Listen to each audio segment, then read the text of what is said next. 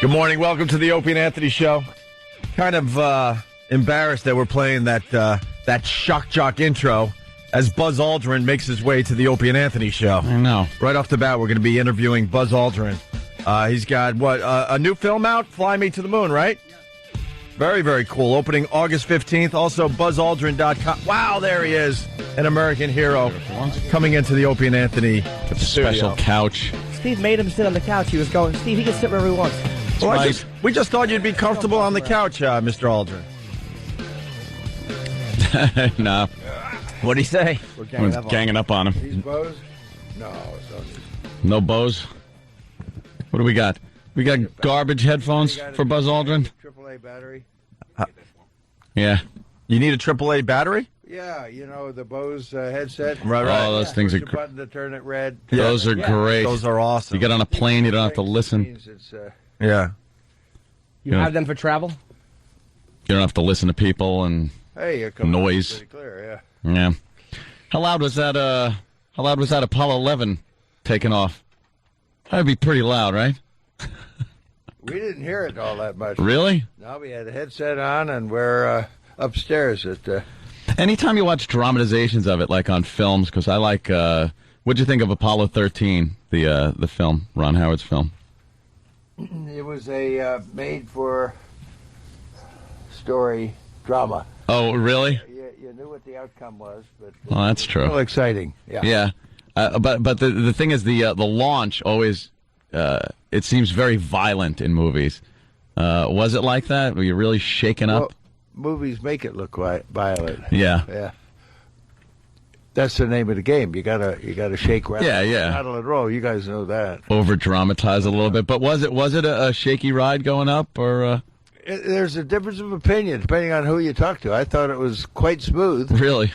Yeah, I mean, and I look at the films of people in the shuttle where it's shaking all around, and I didn't see anything like that. Really? I guess it's all relative, yeah. Because he's a man's man. If it was Jimmy, he would say, it was shaking like an earthquake. The argument that I put forth is that the three of us agreed in some little conversation that we had that we felt at the instant of liftoff that we were no longer attached to the ground. Mm-hmm. Okay, now that's pretty sensitive feel, as if the rockets were, gimbaling a little bit to keep us on course. Well, if you look at the film, slow motion of that rocket going up and see the rocket bells, they're not moving a fraction of an inch. No.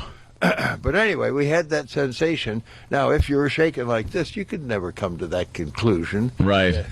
That the moment of liftoff was just really imperceptible, and it was so smooth that you felt like there was a little steering of the rocket going on. That's amazing. Buzz, what determined who... How do I put a hole in this damn thing? Steve, please, take some coffee. Stop bothering him.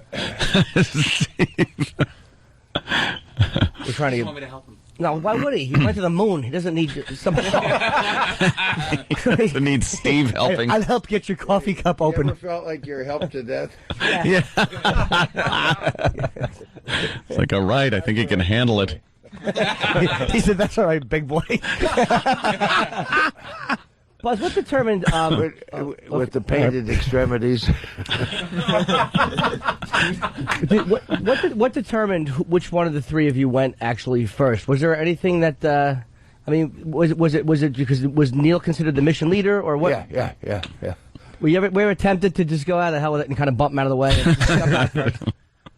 I'm a military guy. I know how to take orders. That's what you learn the first couple of days being a plebe. Yes, sir. No, sir. We like to think you did rock, paper, scissors to see who went first. Now, when I listen back to some of the historical tapes and stuff, there was a little problem with the landing, as far as finding a spot to land. And as time goes on, now you realize how critical that was.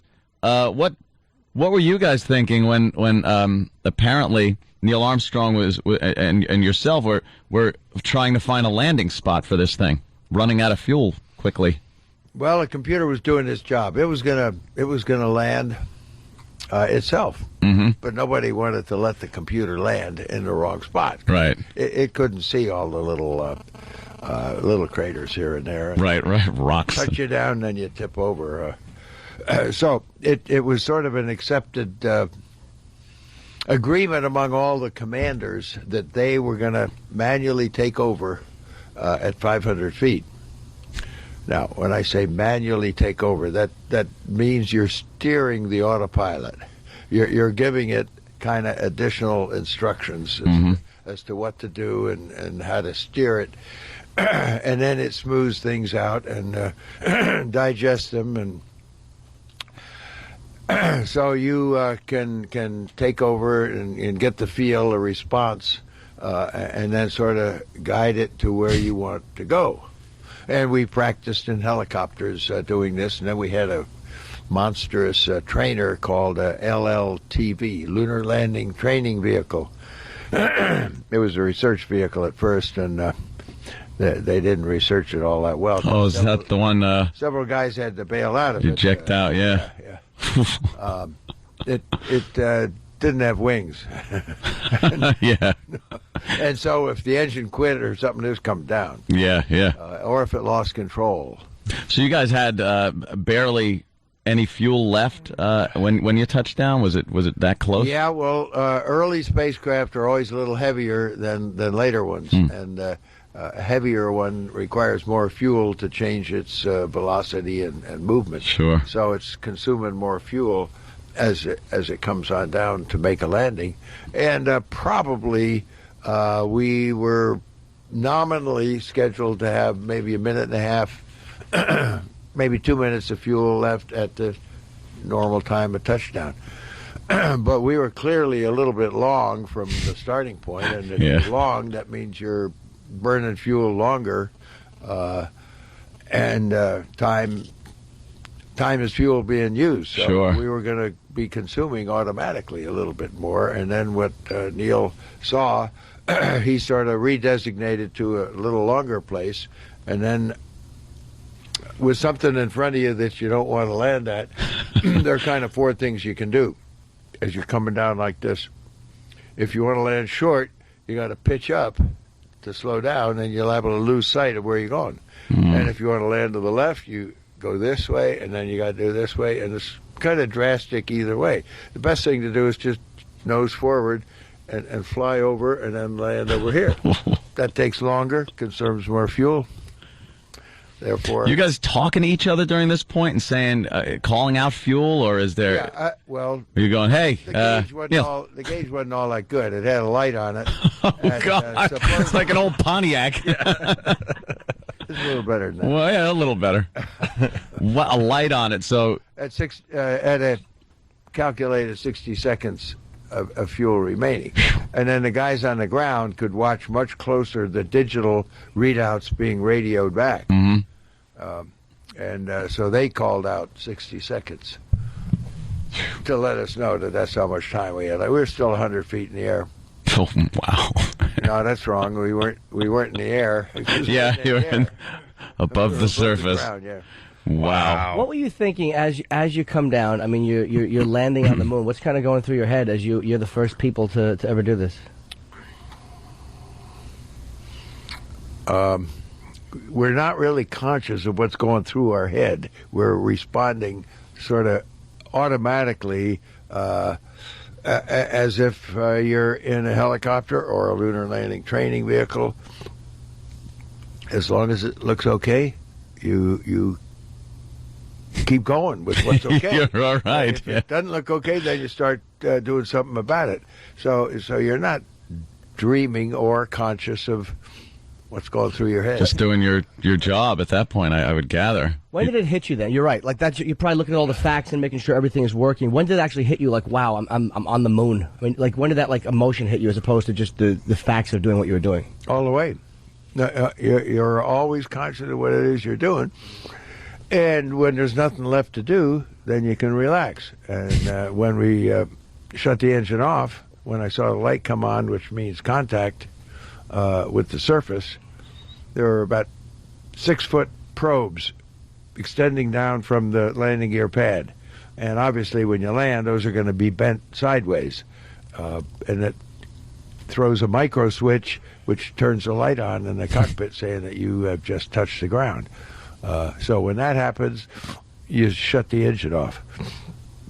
So in case Neil didn't see the light and is concentrating, why I called out contact light, engine stop, and a few other things. So you could very easily touch down, and the computer may not really know that you touched down. It just knows that something unusual is happening, and it's maybe not in the last attitude that it was supposed to be. So it's going to fire thrusters to get it in the right attitude, but it can't do that because it's on the ground. Even though you're on the ground, right? So you got to tell it, I'm on the ground, and you tap the controller to do that. You understand that? Actually, yeah, kind of do. Was there a point while you guys were on the moon and Michael Collins is in the in the ship? Was there a point where you get nervous, like, all right, well, Michael Collins is up there waiting for us, but what if he screws up? And was there any fear of getting stranded? I mean, that's kind of where my head probably would have been at. Was there like a little thought that, like, if something goes wrong? There are planning thoughts where you're conscious of what's going on, but not during the act. It's a little late to be worried about things like that. Yeah, you're there. I guess I'm treating it like it's a family vacation instead of a military mission. But. Yeah. And because I was wondering about the booster that takes you back up now to the command module. The stage. You're wondering if that's going to fire at some point. That has to cross your mind. You don't want it to fire until you want it to fire. Exactly. Yeah. Well, you don't want to be walking around and watch it take off. That's for sure. But you also do want it to fire when you're in there ready to leave. That had to cross your mind too at some point. No. No. That's it's amazing. That's engineering faith. Engineering faith. Yeah. Faith in Grumman. Right. That's amazing. That is Just, amazing. out the road a piece. Yep. There's a museum out there somewhere, Cradle of Aviation. Mm-hmm. Yeah, I'm looking to get them involved in a 40th anniversary next April for 2 combined missions, because they were pretty close together, of Apollo 9 and 10, because they both involved the lunar module. Apollo 9 was in Earth orbit, the first flight of the landing craft, in Apollo 10. We took the lander on the dress rehearsal to the moon. So I want to have a reunion of the guys involved at about that time. Well, You ever heard of Yuri's Night? Yuri's Night, no. You know who Yuri is? I would guess, Yuri, what's his last name? Gagarin. Right. Yeah. Well, some neat kids felt that the U.S. needed to lead the world in celebrating the first guy who went into orbit, Yuri Gagarin. Now, I don't know why the U.S. has to celebrate somebody else that we were in a race with. So anyway, there's a kind of a social event, April 12th every year, called Yuri's Night. Well, after a while, I kind of resent this. We don't have a Shepherd's Night, Right, or Alan Shepard, or a Glenn Night. Glenn gets enough credit these days anyway. He wants to keep flying the shuttle. Yeah, he wants to keep So I'm trying to put forth a change to that, and making it Yuri Al John's Night. Yuri Al John. That's kind of hard to... Yeah. Roll off the tongue. I obviously know about your love for the skeptics that suggest that, of course, none of this ever happened. Well, I am a skeptic. I'm a skeptic of Al Gore. I think we all are in a way. These skeptics that say that this never happened, I can't even believe that they come out with stuff like this. But you obviously have been outspoken. Why are you interested in it? Because it's controversy. That's what your shows are built on. Hey, what's wrong with this? What's wrong with that? Let's fix it right. I can't stand those people because it's denial. It's some kind of a. Do is ignore. Ignore. You're just feeding into their routine. Well, I kind of remember one guy you didn't quite ignore, but that was nice. I hate to say this, but I would hate to be taken in by a bunch of crackpots and enhance their purposes by feeding into their business of calling attention to them. Because that's what they want. Well, I got to tell you, when you kind of popped that guy, I was very proud. That was a proud moment right there. What are you pointing at there, Buzz? A little bit of a wreck. Hazardous world here. It's a hazardous world. Hey, you know what's going on in about 45 minutes? What's that? Quietly, stealthily, the moon is going to get between the sun and the earth. It's called An eclipse? An eclipse. Yeah. Yeah. That's happening today? Today. And it's visible where? Seven. Is it visible here? Yeah, on the TV set. On TV? Yeah. Because no, it kind of sweeps across Asia, Canada, North America, and on into Russia. where it's kind of dark. And there was a time when I thought, well, I think I'll go to Russia and look at this thing, and Lois said, no, that's not too good an idea.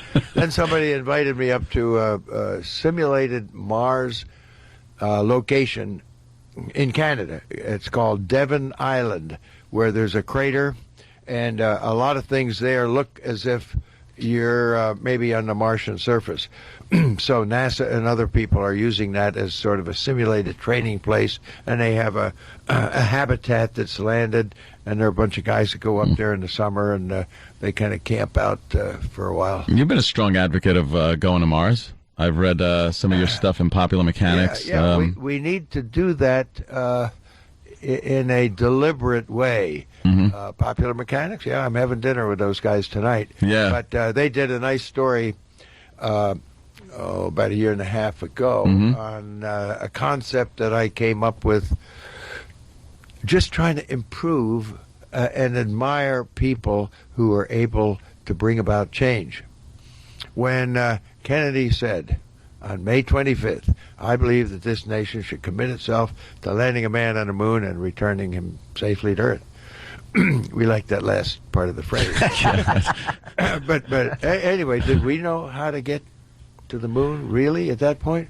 No. We had just had Alan Shepard go up and come down. Suborbital, Richard Branson type stuff. Not even into space like That's Yuri Gagarin. a far cry Yuri Gagarin from... went one orbit, Yeah. and then he opened the hatch and bailed out. The world didn't know that he jumped out of his spacecraft, because in order to actually qualify for the awards, the FAA or the French equivalent of awards for achievements in aviation, you got to stay with the craft all the way till it touches down. You don't abandon it. So they were a little quiet. The Russians were about announcing that on the way down, he didn't want to land with the craft. Yeah. So he opened a hatch and jumped out and used a parachute. Wow. Really? Basically, a girl who abandoned ship. Well, the Russians really, they didn't splash down. They hit the ground. All right. So what I was saying was that we didn't really know how to get to the moon. We had a Mercury with one person in it, and we knew that going to the moon, it was going to take more than that.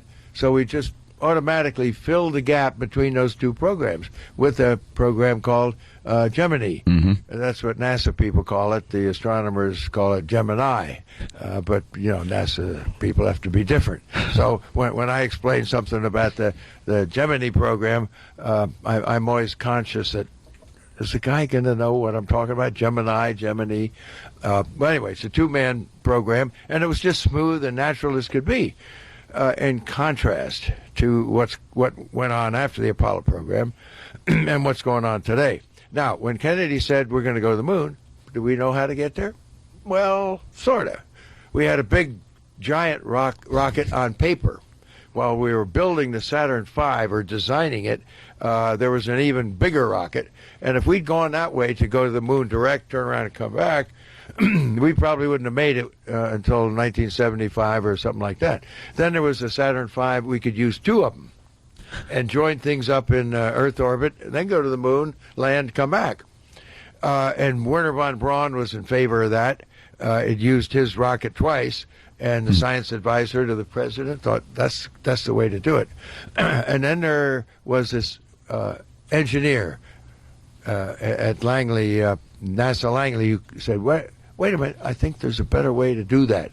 We can use only one Saturn V. Man, that's a pretty good idea. But we have 2 spacecraft, and we're going to send those 2 spacecraft to the moon. When they get to the moon, 2 guys are going to get in one of them. They're going to land. The other guy's going to stay there. And then when they get through kicking up dust on the surface, they're going to get back in again, and they got to join up with the other craft.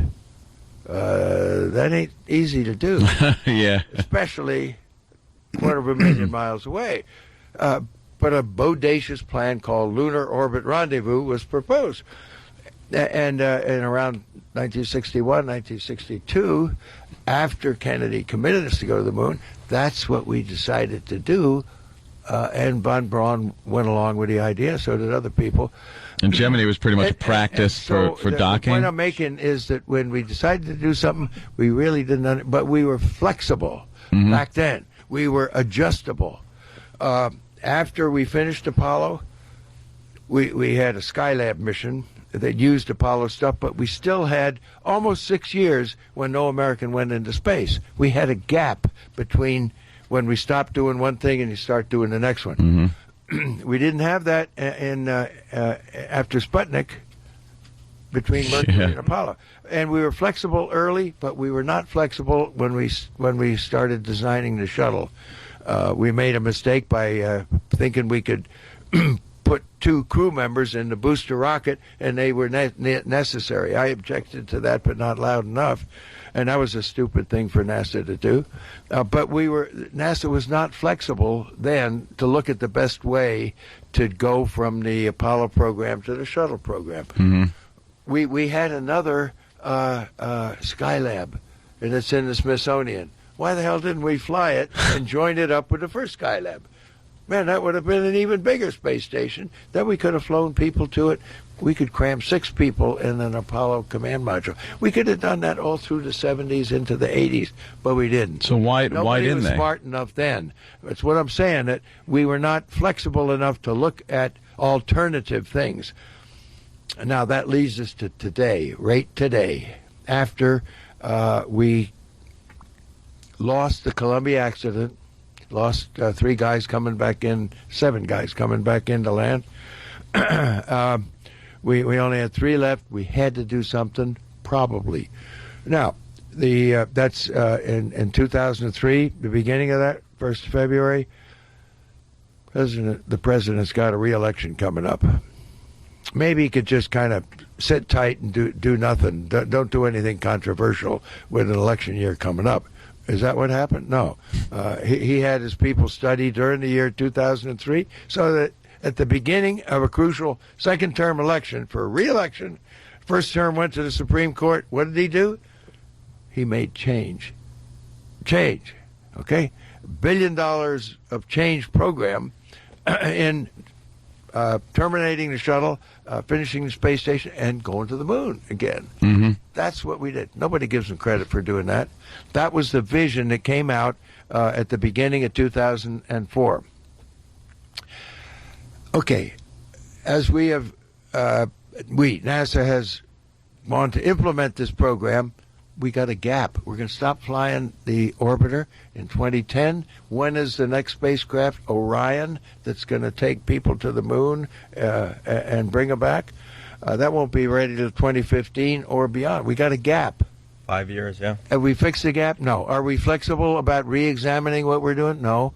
We need to do that. That's our problem today. That's my problem, to try and be a catalyst to look at the different options. You utilize that 5 years. We got an election coming along, and 2 guys are going to replace the president that put in motion going back to the moon and on to Mars.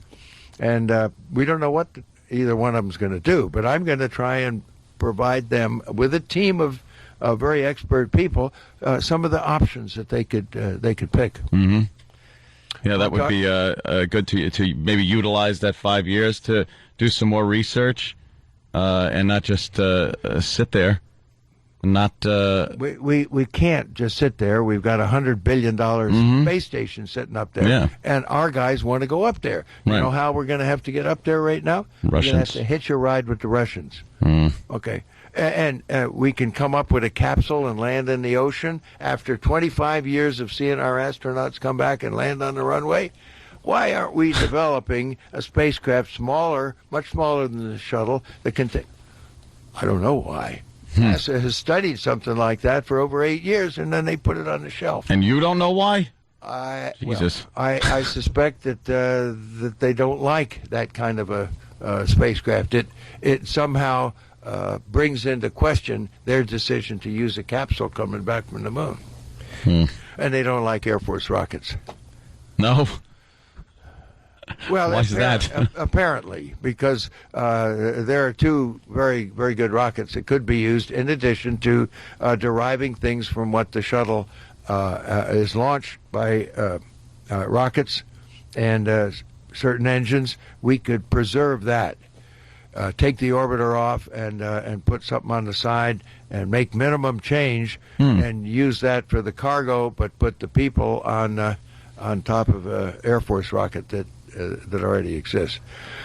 That's not all. There's a lot of details involved in these decisions, but we're not being flexible, I don't believe, in reconsidering before it's too late. If you're proceeding down a course and clearly a lot of people are beginning to question whether that course, like Yogi Berra says, when there's a fork in the road, take it. Okay? I like Yogi because when I moved out of Montclair, New Jersey, he moved in.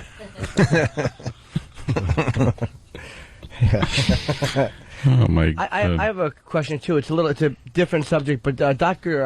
Edgar Mitchell, I think his name is, That's right. has been in the news a lot the last few days, talking about extraterrestrial and how NASA's covering it up, and NASA's being very nice about it, but they're saying, well, we disagree with him. I mean, do you know? I'm sure you do know him. And what's your take on it, or your little? He's getting a lot of attention. Why? Is his proposition normal? No, it's a little bit bizarre. People love to pay attention to bizarre things, especially if they involve cover-up and conspiracy. And that really attracts attention. You didn't go to the moon? Oh, yeah, you were doing that in the backstage lot in Arizona or something. People pay attention to that. That's what they want. I don't know what Ed's motives are particularly. Maybe he does have an inside track to intelligent sources who claim this and that. Well, so do all the UFO claimers. They have an inside track to information that we don't know about. And it makes them feel important. So anybody who says we got a conspiracy going, how are you going to deny a conspiracy? You got to prove everything that isn't what they claim. Yeah. Well, what do you think, Buzz? Is there aliens out there? Maybe, are we alone? Maybe. We don't know. There is no evidence that says there exists life anywhere else in the universe. Is that probable? No. It's very, very probable that you given the right conditions around billions and billions of suns, there's bound to be life that will generate itself just naturally, just like it did here in our solar system on the planet Earth. It doesn't seem so remarkable a thing. But there's no evidence. Now, we call ourselves intelligent, so out of all that life was teeming around the dinosaurs and everything, things interrupted. Little big rocks hit the Earth, and unfortunately, the dinosaurs didn't have a space program, so they couldn't stop the thing from coming in and hitting the Earth. So it gave rise to. It was okay for the apes to begin to come down from the trees, and they started walking around, and certain branches got smart enough to dig in the earth and found some funny stuff that if they got it hot enough, it melted, and they could make that into metal and get wires and create radios, and pretty soon they put together an automobile, a train, an airplane, a spacecraft, a rocket, and went to the moon. That's intelligence. That's pretty amazing. I think it is. Yeah. What do you think of technology today? Obviously, you've seen a lot of technology over the years. What do you think? Is it being used wisely? Things like the internet with the way to communicate with anyone in the world at a moment's notice. Mind-boggling, isn't it? Mm-hmm. You used to know what was underneath the hood of a car. You could go in and change this thing and that thing. You lift up the hood now, and geez, everything's computer controlled, and you can't squeeze much of anything in there. You got to take it to somebody else to fix what's going on. Yeah. There's no backyard little auto repair shop, and it's amazing. I got 2 cell phones. Yeah. 2 BlackBerries, and the new one's coming out in 6 months or whatever, and that's a rapid pace of innovation that's going on in production, and we don't send something back to the repair shop. We throw it away and got a new one when it comes out new. It ain't that way with rockets. It takes a long time to develop a rocket engine and put it through the testing that's needed to get the kind of reliability that we want, that you would want, to climb on top of that rocket and light the fuse. Most of us in the space program don't really like the word blast off. It's a little bit too violent. We like lift off. Hey guys, we got to get Buzz out of here because you're doing Good Morning America, or you're going to do some TV, right? Yeah. Oh, yeah. Which one? Because I mean, our He's got listeners. a few more minutes. Okay. A few more minutes. Okay, cool. good. Okay. Hey, good. we got an eclipse coming up in 30 minutes, but Wherever you can't we have see to go to the sky Asia. from here. Do you have any? Did you have any motion sickness? I read that there was one of the astronauts that had motion sickness from the time he left, and the other guy just laughed at him because he was vomiting the entire trip. Did you have any motion sick, or anybody you with? If you're sitting in a combined, geez, what am I trying to say? A crowded condition, and you got 3 guys there, and one guy begins to vomit. You're not going to laugh. You're going to get out of the way. You're going to help clean up what's going on. And besides that, if you're en route to the moon, somebody's kind of sick, you don't want to turn around and come back. So you tend to downplay what was happening. And roughly 50% people sense some uneasiness from dizziness, maybe a little lack of orientation, to actual churning feeling in your stomach, to nausea, to vomiting. And this happens in maybe about 50% of people in the early minutes, hours, day or 2 of spaceflight. And Is there it's been a concern. Not everybody. But once, and it gets kind of complicated, and I have my theory about it. I think that it's visual and psychological. You can sit in a widescreen theater, okay, and see a scene of roller coaster. Right. You feel it in your gut. Yeah. How do you explain that? That's pure Nothing's visual. going on. You're not churning up your inner ear, your vestibular this and that. We don't have the right answer yet, and I have some theories about it, about people who have a good sense of direction down here, as opposed to some people that don't have a good sense of direction. Those of us that don't have a good sense of direction, we're kind of continually confused when something changes. So when you get into orbit, for some reason, your reference is taken away from you. So the person who is kind of egocentric, that gets lost down here, up there, it's okay. Sure, it's a little different. But the guy who has a great sense of direction, he just lost something that's pretty significant to him. And so he's going to develop a sensory conflict. And humans with a sensory conflict get nauseous for some reason, and if it's sufficiently disturbing, we vomit. What is the closest thing to the feeling that people just normally on Earth can relate to? Is it like a boat? Is it like when you're going between the Earth and the Moon? Now you're cruising. What does that feel like? Is it a rocking motion? I know that you're pretty much weightless, but there's no up and down. Right. Anymore. When you're at the Earth and we're oriented with the gravity, that's down. And right. It's up. But when you kind of move away, Buckminster Fuller said we need to start thinking in terms of outward and inward. We're moving outward, away from the gravity of the Earth. And that's the sense that you have when you move away and the Earth is back there and the moon's over here and the sun's over there, and they're all about in the same plane because of the orbital motion of the Earth and the moon.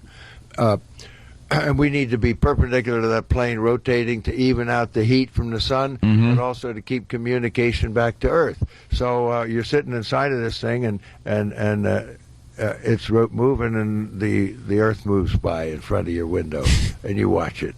And then 20 seconds later, the moon goes by. And then after a while, the sun starts streaming in with its brightness. There's no night and day going out because the sun's there all the time. You can look toward the sun, and you can't see very many stars because it's too bright. But you look in the other direction, and yes, after a while, your eyes will accommodate, and you can see all the stars you want. Fortunately, because we use those to navigate our way back home in the event that the deep space tracking network is not giving us information into the computer as to where we are and what we got to do to get back home again. Use the stars. We've got the signal. We have to they have to share the signal. We have to thank, of course, American legend Buzz Aldrin, and we have to also plug what it is you needed plugged. There is a movie going on that's going to open up nationwide. Fly Me to the Moon, right? Fly Me to the Moon. Gee, I wish I got residuals on something like that. Like Bob Hope, whenever they play Thanks for the Memories, he gets paid a little bit because he promotes that.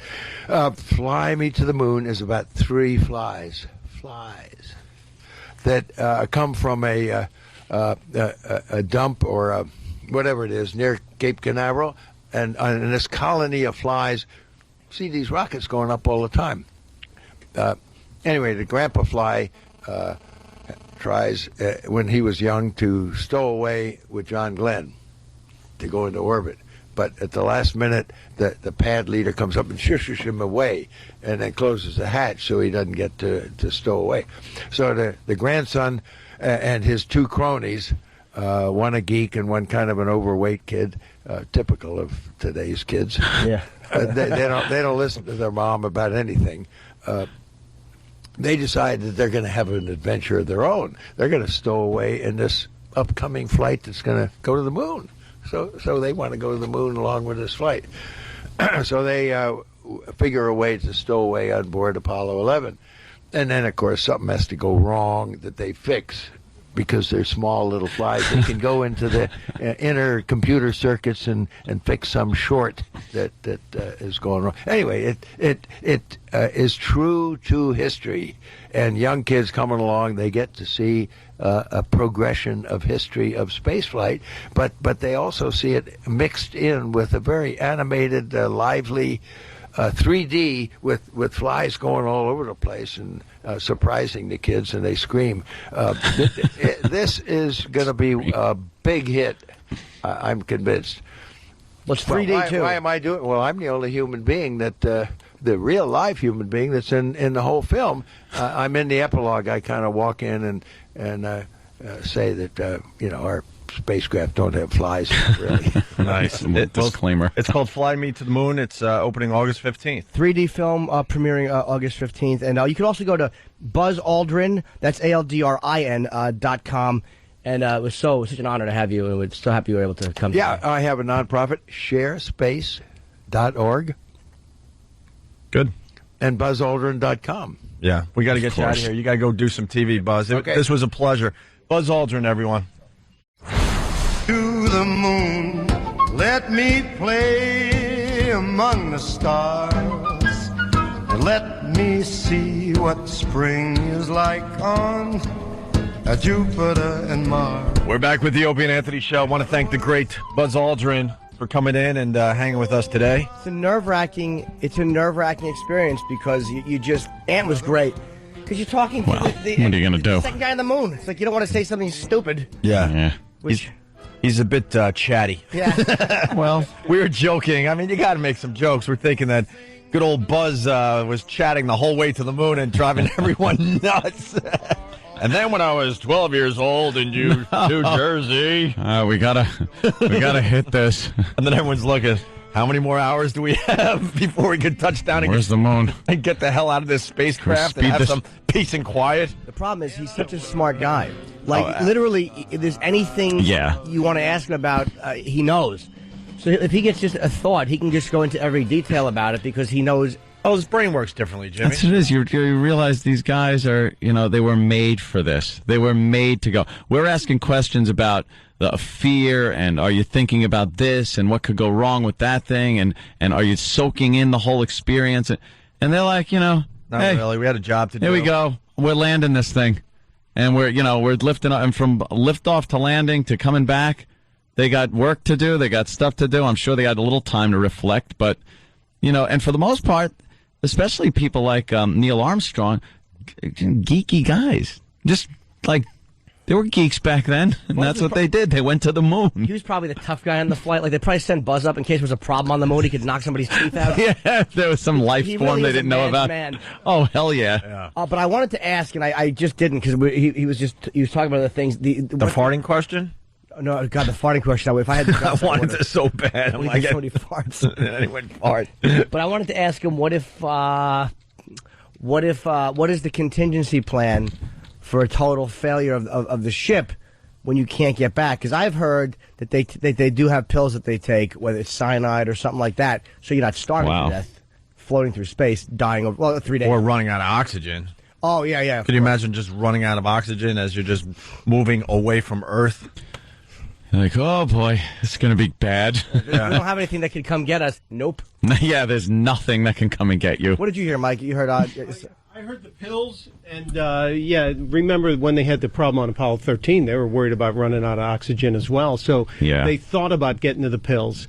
And the other story was when they landed on the moon, Krantz, the guy who was the mission control guy on every of the moon landing missions, said they landed, everybody was like, wow, we're on the moon! And then they started looking down at the meters, and the hydrogen levels were going through the roof on the tanks, and they thought the tanks were going to blow. So they almost had to push the abort button a minute after they landed on the moon. Sending them back up. And somebody goes, vent the tanks! And then finally it went down, but they were that close to getting right out. Amazing. All right, we got to take another... if I were Neil, I would have just jumped out, stepped on the moon, and got back in. Said, let's get out of here. We're out of here. I'm not pushing my luck. And it's funny, I asked him, what was the process when became Neil went first? And he's like, well, I'm a military man. You can tell I'm probably irritated. I mean, he's probably like that stupid, quiet Neil. He has nothing to say. He just holds up in the apartment. I asked him that after we were off the air when we were in a commercial. I said, is Neil just a very private, quiet guy? And he's like, yeah, he's always been that way. Because he never gives interviews. Neil Armstrong? Never. You never see him. Guy's still alive. A lot of people don't even know that. He's just playing golf somewhere. Yeah. Doesn't want to be bothered. Neil Armstrong. He probably talks really swishy and doesn't want anybody to know. He's probably like, well, the moon was very, very nice. Oh, God. That's probably what it is. Buzz is going to come back in here and punch you. Well, he doesn't care if I goof on Neil. I'm not going to goof on Buzz. Buzz had a moon ring. He had a moon ring. I know. It was a big diamond, like a crescent moon, and then going toward it was a little lunar module. That's cool. Oh, is that what that was? Yeah, it was a little diamond lunar module. That's a cool ring. The president probably gave it to him. Yeah, why not? We should have jumped. Here you go. No, was it Tricky Dick? Yeah.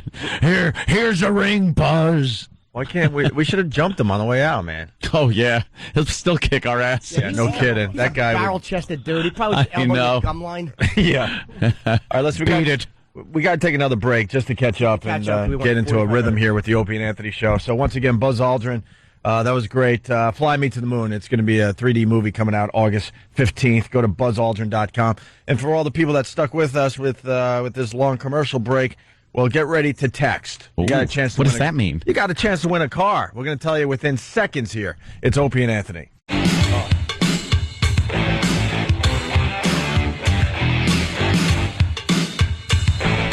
Hey, good morning to everybody. Opie and Anthony, 877-212-ONA. Let's not forget about ONARadio.com. We just took a bunch of pictures of Buzz Aldrin, and we threw them up there. or they're going up as we speak. So, And Penn is coming in at 7:30, I think. who is? Penn Jillette. Oh, that's today too. Today, and Penn's a big NASA guy. Like you saw the two, in Bullcrap, he called out the two episodes that we had. One was something to do with NASA, and The first episode of this season of BS is about NASA and going to going to Mars. It was hard for him to do because he's like a real NASA lover. He's like, he had to call out something. He's like a parts of NASA. Like he wouldn't even trash the whole because he loves it. Sure. But I imagine he's met Aldrin before. But Probably. I hope he's listening, and I hope he hasn't. And I hope it bothers him that he just missed him. Yeah, maybe we could have done the right thing and said, "Hey, Penn, you might want to come in early and meet." No, because he probably has met Buzz Aldrin. I'm assuming he knows a lot more about space than we do. Yeah. And the NASA program, and it would have just been we would have just sat there and watched Penn probably do a very insightful interview. Why didn't we do that? You're right. Probably. Good point. Also- And Anthony was very. Oh, no. No, you were very good. You knew all the stuff because Buzz is like, well, I'm sure you understand that. And you're like, well, yeah, I probably do. I do. Yeah, you're like, actually, I do. We I do. did tell him. We made him aware, and I guess he took the option. Okay. So Also, good news, Will Ferrell. We bitched and complained that Will Ferrell's been blowing us off. He's going to be calling the Fine Show today as well. Oh, really? Yeah, we have a little power still. When's that happening? A little later on, so. And Black Sabbath. And Black Sabbath is coming in. Heaven and Hell, right? Yeah, but their Sabbath. The thing is called Black Sabbath. The Rules of Hell. It's a box set with the Dio years, but they're Sabbath. Heaven and Hell, I think, was just to differentiate Ozzy not being there. I love Ronnie. All right. We did. Oh, he knew Pez. Okay. Yeah, Manny Ramirez traded to the Dodgers. Yep. Oh, you didn't know that, Jimmy? Did not know. Joe Torre is just loving life right now. He was very unhappy with the Sox, apparently. How stupid are they? Like, why would you let him go? I mean, they hadn't won a world championship. And what was it, 100 years? And then all of a sudden they've had this great run in the last few years. Why would you mix with that with one of your best sluggers? Yeah. Why are they that stupid? I guess his demands were a bit much. Well, the Red Sox got Jason Bay in the trade. Well, no, don't get me wrong. I'm not saying that Jason Bay isn't really a... Boo. Boo. So you lose Manny Ramirez and you pick up Jason Bay. Why is the sound effects only going through one speaker today? No, all they got to do is get rid of Big Poppy over there, and maybe the Yankees can win. Yeah, I want to see... And Ken Griffey was traded again. I think this is the 20th time in his career he's been What traded. a baby he is. Where'd he go? The White Sox, because they have a chance to win it all. Do they? Yeah, the White Sox have a chance. Oh, I don't know. I haven't followed baseball. I lost interest when I realized none of them take their nights off to watch me. Why should I? You Who are lost interest after, Jeter did what he Absolutely. did. But I mean, and I'm just like, with sports, when's the last time they had a game and Posada goes, you know what? I'm going to take tonight off. It's a rain makeup because Norton's doing a show. No, it doesn't happen. No. So why would I? And I know if Colin heard that right now, he'd probably spit in my face. Yeah, well, yeah. Norton, Jim Norton. Baseball team. Also, Taking not enough attention from the Yankees. Stupid. now he's going to come by. What are you guys doing? Nah, Do you want Colin Quinn here today? Colin is probably comatose right now. Yeah. With like a brown baggie with tea in it and holding a crumb cake, and he just fell asleep with his mouth and eyes open. I dare him to come in I now. like to slap his face. I like to dip my hand in warm oil and slap his face. Yeah. Hey, guys, you going to go see the new Kevin Costner flick? What is that called? I think. Well, it's called Swing Vote, Jimmy. Ugh. And it's getting horrible reviews. Of course it is. There's no movie worth seeing this weekend. Go see Dark Knight again. Again. Seriously, I mean, you got Swing Vote getting 32% positive reviews on RottenTomatoes.com. About Fly Me to the Moon. Fly Me to the Moon is August 15th there. Oh, okay. Anthony. Pay attention. Yeah, you really should pay attention. Wasn't Plus- really paying attention to the dates. And then you got the new Mummy movie. Well, 11% positive reviews. no. That's it? That franchise is over, my friend. What is Swing Vote about? Well, looks awful. the election comes down to one vote, and this guy, Kevin Costner, Yeah. Whatever character he's playing, that will be just like every other character he's done. He's the swing vote guy. He's the one vote left to decide the election. Now, how does that and it's happen? Kevin Costner. How does that happen in this country where that could never happen? It's like, it's all tied up. Yeah. And one guy gets to decide who's president. Yeah. And I think they're trying to woo him. Wait, is he like a delegate? I mean, is it like an electrical? I don't know. You so know. You don't need to read anything about this movie. You think he's a well-informed voter? Of course he's going to be probably a guy down on his luck. I would guess. I swear to God, I haven't even read anything in this movie. I would guess he's a single father. Single dad. I would guess maybe he's out of work. I would guess he might have some kind of addiction problem, possibly a drinking problem. He's a pederast. Why would it be a well-informed voter that's going to decide the election? You got to think it's a guy that doesn't know anything about politics. It's going to be a regular guy that knows nothing about politics, and guaranteed one of the candidates is real bad. Yeah. One is okay, and he will teach them both about what it is to really be the president. I got to pat myself on the back, and I swear to God I didn't read anything about this movie. Here's the synopsis. Is Hollywood predictable or what? Swing Vote follows the story of Bud Johnson. Ew. I'm Bud Johnson. Lingalonga. A beer-slinging, lovable loser. There you go. Who is coasting through a life that has passed him by. This is exactly Is this Tin Cup? Yeah, the one bright spot is his precious, overachieving 12-year-old daughter, Molly. Of course. She takes care of both of them. Because it's a single father. Yeah, this gag has been done a million times. She both takes of them, care of both of them while Buzz drinks. until Bud. one mischievous Buzz. moment on Election Day when she accidentally sets off a chain of events which culminates in the election coming down to one vote, her dad's! Yep. Oh, boy. God, does that sound awful. Swing Vote is a comical look at the journey of one father and daughter who discover that everyone has the power to change the world. What does she do to make that happen? Does she murder 200 million people with a machete? And then there's only Dad and 3 other people? And Yeah, what happens? It's up to Dad. Wow, that Buzz travels fast. Hey, how come he gets the suit on TV and we got this we don't like this? We got the suit. No, but he threw on the thing. I don't like that. He didn't dress up. Buzz's spaceship was outside. He flew over to Fox. Very fast. I got it. But no way a spaceship would be allowed in this city to fly to Fox. Oh! I want to see little Jim. I want to see how Fox cuts him off because we had a tough time doing it With pictures. I bet you they played about an hour's worth of commercials before he got there. It's Buzz on the moon. Look at Buzz.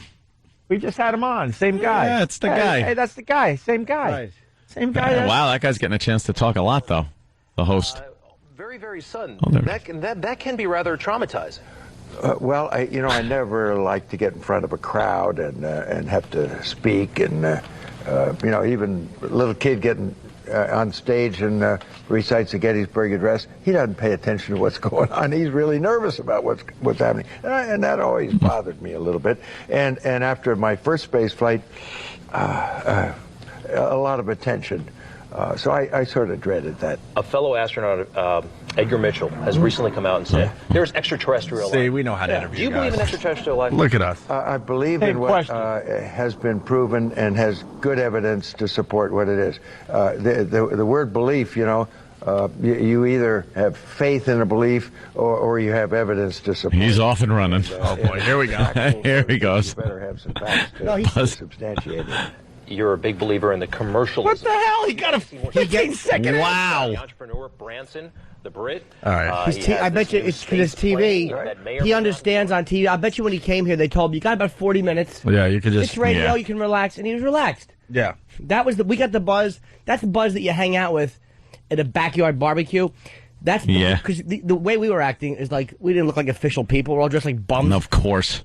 So that was barbecue Buzz. I put on a nice T-shirt today. We got barbecue Buzz? But I'm not knocking that. I'm saying but that was just hangout Buzz. No, I like barbecue Buzz. That's the way barbecue Buzz probably talks. Barbecue Buzz. This is TV We got cake makeup party Buzz. Yeah. Just hanging around the keg, just shooting the ass with Buzz Aldrin. That's what we got. Because he knows TV has done little snippets. He's done a million of these interviews. Yeah. In all countries, I'll bet. Sure. What?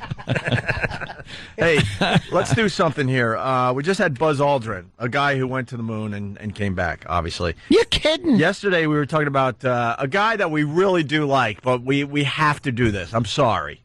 I have to say sorry to Criss Angel because we really like him. He comes on the show, promotes, and we have a good time with him. But we were kind of beating him up yesterday about his latest stunt. And after having a guy that went to the moon and back, it's a good segue.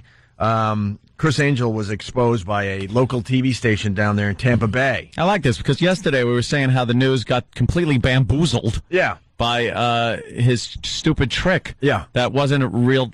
They said, tragedy almost strikes Criss Angel as his trick goes wrong. But he narrowly escapes. See, the trick was supposed to go wrong. It was exactly the way it was supposed to go. Basically, they were imploding a building, and he had to escape the building and get to the roof. And jump on a helicopter before this thing imploded. If that happened, that would be the trick going wrong, because that wasn't the way it was supposed to happen. Right, but he had it set up where it was supposed to go wrong, but he was going to survive in the end to make it way more dramatic. Right. Also, you're not going to get a helicopter pilot that's going to sign off on this bit. Yeah. The insurance and the forms you would have to sign, no. Mm-hmm. So we were very suspicious, and we're like, and we weren't happy with the local news, getting bamboozled. Yeah. So we looked into this further, and they caught Criss Angel running from a building that was the building next door. The building next door. Thanks, Ant. When they demolish these buildings, they put them straight down. Right. You've seen it before. Everybody has. And the buildings next to it are fine. Yeah. So apparently one of the Fox 5 helicopters out there, because they're all covering this event. Yeah. And the producers of the show told them they had to stay far away, but they zoomed in with their camera, and apparently they see a figure running from the building next door, dressed exactly like Criss Angel, into the rubble, and then out of the rubble. He kind of walks through it and comes staggering out, and there he is, Criss Angel. Do we have a video of that? Oh, yeah. Oh, yeah, we got it. No. They also have video of him in a pre-recorded segment. And was this for this same trick, by the way? Yeah. This trickery? Okay. Yeah, they show him running through the halls of this building trying to get out, and they have a set of handcuffs cuffed to his hip. And then in the next scene, which is obviously pre-recorded, he doesn't have the handcuff on his hip anymore.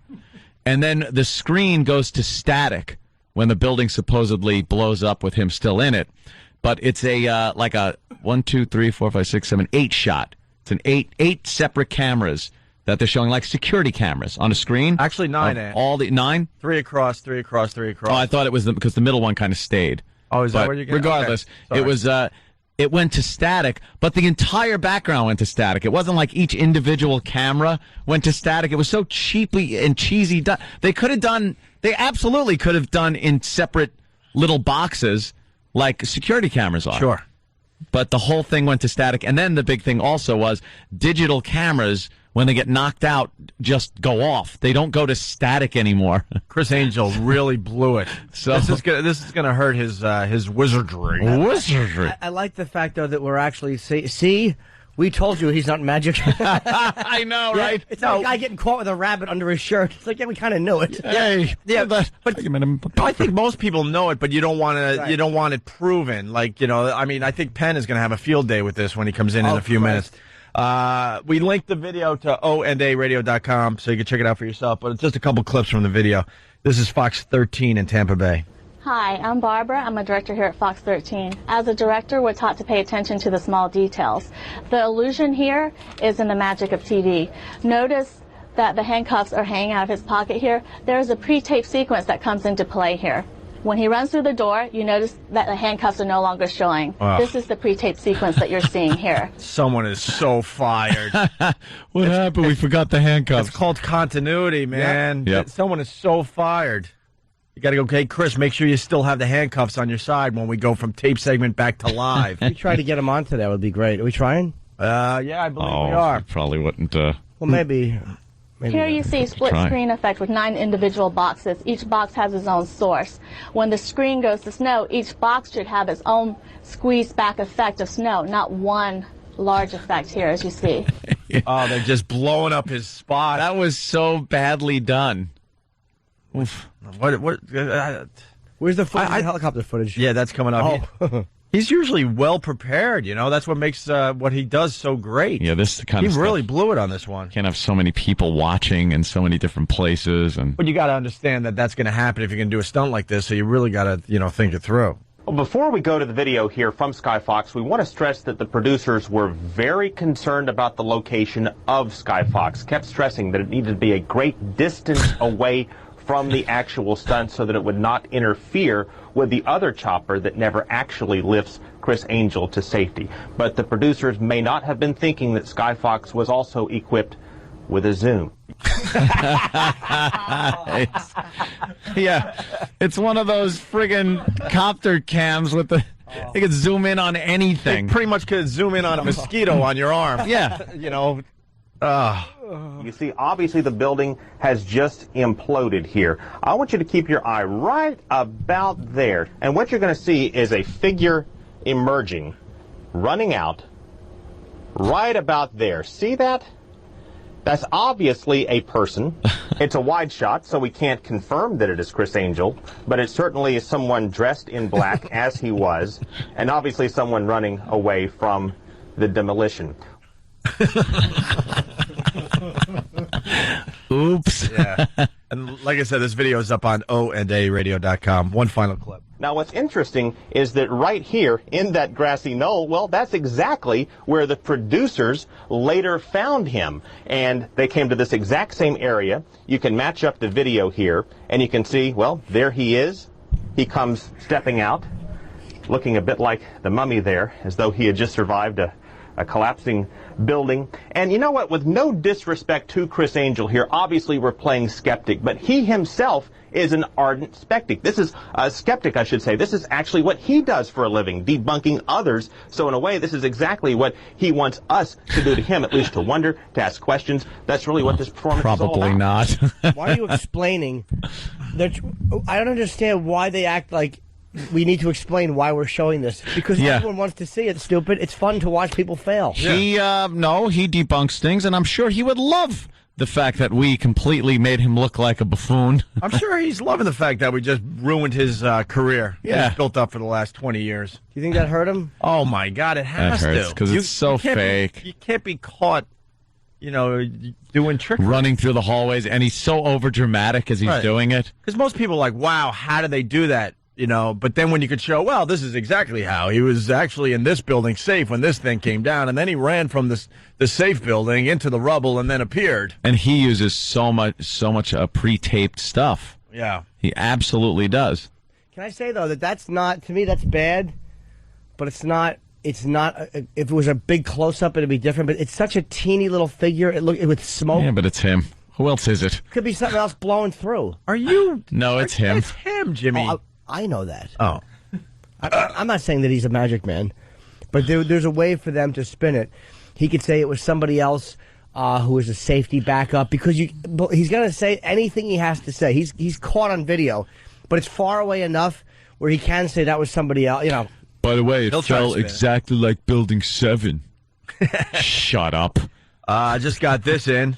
Criss Angel's people just said he's not doing press right now. Of course he's not. But he just did the big stunt. I'm sure he would want to talk about it. Yeah. Promote it. You cheated death. You were in a building that was demolished and you walked away from it. Let me ask. Ran, actually. Let me ask Jimmy. Jimmy, if you just did something where you cheated death, wouldn't you want to be all over the TV? It happens every time I have sex.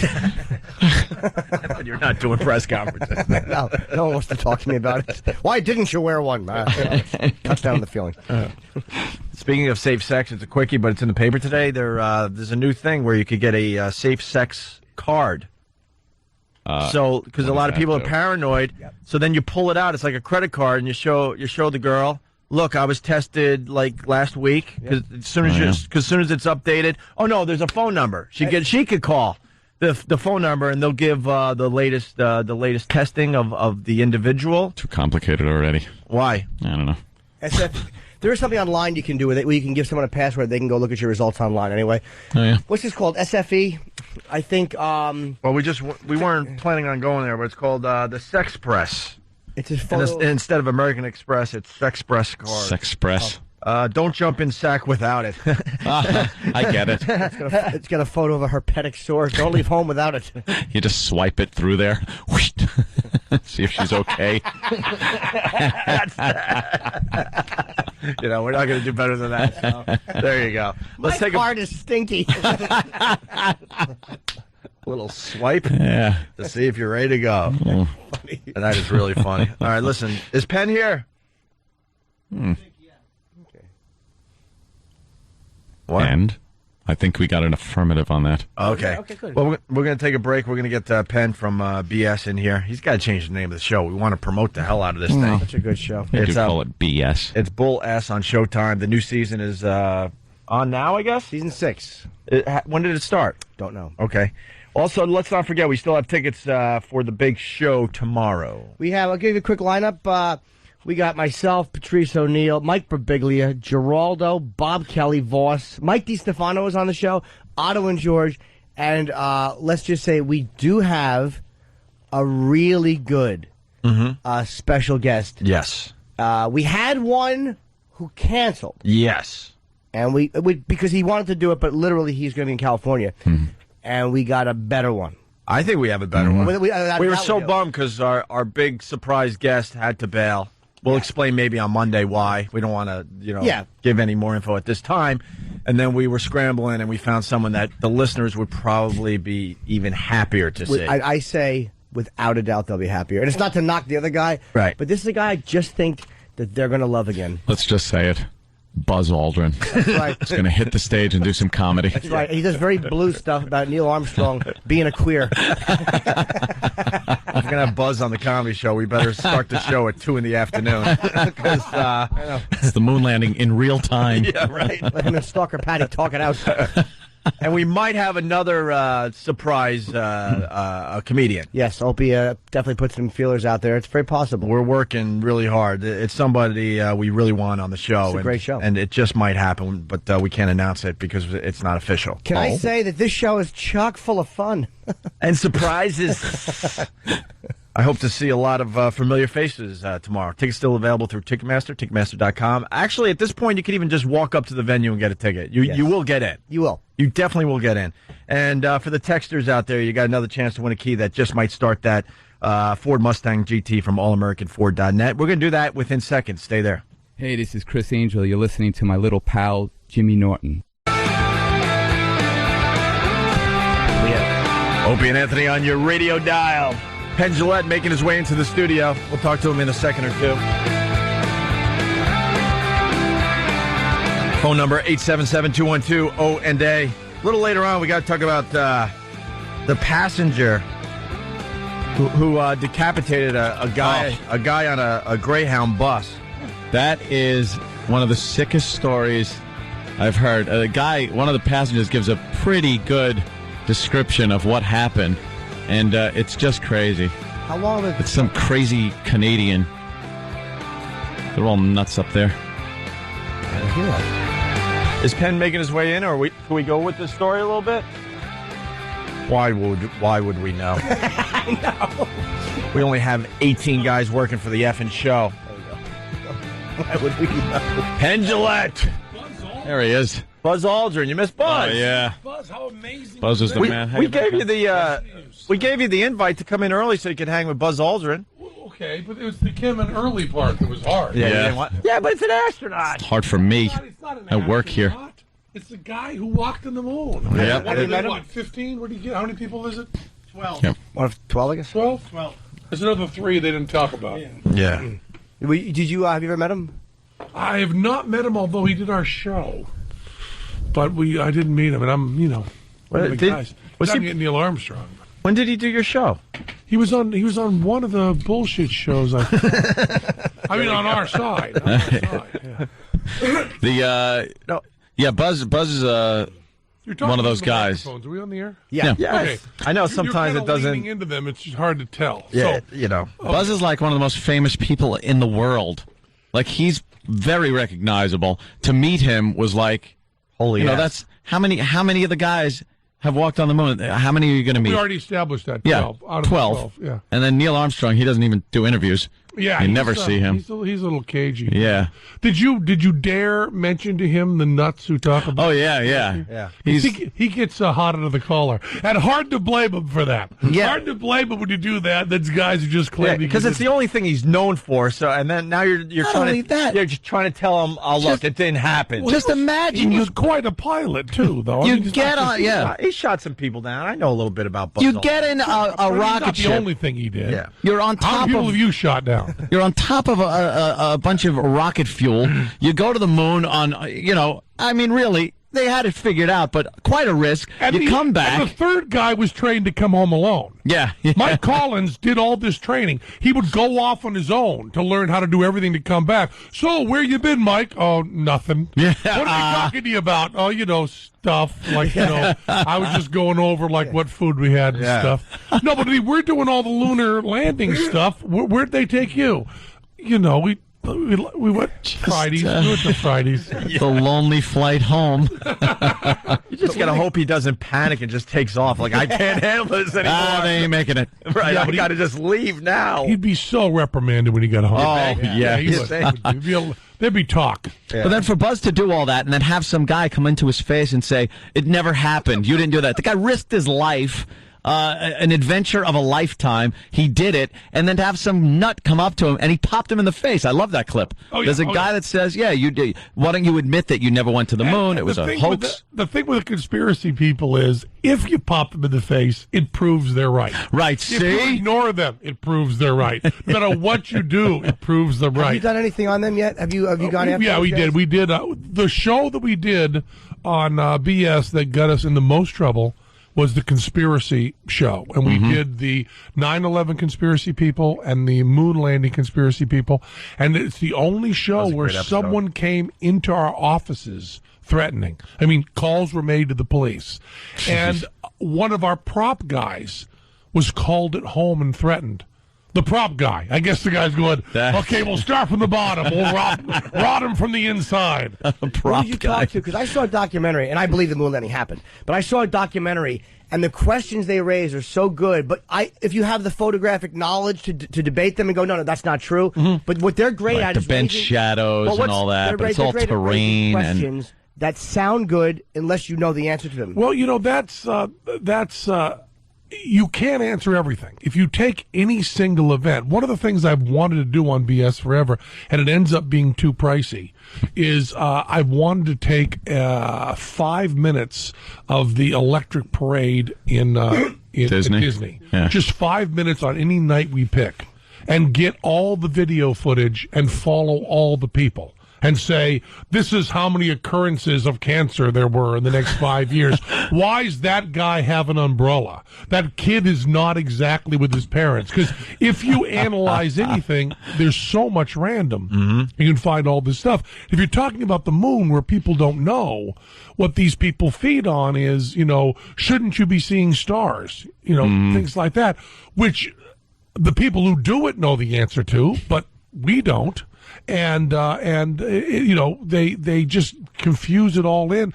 And the fact is the government lies so much that it's always a reasonable thing to say the government's lying to us. But you have to keep in mind that the government, working together with men who were willing to go to prison, couldn't break into the Watergate to one shrink's office and steal a few files without getting caught by a janitor. Yeah. You're right. The government's great at a few these were guys who were willing to die for it. You know what I mean? They were willing to die to break into an office in a 2-bit hotel when nobody was there, and they got caught. Right. The government's great with lying about certain things. And it can't be that big of a deal, and there can't be too many people involved. Like that whole covert operation in South America or Central America. Arms for hostages, the Contras, like all that came out in time because too many people got involved. And that was something that was like, all right, this is something the government would do. And we're good at. Yeah. We're good at going to other countries and screwing them up. Right. That's what we do. The past 100 years, that we're professional. Very good at it. Yet going on the moon is not something we'd be. And the other thing that it made, the 9/11 people, they have to postulate that there were about 1,000 people who knew about this, and not one person went, I get a bad feeling. Yeah, yeah. I don't feel good about this. So you're talking about blowing up these buildings and Abu Ghraib couldn't be kept a secret. Somebody sent the cell phone pictures of a bunch of people being silly geese with prisoners. It's amazing how they ignore, and this is why I hate the 9/11 conspiracy theorists, because when I heard questions raised about the Pentagon, I was like, oh, that's interesting, let's look at that. Yeah. But when you raise an intelligent question to them, they're like, they just run over it because they're so agenda-driven, they can't handle. Well, I also believe that there's this sense in humanity, kind of a sad sense, that you'd rather have somebody bad in control than no control. You know, so much of stuff is random. One lone nut with a Mannlicher Carcano shoots the president of the United States. He fires 3 lucky shots from the book depository building, and he's a loser, disgruntled nut. That's not the way you want history to go. If you're watching a movie, that would suck. It would be a bad movie. You're right. Yeah. Oh, so the whole thing's driving along, everything's going great, he's the hope for the future, a nut pops him. Yeah. That's what happened. Yeah.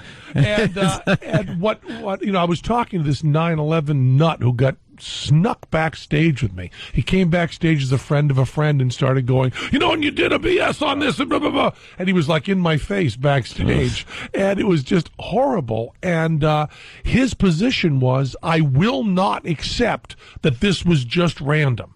He wanted there to be this comfortable conspiracy. Because if you're living in a government where there's a fully run, competent conspiracy, then there's a certain kind of safety in that, something to... They're in control. Whereas if they're not in control, which they're clearly not, and have no idea what they're doing, that's a little more And a scary. bunch of fanatics were able to grab some planes and crash them into buildings.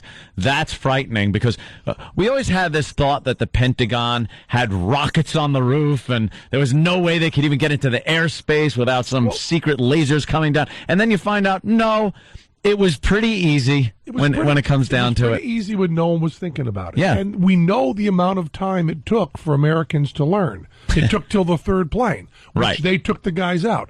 But everybody had been taught, before 9/11, if the 4 of us, were on an airplane that started getting hijacked, we saw the footage, we know what to do. You sit down and shut up. Completely, you shut up. You end up in Cuba or somewhere, right. You fly home and wave to the cameras and you have a story. You get a good vacation out of it. That was the way it had always been. And the pilots were trained to come out and negotiate. Sure. Always trained to That's what I said. The weapons they used weren't just box cutters, it was hope. Yeah. Because people have this hope that it's going to be like an old hijacking. Or standard operating procedure. Right. And then by the 3rd plane, they get a cell phone call that said, that's not the way it's going. And they took them out like nothing. Yeah. It was just, everybody dies, but they solved that problem. Right. And now if someone tried to take over a plane, hell. All hell would break loose. The 4 of us would take out 8 terrorists. You can't drink too much without 20 friggin' guys from football teams jumping on you and killing you. You can't breathe. Yeah. Well, he stopped breathing. I don't know what happened. But also, I'm such a nut for freedom that I just think make them do the profiling.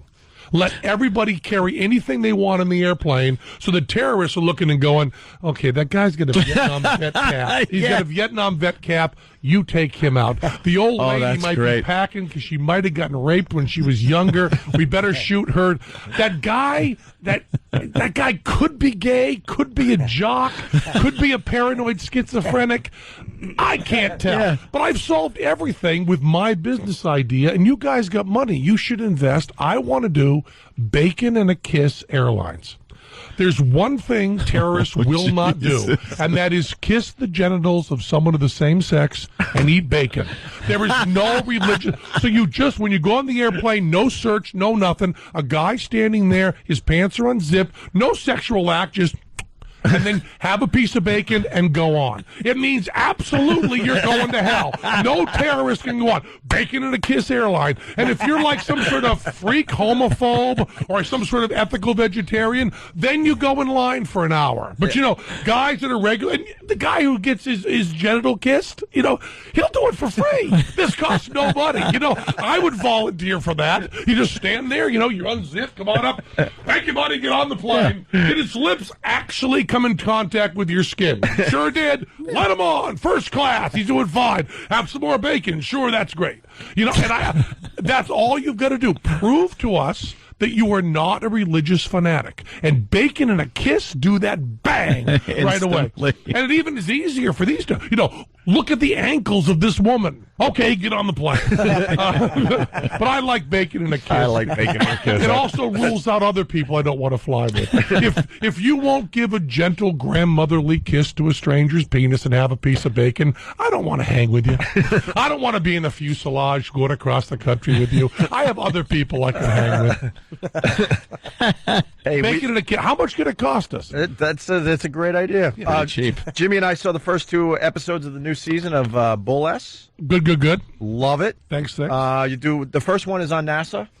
Well, no, I can give him a little bit of more. The first one's on the war on porn. Oh, the second one was NASA. Oh, we only got 2. We got Green and NASA. Oh, yeah. Well, those you got middle ones then. Middle ones. Okay. All I'm quibbling with you on is the first 2. Yeah, that's all good. I get a nut. I'm not like that. What can you tell us about the NASA one that we saw? NASA was one that was really important to us because a lot of people would come to us. I mean, really on the street and say, you guys always attack stuff that, you don't believe in and you're not close to and da-da-da-da-da. And, when I heard Buzz Aldrin was in here, I mean, my heart just sang. You're a big space guy. Big space guy. A lot of people know that. Yeah. And so we wanted to just show that we could take it as well as dish it out, do one on NASA. And it's kind of fun because when you do something on chiropractors and you do something on PETA, you pretty much go hog wild. Everybody you have on screen's an asshole. And it's just really easy. But NASA, the people we had on screen were heroes, and doing wonderful things. So our points were just NASA's not quite as focused as it has been. NASA should have more goals, and maybe at this point, NASA should be done privately. It came up this morning, but you taught me from the show that the space shuttles are going out of service in 2010, and we don't have a new craft until 2015. Right. How did that get done that way? Buzz talked about that. Because the government can run perfect conspiracies. It's just amazing that they didn't have a plan. Like, okay, with the last shuttle mission, and then we're going to debut the new one 6 months later or whatever. I don't mean to he said the same thing, but I heard it on your show first. Yeah, Buzz was pretty much saying that they're not focused. There wasn't any focus on there. They're not as flexible as they used to be. NASA improvising things like you'd say, okay, the shuttle's going to be out of commission. Let's bring in this Air Force rocket and still go up to the space station, bring materials, men, things that we want to do, and get a launching pad for the next mission to the moon or perhaps Mars, instead of just saying, no, we're cutting it off. We're not doing anything until 5 years. It's that bureaucracy stuff, and it's really sad that we haven't gone back to the moon. It is, and you're right. The bureaucracy has taken over NASA like it was any other government program, and it used to kind of be that rebellious program that they would get their money. They'd have to fight tooth and nail for funding, and when they'd get it, they'd be able to squeeze every bit of knowledge out of these geniuses they got working there, and improvise and go to the moon. It was amazing. 10 years. I want us to go back to the moon because it would be like remaking a classic movie. Could you imagine how much cooler it would be to check this out? Oh, the video would be amazing looking. You would be checking it out on your cell phone, the digital technology, the CGI. Cameras they got now. You can the blame. Cameras, right. Can you imagine how amazing that would look? Yeah. You'd be seeing it live, on your phone. But the person we can blame for not going back to the moon is Neil Armstrong. Because when Neil Armstrong stepped on the moon, he said, he messed it up. He was supposed to say one small step for a man, one giant leap for mankind. He said one small step for man, one giant leap for, which is nonsense. Did he say that, though? He says he says that it was like a little bump, and you hear it, you're like, it could be. You bring that up on BS, but Jimmy and I were saying, he had a lot on his mind. He got a lot on his mind. Give him a break. I was just talking about, we said never mind Neil Armstrong, talk about me. Right, we said yesterday, like, he wasn't sure if the moon was made of quicksand or not. I was in grade school, and I said to my teacher, when she said one small step for man, one giant leap for mankind, I said, isn't he just saying the same thing again? Shouldn't it have been a man? And I was sent to detention. So I have an axe to grind on this one. But Neil Armstrong, instead of saying either one of those things, if he had simply placed his foot on the moon and said, drink Coca-Cola, there would have been plenty of money to go to the moon. We'd still be going up there. There'd be bottle sculptures of Coke. There'd be all that kind of stuff. People would be saying, okay, now it'd be like one small step for man, Red Bull, Red Bull. They could support all the missions. Why doesn't a corporate sponsor get well, that's what they're starting to do. NASA They're starting to do privatize. Yeah. Privatize, on the side of the spacecraft, O&A. Hey, would you pay to go on Branson's one of his trips? I did go weightless. I guess you saw the footage. We didn't need to see you nude there, Penn. Well, take a ride in what they call the vomit comet. And the vomit comet. What is that called with the parabolas. They do the parabolas. Thank you, sure. And you're weightless. And I went on with Billy Gibbons, a ZZ Top. And the great thing was that the fighter pilots that went up with us started vomiting earlier, and Billy and I were doing fine, and they were going, how come you guys are okay? And I go, we played Cleveland. We've toured for a while. But Billy took up a really nice Les Paul guitar and an amp and was playing it weightless in space. And you know the movie Barbarella? Sure. Mm-hmm. Okay. Well, I love the opening of Barbarella with Jane Fonda doing that. So I told the astronauts I was up with, I'm going to do the beginning of Barbarella. So I did Barbarella, Psycho. I did the full Jane Fonda strip and sang the whole song. And the astronauts, the culture they're from is not 6'7" guy, 280 pounds, who's stripped naked with long hair, singing Barbarella from the 60s. And then I had this event happen where my father had died just a year before, and he had given me a belt with a silver dollar in it, and I was wearing that belt. When I stripped with Barbarella, the coin came out of the belt.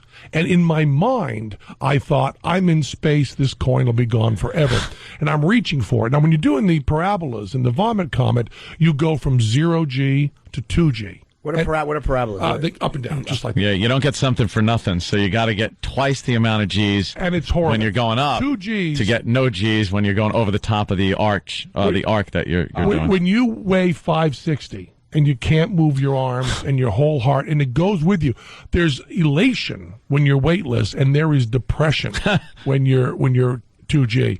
So when you go from weightless to 2G, they say we're going to 2G, and you sit in position and get comfortable so you don't move, and you just stay there and you go through the 2G. And then they say we're going weightless again. But my dad's silver dollar was going, and I didn't understand for some reason that the fuselage is sealed. It's not going anywhere. So I'm reaching for it, and they're going, we're going to go to 2G, we're going to go to 2G, and I just about get it, and we go to 2G, and I slam down at 2G naked with this coin in my hand, and everybody else is sitting comfortably. They've strapped in and gotten themselves ready, and I'm rolling around going, trying to lift myself up. This beached whale, 540 pounds, clutching this coin with his hair in his face, naked in front of astronauts, and then they go 0G. And I go back up and I start vomiting into my hair, with an astronaut holding a video camera. So you have this humiliation. First of all, to be naked in front of astronauts, I just want to tell you, is a difficult thing. You know what I mean? You have to kind of psych yourself up. They don't have a sense of humor. I said to my girlfriend, I'm going to strip naked, and she said, in front of fighter pilots? And I go, well, what are they going to do, beat me up? And she said, maybe. And I said, well, I want to do this Barbarella thing. And she said, why? And I said, because it's there. And so then it all comes back to me that I'm now vomiting naked into my hair. And most Air Force guys could not vomit into their hair without turning their head. I can vomit into my hair with very little work. Of course. It's very long. And it was this incredibly humiliating experience with Billy going, he's throwing up into his hair, guys. How high up? Like when I always wondered how that worked. Like how high up are you, and like how long do you have to be in 2G, and how long do you actually get to be weightless for? You do about 35 to 40 seconds each.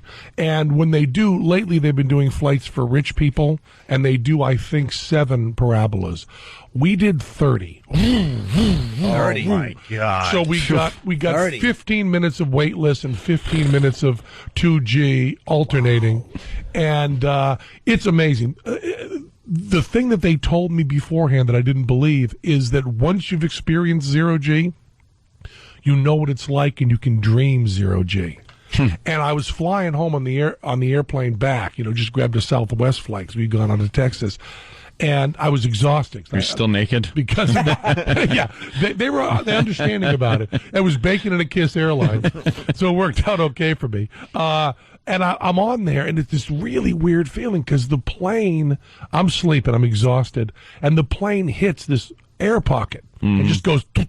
So for like 2 seconds, like at the top of a hill, we're like weightless, and I'm sound asleep, and I just unfastened my safety belt and just pushed against the. I was all ready to go up again and float around the ready to rock. And all of a sudden, oh yeah, I'm on a. What's the altitude when you're doing that? Those probably. I don't know. You go straight up and straight down, so as fast as you can go for that long. You're pretty much falling relative to the plane. Yeah. So you get the feeling of weightlessness because you're relative to the plane. You're falling at the same speed of the plane. Yeah. So, and then once you got to go back up, that's when you get the heavy G's because they got to. Who the hell is piloting that? Exactly. Who the hell is able to pilot that plane? Well, when I did it, it wasn't, shall we say, 100% sanctioned. The pilots that did it wrote on the manifest that Billy Gibbons and Penn Jillette were there to test the equipment. Okay, great. Because that's a list you need. Listen, with that, we got to take a break. Penn Jillette in studio. Of course, the new season of Bullsh on Showtime. When is it on? Because I do the on-demand thing. Thursday nights at 10. Okay, when we get back, we got to talk about the Green episode. Yeah, that was great. Oh, was that funny? We couldn't help ourselves. We played some of the audio of the therapist, the eco-therapist. Oh, yeah, well, so we want to get a little more from you. Buffoon. What a kook. And the river rocks that were from her gravel drive. The whole thing we want to get into. And also your thoughts on the Criss Angel thing, because they got footage of him kind of messing up his little trick. Oh, did they? Fox 5 over there where the stunt was done pretty much got video of him coming out of the building next door. Yeah. Yeah, we'll get into it after the break. It's Opie and Anthony. More with Penn Jillette.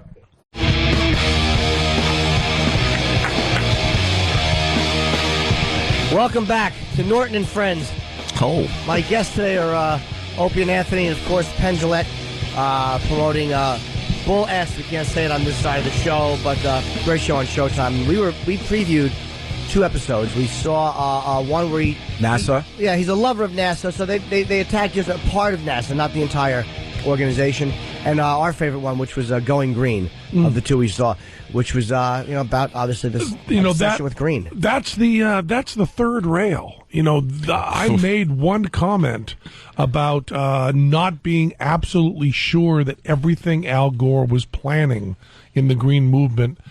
Wasn't absolutely sure about it. And I did it at a conference with like 1,000 people, and it blew up with Time magazine talking about Penn says he's a skeptic, but boy, his emotions.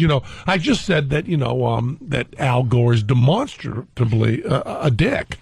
And you wouldn't like him about anything. He's just really annoying. So that part of it makes me question it a little bit. And the thing, the global warming, is that there's a whole package that's sold. That global warming is happening, that it's anthropogenic, that conservation is the way to stop it, and that government force is needed to do the conservation. And all of those are sold as a package, and they're all separate. It's very likely that global warming is going on. It's very likely we caused it. That doesn't necessarily mean we can stop it. The 4 of us can take an 18-wheeler at the top of a hill, put it in neutral, and start pushing it down. Just because we're the 4 guys that started it doesn't mean people can say, hey, you 4 guys, go stop it. You get around the front now. You're not going to be able to do that. And but mostly on the Green Show of BS, we concentrate on the selling of indulgences, the carbon credits, which Al Gore owns many of these companies, and you Could pay you explain money. that because I didn't know about this until I watched the show. It's a crazy thing. It was amazing, but the carbon footprint is decided kind of arbitrarily. Someone just decides on a website how much carbon is generated by driving your SUV to Denny's, or getting a cup of coffee or what have you. Someone just does that, and then you can donate money to a company that says you're okay. This is enough money. And then that company can use that money for anything they think is green. So it's exactly like, at the time of Martin Luther, when they would sell indulgences. You want to have sex with someone other than your wife. It's a sin in the Catholic Church.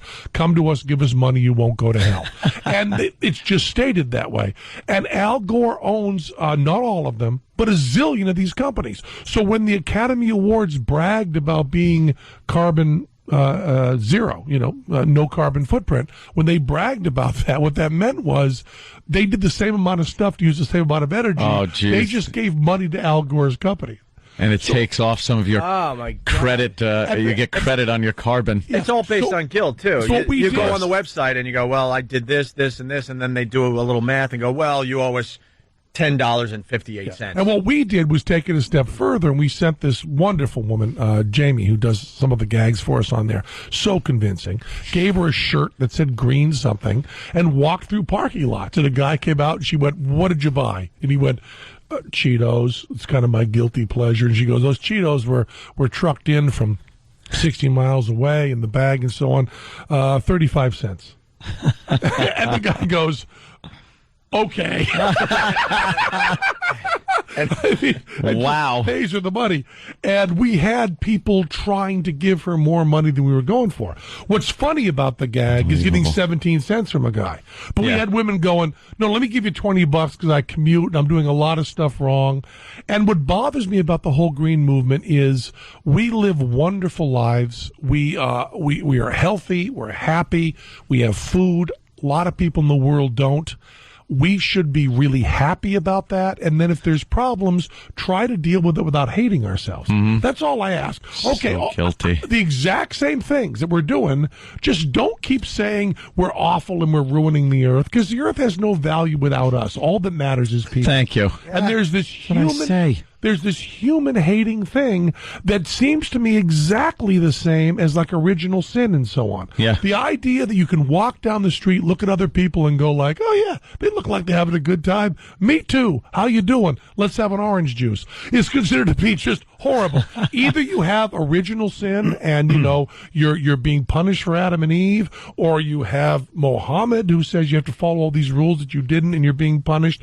And then if you get over all that, you then have the green movement saying you're ruining the earth with, the car you're driving and the cheeseburger you're We having. are the earth. Shut up. No, absolutely. We're like, I was saying that the other day. I love that statement. The earth has no value without us. Yeah, what is it? Hey, a rock. We played Nothing on it. We played the intro to the Green Show yesterday. I won't, maybe there's a bunch of people probably that didn't hear that yesterday, but it was a brilliant way to start it. Oh yeah. I'm not going to blow up the spot 2 days in a row. We did blow it up yesterday. I got to be honest with you.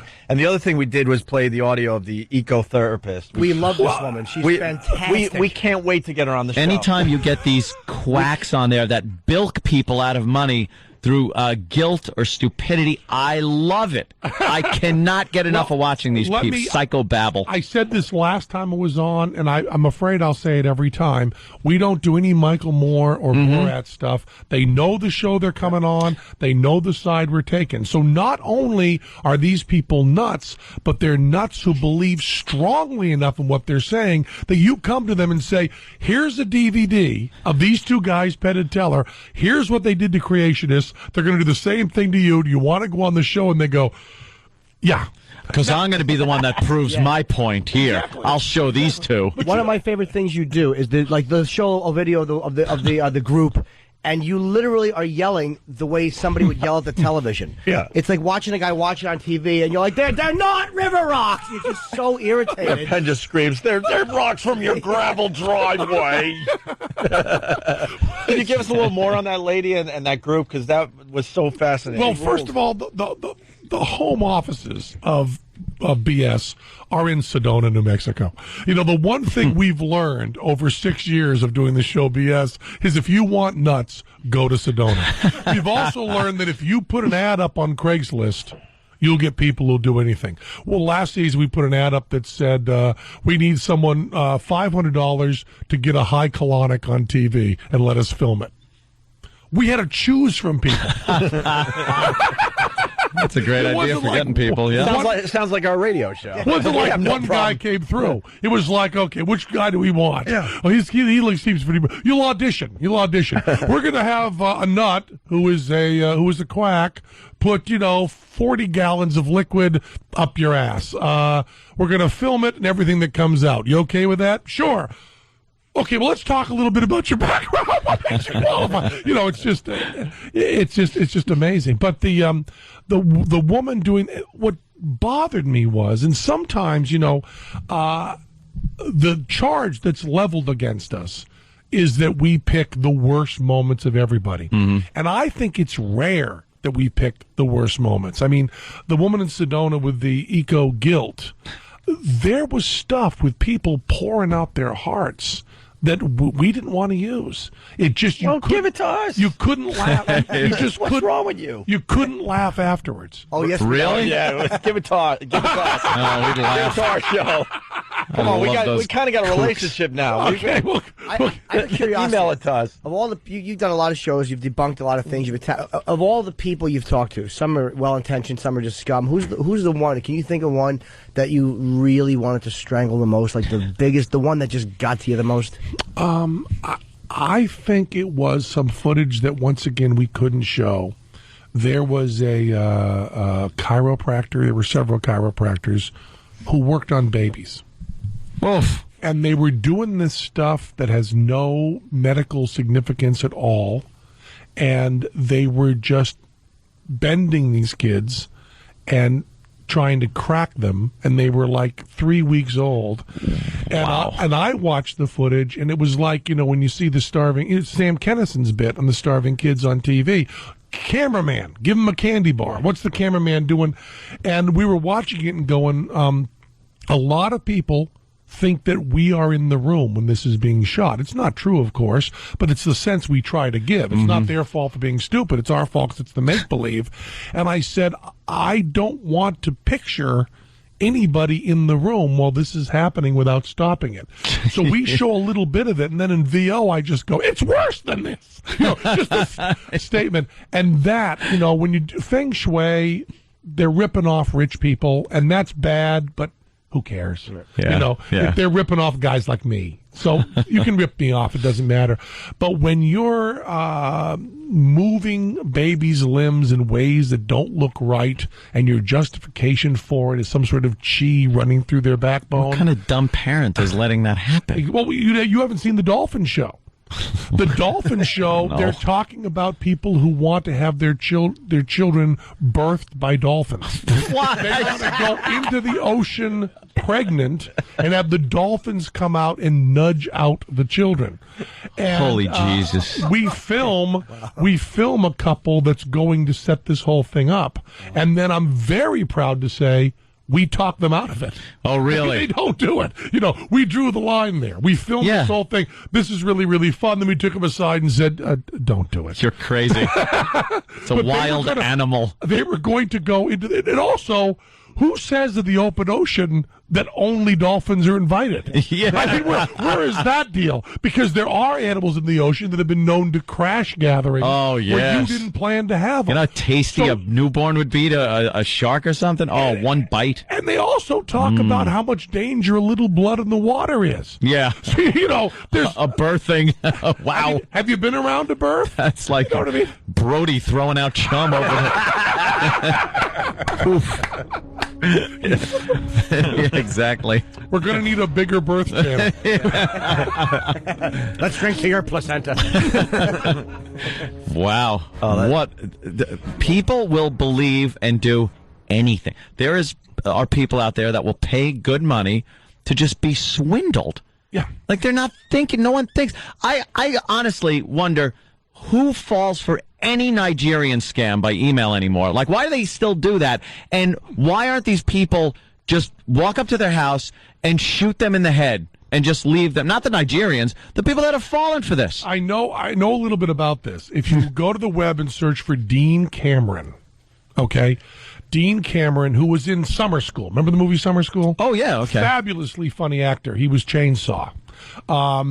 Dino, good friend of mine, get these Nigerian spam scams and decided just on a whim to write back. And what he wrote back was gluttony toast. That was the sentence. And he got one of these guys in a hook and wrote to him back and forth for 2 years. Oh, wow. Claiming to be a rich, gay Florida man who had all the money to give and was just having trouble getting it together. So he got the letters mixed up on the delivery service and ended up sending it to the hockey league. All stuff like that. And he has phone calls where he's talking to the Nigerian going, my attorney, Perry Mason, is in L.A. I talked to him and Ironside, and the guy's writing down the numbers, and he makes him talk to his cat like Mr. Nibbles, and goes to Nigeria to say hi to my cat, and he recorded all this and has it all, and does a two-man show. He has a friend of his who plays the Nigerian, and they read the actual transcripts and show slides, and it's called Nigerian Spam Scam.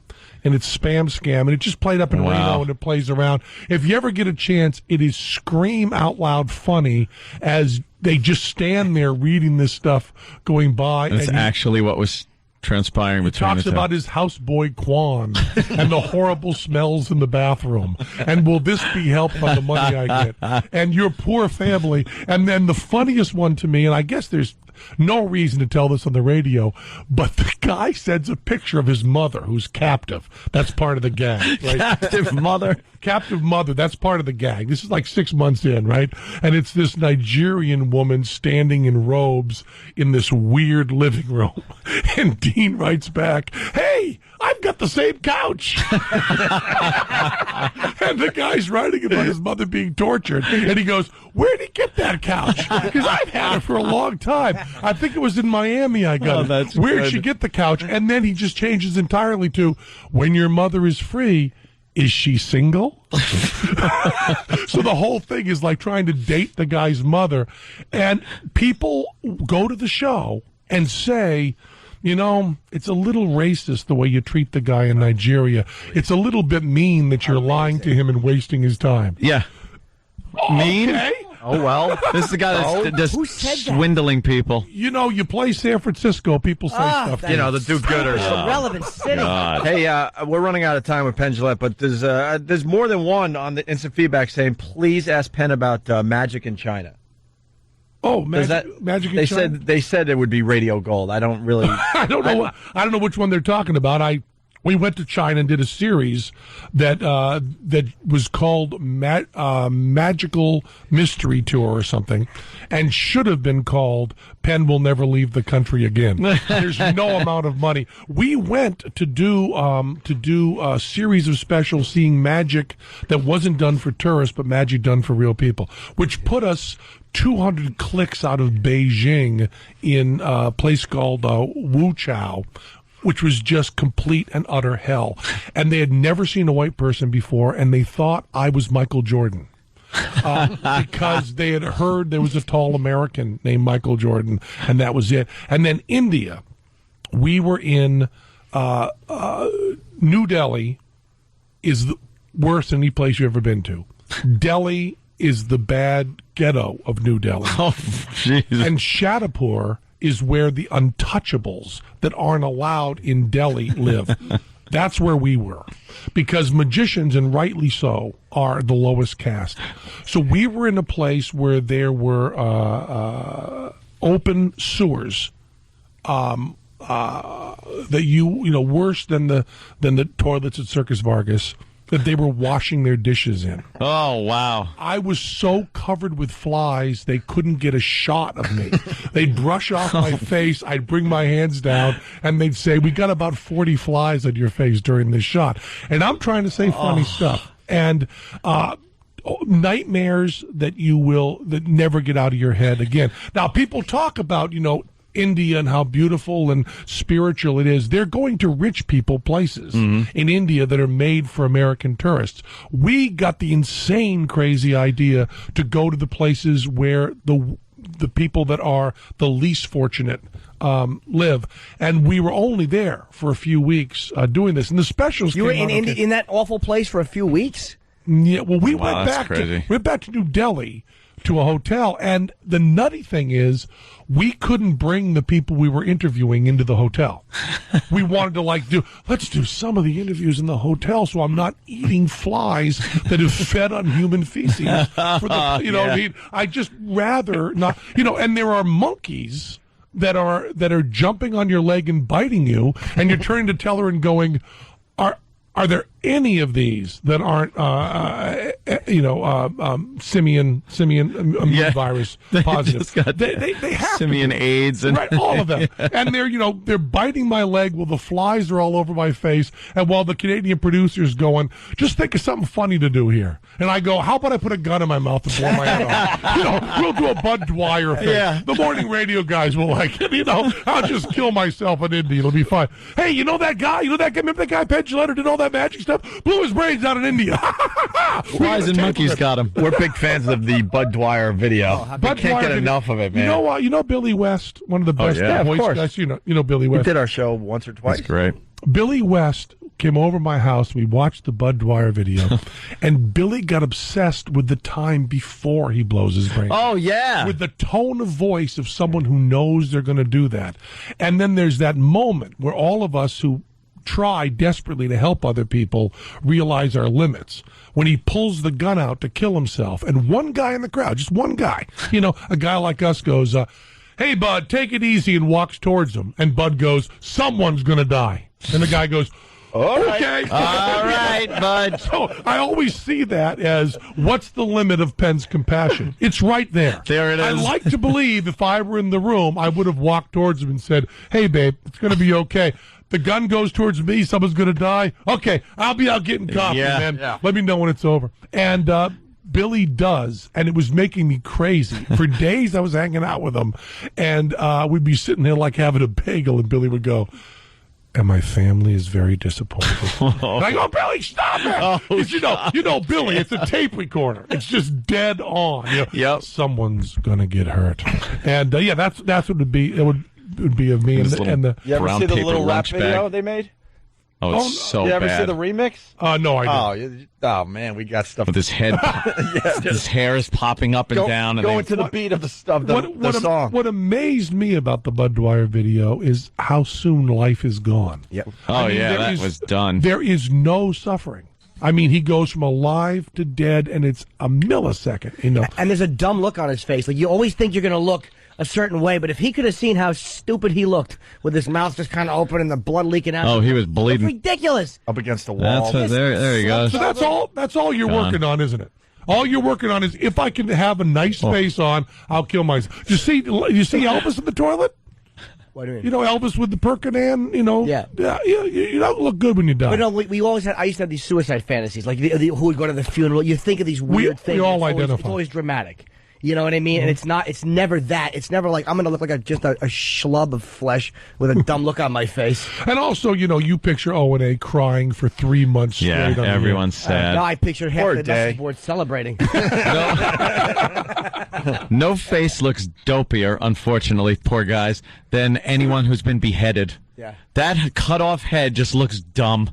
The eyes are half shut. That's my One's line. a little more open than the other. Never seen one. Mouth is kind of... I've never watched the actual videos of it being done, but I've seen the aftermath. My wife comes Can't watch to me all the time. My wife comes to me and goes, oh, that video that's going around.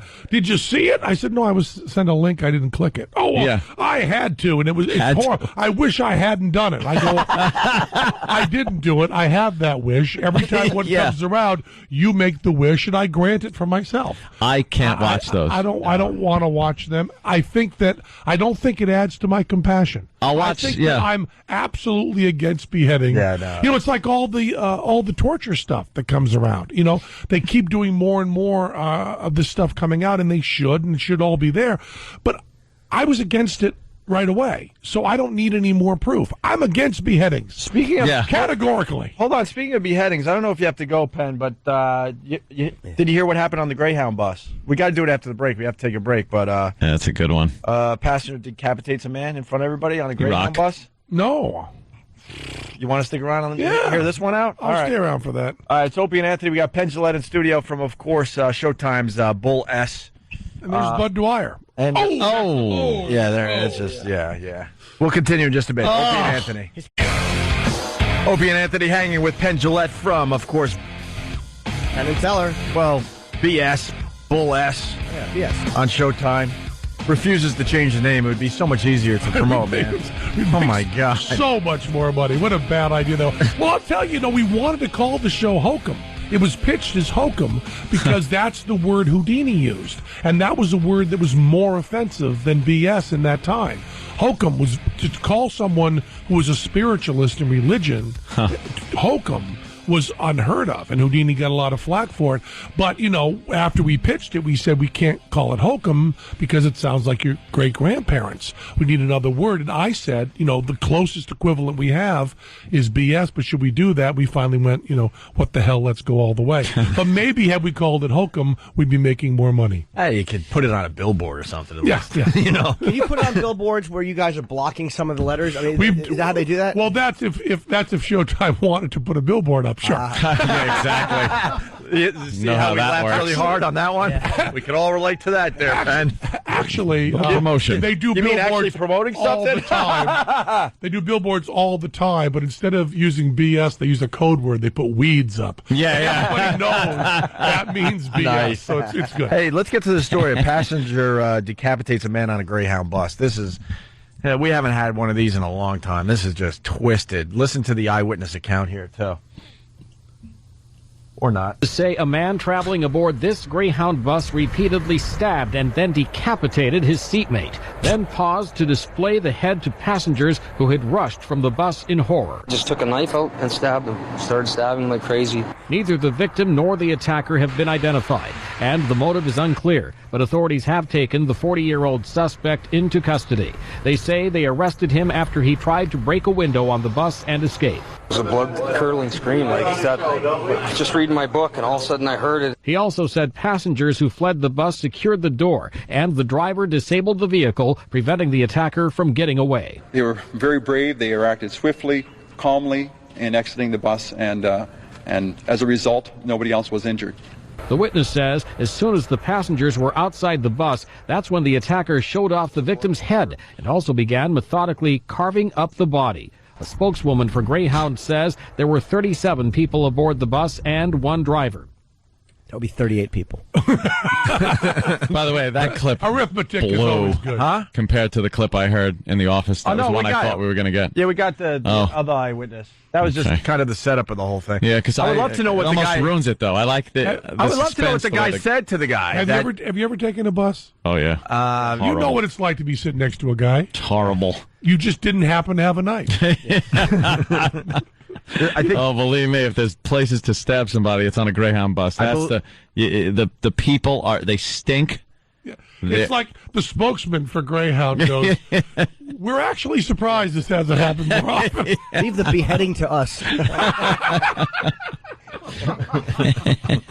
I think this is the eyewitness report that really got us in the office. He got on the bus. He looked totally calm, totally normal. We stopped for a cigarette break. He got off the bus. When he got back on the bus, he got his stuff and he came to the back, right to the back of the bus, and sat right behind me, next to the victim. The bus continued on, I'd say, for, another 20 minutes, and all of a sudden we all heard this scream, like a blood-curdling scream.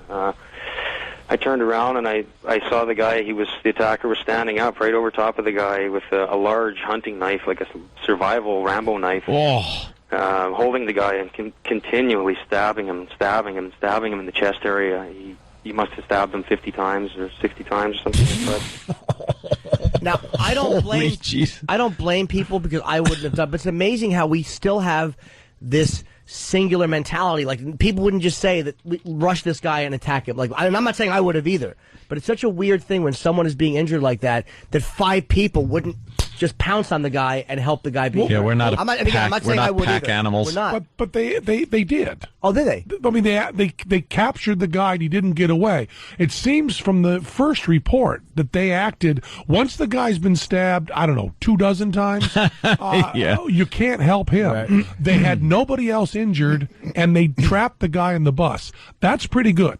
Well, That's better than I might have done. I mean, they just kind of left the bus and kind of kept them from coming out. That's plenty. Yeah. That's plenty. Because maybe I'm running to Kentucky. Just keep going. I'm not saying I would have jumped in either. I really wouldn't have. I'm not. But I just amazing to me how people we don't react. Our instinct is to not react. That You way. don't have to run faster than the killer. You just have to run faster than the fat lady from St. Paul.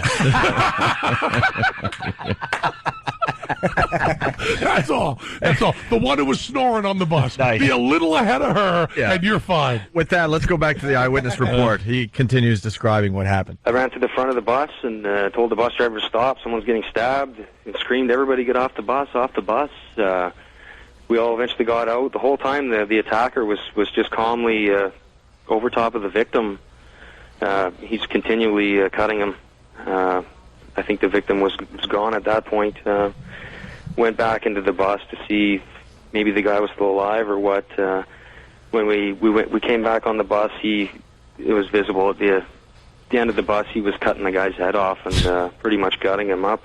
Oh my God! They went back into the bus. Yeah. They went back into the bus. That's kind of crazy. The guy left his cigarettes on the seat. Yeah, excuse me, can I have these? I think they were in the middle of nowhere, right? Is that what we're finding out? Yeah, I'm taking that same route. Why? I was You wanted to sit a long next- time ago. Yeah. But yeah, this runs across southern Canada on their Highway 1. It's nothing but wheat fields. He And liked to sit next to people and annoy them, see and how say, far "Hi, you can get them. how are you?" But no, it's Just push them. Push their buttons. Yeah, So, where are you going? Yeah. Take a knife to your chest, you. Stop talking. Yeah. Okay. Pretty cold today, huh? One more A, and I'm going to stab him 50 times. Here he goes. One more. I'm going to stab him once for every A. Let me see. C-A-N-A-D. A. That's 3. Oh, bus is a little slow today, eh? And that was it. 4. Put him over the top. Dig in. One more piece of audio worth playing here. The trucker that pulled up had all these, he had a crowbar and a hammer and all these kind of things. So the three of us were sitting there guarding the door. He's fidgeting with the buttons trying to get out, and he's trying to get to drive the bus and stuff. So the bus driver disables the bus somehow. And while we're watching the door, he calmly walks up to the front with the head in his hand and the knife, and just calmly stares at us and drops the head right in front of us. Oh, Jesus. But 3 guys are guarding the door, and then it says also the bus driver disabled the bus. Yeah. I don't know how to do that. And I don't know if I want to. Is there like a little button that says if someone cuts off someone's head, hit this button? I mean, the training program for Greyhound bus Might as well drivers let the is guy just stunning. drive the bus at that point. I would, yeah. I'd just let him take off. Wait. Once again, the voice of sanity has to come on O&A. Yeah. No, you don't want a guy who just cut off someone's head driving a bus. That's my advice. Stopping you from driving the bus, good thing. There's a picture now that they're saying there was this kid, Tim McClellan, 22 years old, who was beheaded. This is just a picture of him he has a really grabbable hair, too. He has a lot of it. And He was on his way to a Fish concert. It kind of looks that way. There. Hey? It'd be ironic if he was going to buy a hat. And he has a MySpace page, so now you can look at Dead Guy's MySpace page. Dead Guy MySpace, always entertaining. Very Any creepy. photos? Did anybody have a camera phone that would snap photos? Somebody must have, like him holding that head up, or Yeah, let me get that. Could you hold the head a little? Hold it higher. But outside the bus, everyone's got a phone on their camera. I don't know why I'm. I don't know. making Are you compliments. thinking that though? Yeah. I would. Yeah. I'm just thinking. If I know. Nightmares for the rest of my life. Look at a friggin' head. Yeah, you're thinking nightmares the rest of your life. He wants to get a picture. I'm still running to Kentucky. Yeah, you're with on. the fat girl right behind me. You're on You don't have to outrun the killer. You have to outrun the fat girl from St. Paul. That's It's going to make me laugh all weekend. That's it. That's a doozy right there. It's all you got to do. Teller and I were in a emergency landing once. Oh, really? An emergency landing. And the plane just had a lot of smoke before it took off, and they were worried. And they come over the announcement and say, "We're doing an emergency landing. The slides are going to open. Leave everything where it is. Get out of your seats. Go to the slides. Go down immediately. Walk away from the plane." They say that. So the plane is full of smoke, but it's not even noxious smoke. It's just like smoke. It was like what it turned out to be, which was nothing, right? But the plane, comes to a stop rather abruptly, and it's a little bit frightening. And they go, okay, go, and the doors go pop, and the slides go out. And Teller and I everybody on the plane is screaming and crying and praying. And Teller and I are sitting in our 2 seats, and we get up, we leave everything on the seat. Everybody else is grabbing stuff like crazy. We walk to the slide. There's nobody near us, because we're kind of figuring, well, if there's women and children, we'll let them. Nobody's near us. We jump on the slide, we go down, and then we just walk forward at a good clip away from the plane. Mm-hmm. We get about 300 yards from the plane, and we look back just for a moment. We haven't looked back at all yet because we're trying to motivate forward as fast as we can. Because the plane was as smoking. Instructed. Could blow up. We followed the directions exactly. We look back, and there's like only 5 people off the plane, and they're in a pile at the bottom because they get down to the bottom, stand there, turn around and look, and the next guy comes and slams them in the knees, and then they're gathering around the plane and looking at it. And Dummies. Teller and I are to the terminal. We've walked across like 5 runways, and we're back far enough that we can't even see it that well. And the news guys run up and go, "Hey, you're Penn and Teller. Are you responsible for this?" And we said, "No. Responsible. We just got off the... Is this a trick or something?" No, it would be an irresponsible trick. We didn't do anything. And they said, you guys got nothing with you. And I go, "No." And they said, "You walked away from the plane." We said, "It was an easy direction." That's what they told us. Followed it. It is amazing how... I mean, I've been in 2 emergency landings of airplanes so far, and it's amazing how no one follows it. The other one I was in Texas, and I had my headphones on. I'm just flying in the middle of the night. We're over Texas, flying back to New York, and the stewardess comes over. I'm in first class, and she taps me. I take my headphones off, and she goes, "We're going to do an emergency crash landing." And I said, "Cool."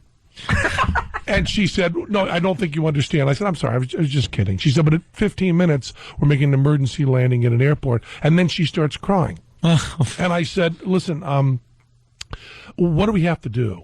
And she said, "We have to take when we land, we have to get the slides out. We have to." I go, I've been through this. I said, "You've been through it in training. I've been through it for real. I will take the door off, and I'll be the last person off. There's not that many people. I'll just do it all."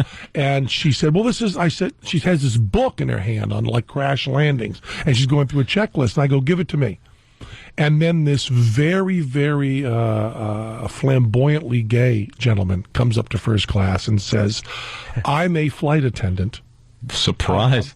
And I'm willing to help. I'm just a passenger on here, but I'm willing to help. And I'm also a producer for the Opie and Antics. Yes. And the flight attendant says to him, oh, good, you can help. This gentleman's helping." And I said, "Hi, my name's Penn." And we start looking over the stuff, and I'm saying, "You take that door, and I'll take this door." And then I turn to him and go, "By the way, this is a crash landing. It's very likely we're going to die. I'm going to have sex with you in the next 10 minutes. Not in those words, but we're on the radio. Sure. And everybody's panicked, and everybody stops dead, and he really laughs hysterically. And I go, "I'm not dying without having gay sex." And I said, "Forgive me for the stereotype, but I think you're down for it." And he goes, "Okay, let's get all the slides taken care of, and then we'll do that." And the original flight attendant's going, "What are you two doing?" I said, "We're just joking a little bit because we might die, and we're trying to have a good time."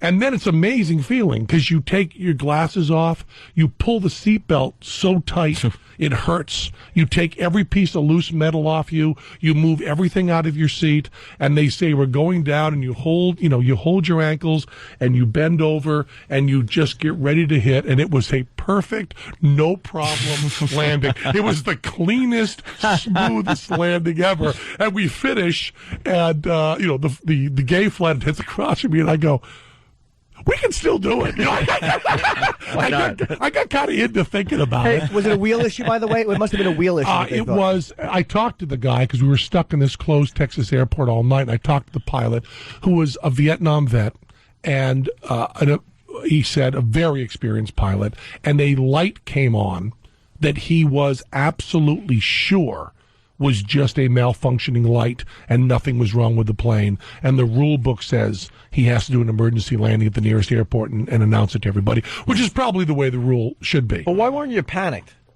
I just don't tend to panic in those kind of situations when there's nothing I can do.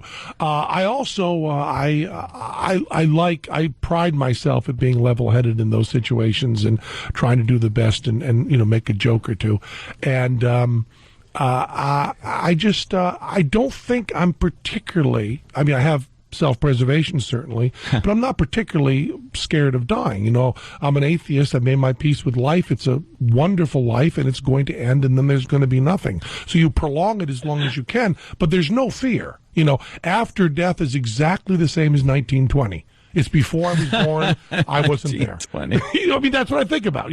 I wasn't around then. 1920, I wasn't around. 2090, I won't be around. Same thing. Oh, that's fun.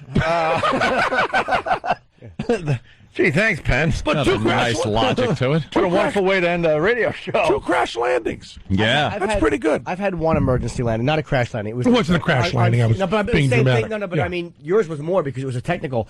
We had an emergency landing. Or did I have 2? No, I've actually had 2. One was... Did you get to go down the slide? No. If you go down the slide, walk away from the plane. If there's one fail... if you get to the bottom of the slide, just say, well, I'm not doing this for myself. I'm doing it for Penn. Just anybody that goes down a slide, just for Penn. Just say, we get to the bottom, we're going to walk. If there's smoke on the plane, it might blow up. Get yourself 500 yards away. Run faster than the fat girl from St. Paul. That's all you want to do. This is when I was still a terrible flyer. I was a terrified flyer on United flight. And they said, we're having a problem with the fuel transfer. We're not going to make it to Denver, so we're going to have to divert to Chicago because the fuel couldn't get from the wings into where they needed it to go. So they said, but to get down a landing, we're going to have to jettison fuel. So we're coming down from 30,000 feet, and they're shooting fuel out. And I was a bad flyer. I used to like the middle seat because it made me feel comforted to be surrounded. I was such a zero. And you'd ask people to hold you? Basic emotion. In some way, I would. By my look, by the look on my face, they kind of knew that they had a pathetic lump who was not going to assist. Who's not going to? And they're dropping fuel out the wings on the way down, and it was white fear. I can't. It was. This is the worst nightmare come true. And I was fine. Yeah, I have. I just. I mean, my first reaction really was cool. I like exciting things happening in life. Hey, we got to thank Penn. We got. I got to give a plug too. We got to thank Buzz Aldrin. What's the movie? It's cool. Fly Me to the Moon. Comes out August 15th. Of course. Penn, one of the best shows on television is BS. I want to just say really fast, too, we love having you in, Penn. Oh, thanks. You're a great guest for this radio show. And coming up on Sirius XM, of course, I'm thrilled. We have Black Sabbath coming in. They're promoting a signing that they're doing tomorrow. It's called Black Sabbath, The Rules of Hell. Their box set, vintage vinyl, 51 Lafayette Street in Fords, New Jersey, 3 to 4 p.m. 500 is the limit. So go in there and buy it, and they'll give you a wristband, and you can come back and get Ronnie, Vinny, Tony, and Geezer to sign it for you. But I can't wait to see them. Absolutely. And our Traveling Virus show. Tomorrow night. So if you want to stop in and see Sabbath, then come see us. That's what you ought to do. It's myself, Patrice O'Neill, Rich Voss, Otto and George, Bobby Kelly. Otto and George! Oh, yeah! The best act in show business. Yeah, Penn and Teller, huge Otto and George. Otto and George. You guys loved Otto. Oh, yeah. He's one of our acts. We got a very special guest who we guarantee you guys are going to love. Some of you may have figured out who it is. Some of you may not have. We also have Mike Birbiglia and Greg Giraldo. It's the guy that sliced the head off, isn't it? Yes. He's going to do a guest. Just got him out of the bus. And we might add one more comedian that's going to come down to the wire, and we're hoping he does the right thing because we really want him. So we hope so, but we got a really good one. The headline, though, you can walk up and get a ticket tomorrow. Yes. There'll be plenty of tickets for everybody. It's going to be a fine crowd. So yeah, nice day, too. Yeah, we're going to have a lot of fun. Penn Jillette, everyone. Tell her that we say hi, I guess. I will. Can't you at least bring him in and have him one of these days when he's in New York. Right now he's in Vegas. It's a little hard. All right. Bullsh on Showtime. Yep. There you go. We're off to XM. Thursdays at 10. You guys have a great weekend.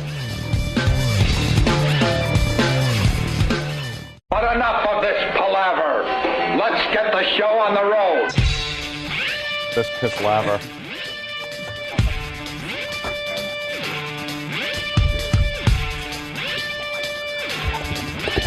We got a huge crowd out there, huh? Holy shit.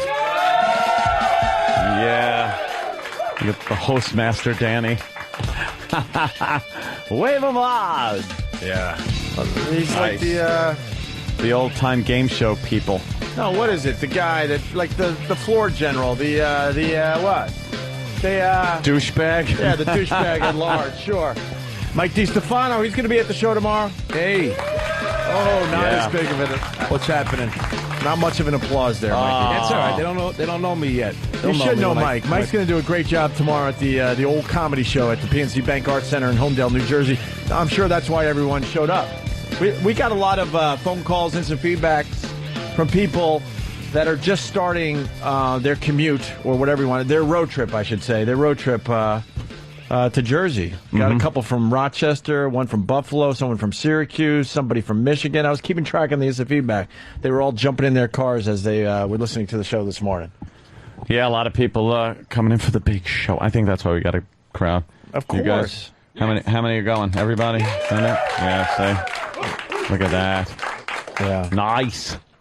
Yes, Kenny. Does anybody need tickets? I have a few I can give out. Tickets. We're not going to just give the tickets out there, Kenny. We got to do something to entertain the people out there. I was just going to hand them out. Well, Mr. Like Frunkus, Johnny Appleseed. Mr. Frunkus looks very anxious for a ticket. You don't have a ticket, Mr. Frunkus? Nope, I don't have one. Why? Because I don't have a car, so I was wondering if there's a way I could get transportation to New Jersey. Wow. Hey, there's a Greyhound bus in Canada. Yeah. All right, first of all, who is Mr. Frunkus? And how did you know that was Mr. Frunkus, Club Soda Caddy? In a Frunkus shirt. Because he's wearing the T-shirt. Oh, I didn't see the shirt. Okay. So what, he's got one of Jim Norton's Frunkus shirts? Yes. Yep, I bought this. He was selling this at the Animation Festival. What? I bought this at the Animation Festival. They were selling them at the Animation Festival. We're showing pictures of a dead dog to everybody. Oh, you're the dead dog guy? I'm hearing. All right. No, I'm not the dead dog guy. I'm the guy that was showing the pictures of the dog tumor. Well, everybody online. Well, yeah. Well, that's not bad. Nothing wrong with that. Can't believe I confused that with death. Yeah. Yeah. Sorry for that. But Kenny, I think how many tickets you got? I don't know, I got I didn't count them, but how about the? There is a way, though. I would like to get some transportation to the virus show. All right, to the virus show. Why don't we have this guy very injured more often? I remember him now. Well, I'll be in more often. I'm often available. Yeah. What do you do for a living? Yeah. What do you do? What do you do? Right now, I'm about to start college in the spring. College? How are you going to get there? No. How am I going to get there when I start college? I'm going to take the bus. You can take the bus? Yep. Take the bus to the show tomorrow. No. All right. Yeah. Why can't you take? If there's a bus that goes out there, I'll gladly go. Who's going to drive Mr. Frunkus to the show tomorrow? Steve. Yes. Hold on. Is there anybody that doesn't mind driving me? I live out in Queens. Everybody minds. Yeah, there's not a person alive that doesn't mind. The bus driver don't even want to drive you. Yeah. Fucking get in the back, Rizzo. Yeah, exactly. Hey, I'll speed in. I'll take a ride in Anthony Shelby. All right. What are the odds of that happening, Anthony? Wow. There isn't a number big enough to 1. 2 to 1. Yes. Yeah. Well, what are you fidgeting with your hands? You're fidgeting. He's nervous. Why are you nervous there, Very Frunkus? fidgety. No, I'm not nervous. I'm fine. You look very relaxed. Well, he should be because he's been here since 6:45 in the morning waiting for you guys. Well, so. All right, here's the deal. Kenny's got tickets. How about this? I don't know. We're going to try a whole bunch of things. I'll throw out the first idea. Maybe someone else will have another idea. If you get completely naked right now, Kenny will hand you a pair of tickets to the PNC Bank Arts Center. Another idea. Completely naked. All right, I'll do this. I'll give you my backstage pass if you don't take off your clothes. You could go fucking perform. You could do my set. I'm seriously, I'll do this. So wait. All right, we're going to give you tickets. No. All right, Mr. Frunkus is the first. Get on the pole. Down to the underwear. No, naked. No, I said naked. Not the underwear. All right. All you need is the glasses on. Anybody else? I mean, this is open to anybody. Oh, this kid's built. This is awful. All right, he's around the pole. Who's your workout trainer, Jim Norton? No, my uncle. Oh my God! Jesus Christ! Now wait, you have to face us. His dick looks like a mushroom. My God. Face them. That is, oh my God, the worst body I've ever seen. Sir, call the police. You've been robbed. Man or beast. Sir, somebody has stolen. Travis also informed me that his dog is more endowed than this gentleman. There is. It's dog dick. You man. have no. You have no dick, bro. Show him. It looks like a plug. Holy shit! God, how cold is it over there? 1 degree. No, it's just fine. It's like a. How do you describe? It looks like an overgrown pimple. It looks like a nipple. It's A just. nipple. Thank you. It's a nipple. A mushroom. What are you talking about? What? We're talking about. Do you have a girlfriend at that. the moment? Nope, I don't. Have you been? Are you a virgin? Yeah. How old are you? 26. Well, I mean, 26-year-old virgin who's completely naked, holding on to the pole. you might want to trim the. I was thinking, yeah, a little advice. You want to like shave down everything around that tiny thing to make it appear Yeah. to be bigger. You might want to paint in shadows All right, I'll do that. to give the illusion of depth. I'll do that when I'm younger. You don't put my clothes back No, not yet. We're talking about. All right, Kenny, why don't you give this guy a fine? Just one. It's one smallest penis I've ever seen. Yeah, that was really. Oh, he just bent over to pick up the tickets, and they just got a fine view. Oh my goodness. Right now, who's going to get me the escort? Who's going to get you an escort? Escort. Well, whoever wants you to ever get laid. Someone's got to Nothing's do the right right. thing and get this guy to the show tomorrow. Anybody in Queens that could help this guy out? That's right. What? Hey, He's putting his clothes back He goes on. ride bitch on the back of my wife's hey, bike. will someone give him a ride if he allows you to touch his clit the entire ride? All right, the offer's still out there. Anyone else want to get completely naked for a pair of tickets to the show tomorrow? All right, well, we What got kind of one. seats are they? Lawn seat. Yeah, it's good though. You get the grass. You get the grass. Yeah. There you go, TJ. Yeah, you got to get a ride. Why don't you drive, sir? I don't have a car available. You don't have a car available. Do you have a driver's license? Nope, I'm currently working on that. What are you doing to work on it? Yeah, what happened? That you don't have a license at 26? I'm studying for the road test. So you're in deep study? Studying for the road test. What are you doing to study for the road test? Are you cramming, or do you have people asking you questions? And No, It's not cramming anything. I've been reading the book. You've been reading the book? Yep. What can you tell us about road rules we might not know? Yeah. Well, all I know is that I can tell you is that the right of way depends on the color of the person. On the road. Depending on each corner. No, that's heaven. Oh, was that good? That was good. That was good. I said something good. Each corner. Yep, that's right. Why didn't you get your license when everyone else does? What is the age? I forgot. It's been so long. 17. 17? 17, yeah. What happened? That you didn't get your license before now? Well, I took driver's ed, but what happened was the driver's ed teacher died. Oh, really? Did you kill him? Yeah. Did he mysteriously have an axe in his head after you left? Yep. How'd he die? He died of pancreatic cancer, ironically, what my father died of. God rest his soul. Oh, Jesus. Sorry to hear it. Now, did the driving instructor, did he die during the test? No, he didn't die during the test. What happened was That's not working. he died before he got the chance to give me the paper. The blue card that I got to show to the DMV. You sure he really died and he just didn't want you driving?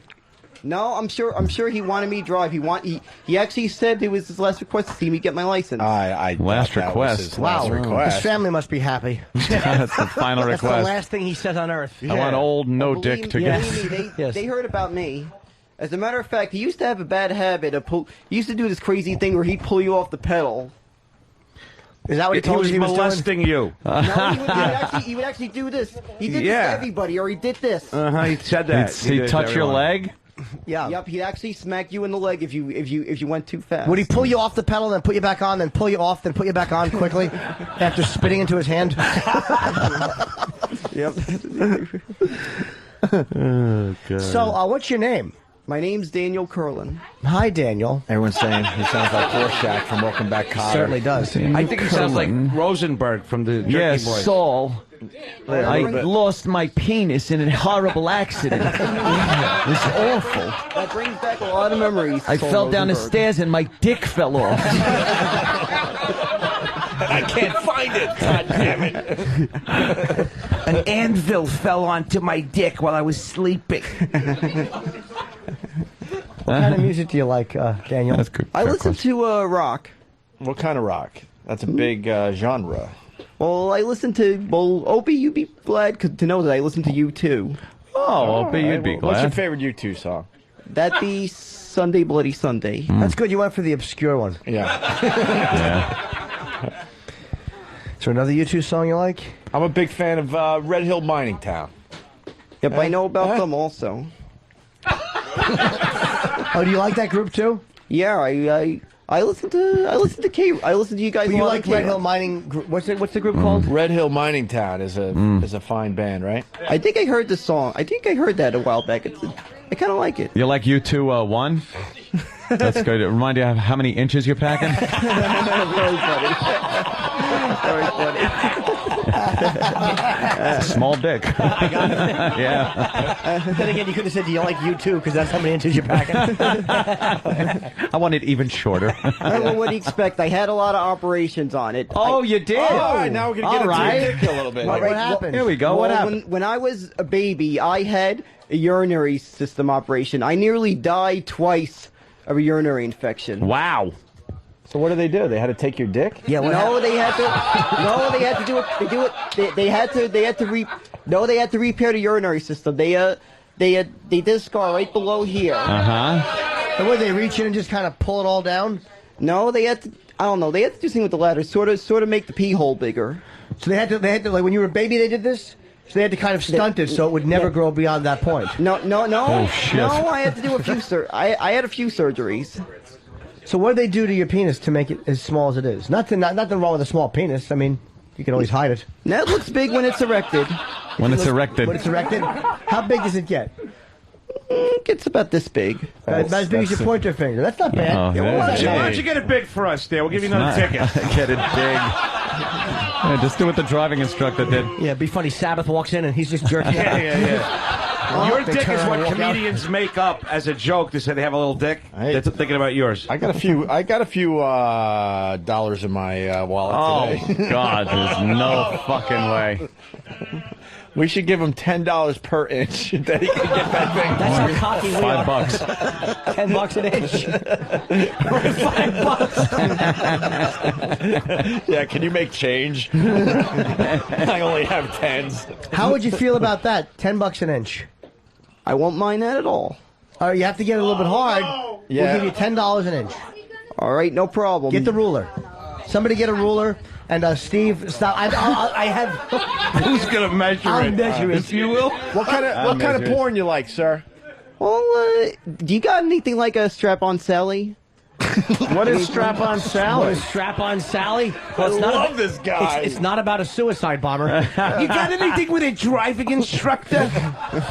Okay, you want strap? You like All right, strap let's attack? get strap-on Sally or some kind of. You want to be, you know. You like when a girl fucks you out with a strap on?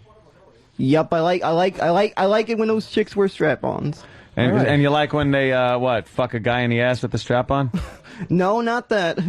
I like it when they fuck another girl with the strap on. Oh, okay. Why not a guy? How about if we show you a girl fucking a guy? Can you watch that? That's probably depressing. It's like watching a guy drive a nice car you don't have. Very funny. All right, we got the tape measure. How much time are we going to give him? $10 an inch. Can we see the video he's watching? The box of this tape measure is bigger than him. You don't even need to open it. Yeah. There's no way it's going. You want to past give him that. 10 minutes? 5 minutes? How long is it going to take, you think, to get, to get that aroused? How long will it take you to clear the pubes? Well, that'll take care of the pubes when I get home. No, I'm kidding. Well, no, sir. How long is it going to take for you to be erect? Erect? Yeah. It takes a little while. All right, well, How many minutes do you need? We need some visual not sure. stimulation, probably. All right, let's just get a movie on there for him. You got to get it done movie before on. Black Sabbath comes in, is all we're saying. Yes. All right, no problem. Strap-on Dolls Part 2. You want Strap-on Dolls Part 2? Is it on every screen for everybody else? Put it on every screen in the goddamn place. Well, what's going on there? All right. I see a dildo. All right, you're on the clock, sir. You got to... We'll on the cock. We'll give you to 9:45. All right, no problem. No problem. He's waiting for the start of this feature film. Yeah, can we fast forward to the credits? Hold on. He put his hands down to his side to get ready to take his jean shorts down. This kid's amazing. Girls. Hey, wait a minute now. All right, we got it on every screen. Do we have any girls out there that could at least come in maybe and show their ass to this guy? Would that help you at all, sir, if a live girl was showing you something? Apparently Yeah, not. it helps. Yeah. You don't have to touch him. Oh, my God. He's really into watching the screen. Yeah. You can describe what's going on there, sir. You go ahead. Well, I'm seeing two lesbians licking the dildo. Yeah. The dildo. Patty chant. He could fuck Patty and she'd still be a virgin. Nice.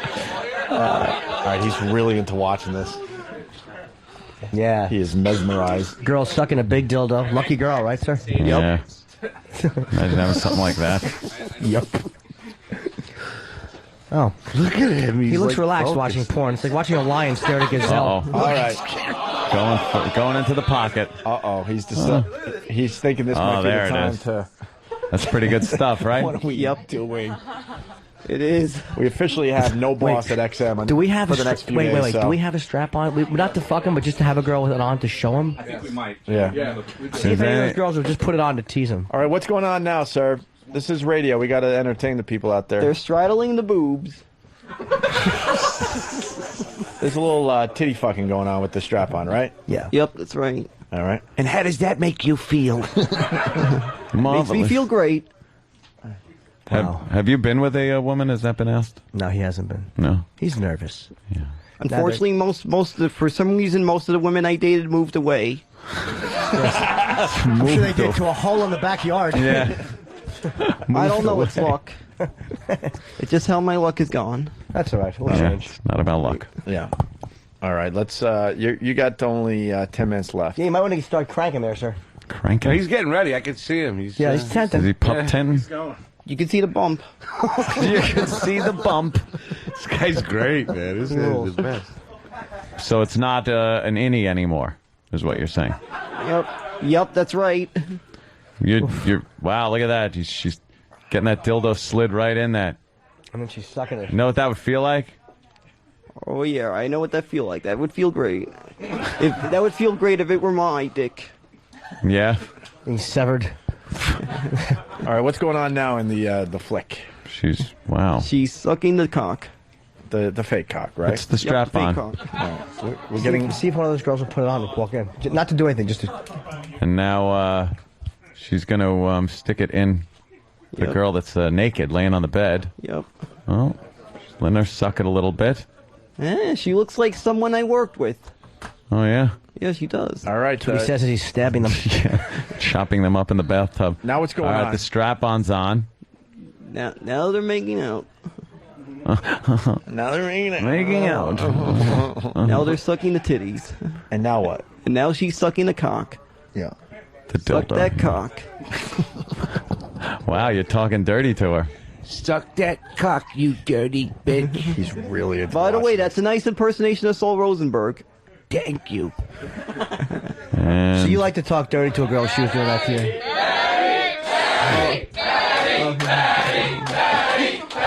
making sounds. You hear the sounds he's making? Yeah, he's really into this. He's going to make cumsies. I don't know about that, but I could. All right, now what's happening? Oh, look at that, huh? Now what's happening, sir? Now they're really having fun now. Yeah. That's One good girl's stuff. fucking the other girl. Oh, yeah, he likes that. You let us know when you want us to do the official measurement. All right, do the measurement now. All right. All right, listen, here's the deal. It's $10 in. He really liked this action to the point. He's like, do the measurement now. All right, sir, you got to take your pants down again so we can do the measurement. All right, who's measuring? Cream Pie Jones. Cream Pie Jones. Oh, well, there you No go. problem. I've gone to see you. I'm used to this. Wait, I turn had to do around. this. Turn around and show the crowd. All right, you're used to doing what? I'm sorry, I interrupted you. I'm used to showing. I'm used to my urologist doing this a lot. We're sure. Getting you hard? Getting you hard? No, I'm used to my urologist having to check to make sure.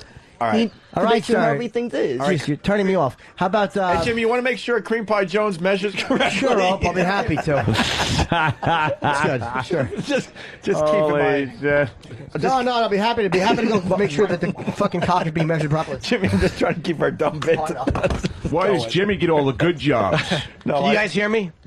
I can't. I don't have headphones. You're good. Mike, we can Mike, hear. every time I go, Jimmy, do you want to? He's like, yeah, great, thanks. All right. It looks like we owe 0 inches. We owe $30. Oh. What? The cream pie Is that as fully hard as it gets? 3 or no? inches. Yeah. Did it get any bigger than that? The head looks a little cut in half. What happened there? I told you I had surgery. You had to. Oh, okay, the surgery. Yep. My name is All right, William. well, we got to. We $30 we owe him. That's it?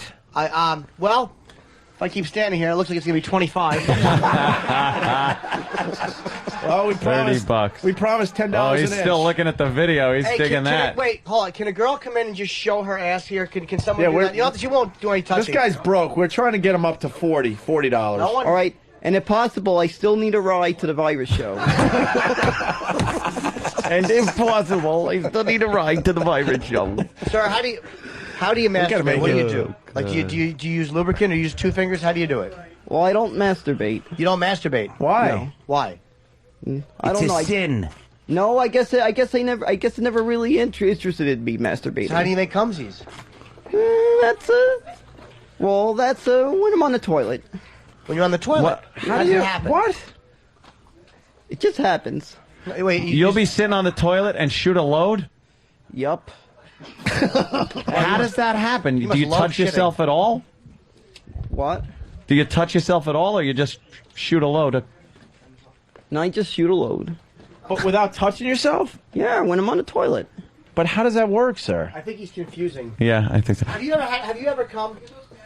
Like, wait a minute. Has white, creamy stuff ever come out of your dick? Shoot alone, they're going for you sick bastards. Wait, sir. How do you just come on the toilet? Like, how do you not come watching porn, but yet you come on the toilet? Oh, I do. How do you come watching porn? Yeah, you got to explain. We're really confused. Do you hump something? No, I just happen to sit there and I see it. And and it shoots out? Yup. It shoots out. It shoots out. But you don't need any stimulation? Oh, I do need stimulation sometimes. It only works when I watch porn. Oh, so you watch porn, Wait, you if you- sit on the toilet and shoot a load. Yup. Wait. Let me hold on. Actually, I watch in my room, then I go to the toilet. To the toilet. You don't touch yourself at all, and it just comes out. Yup, exactly. Wait, so if we wait long enough, it's just going to come out? If you Yep. continue watching this? Yup. Oh, shit. my God! Yup. All right, listen. Listen to me, sir. So far, you've made $30, $10 an inch. You got it up to 3 inches. Oh, I've run out of money, though, motherfucker. Hold We on a haven't. minute. I'm just saying we should give him a $50 bonus if he could come without touching himself. I mean, that Even would if be... he comes while touching himself. Or however he got a comes. cup? Huh? What? Does anybody got a cup? We bet we do. Oh, Jesus. Why anybody have a cup? Oh, my God.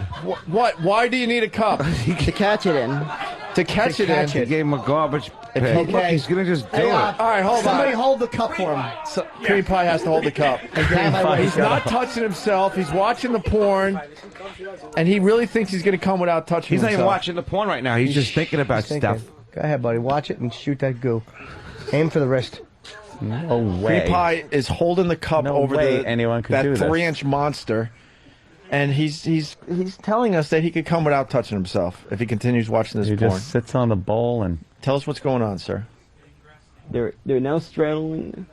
We she's really we just putting need- it in her. Giving it to her.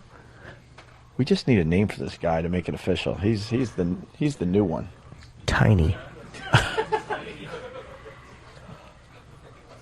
Are you getting close, sir? Oh. I don't know. I guess it isn't coming out. I don't know why.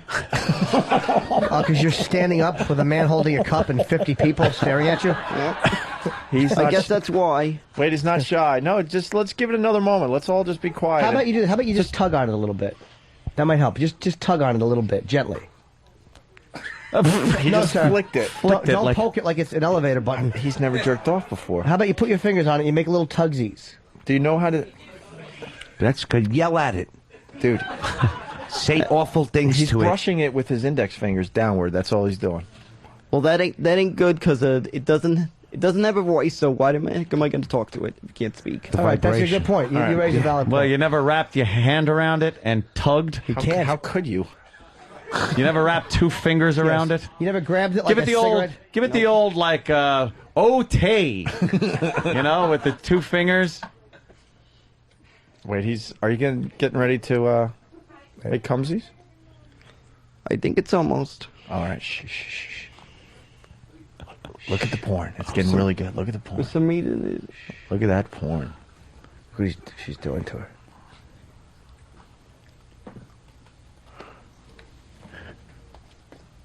Please, God, if this happens, it'll be the greatest thing we ever do on this radio show. Please let this happen.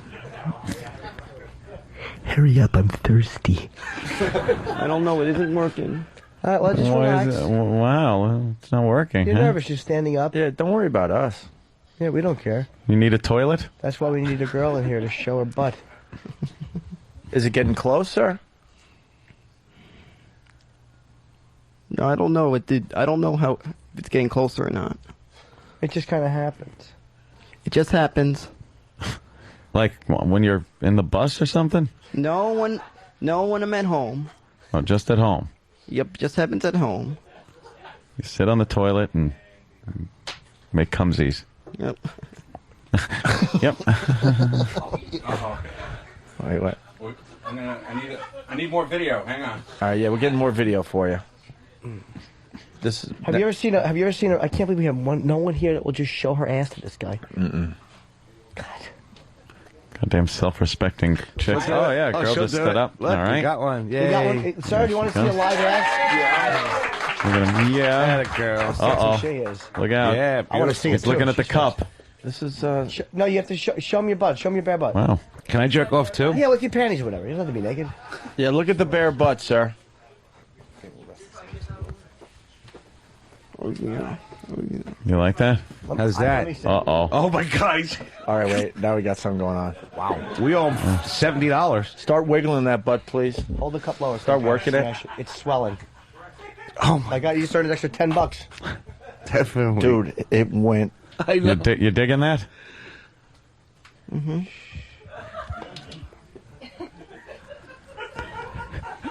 Cream pie holding the cup is fantastic. He's licking the inside of his mouth. Look at that fucking thing. The thing got. He would have made another $10. By the way. The thing just went instantly to 4 inches. He's never. He's kind of. Wait, he's looking Lower down that the cup. Here, work that ass a little bit. Lower the cup, cream pie. Yeah, work that ass. Wiggle that ass. Red rum. Red rum. Please, red rum. What is he pointing at? Look at that. Look at that, sir.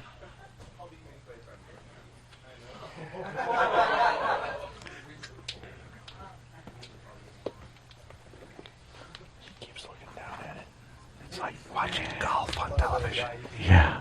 But not as sexy. Wait, Jimmy, I think she needs to move closer with the ass.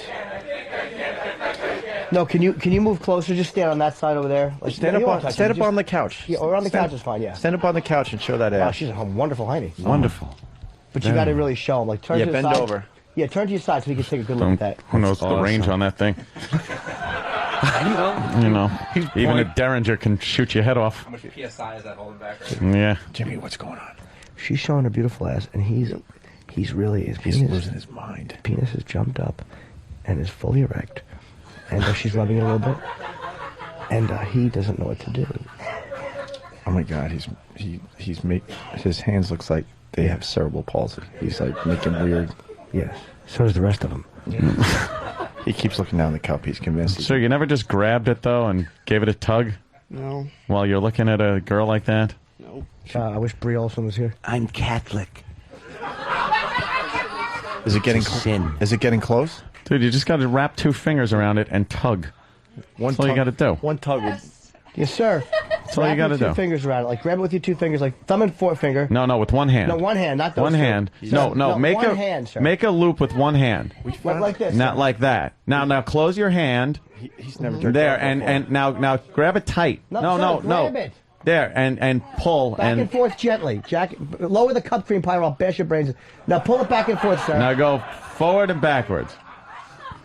Go with your hand. He doesn't know how to jerk off. Wow. Shit. No, so you got to grab it. You just beat it with grab your it. thumb. There you like that. Oh yeah, pretend it's a girl.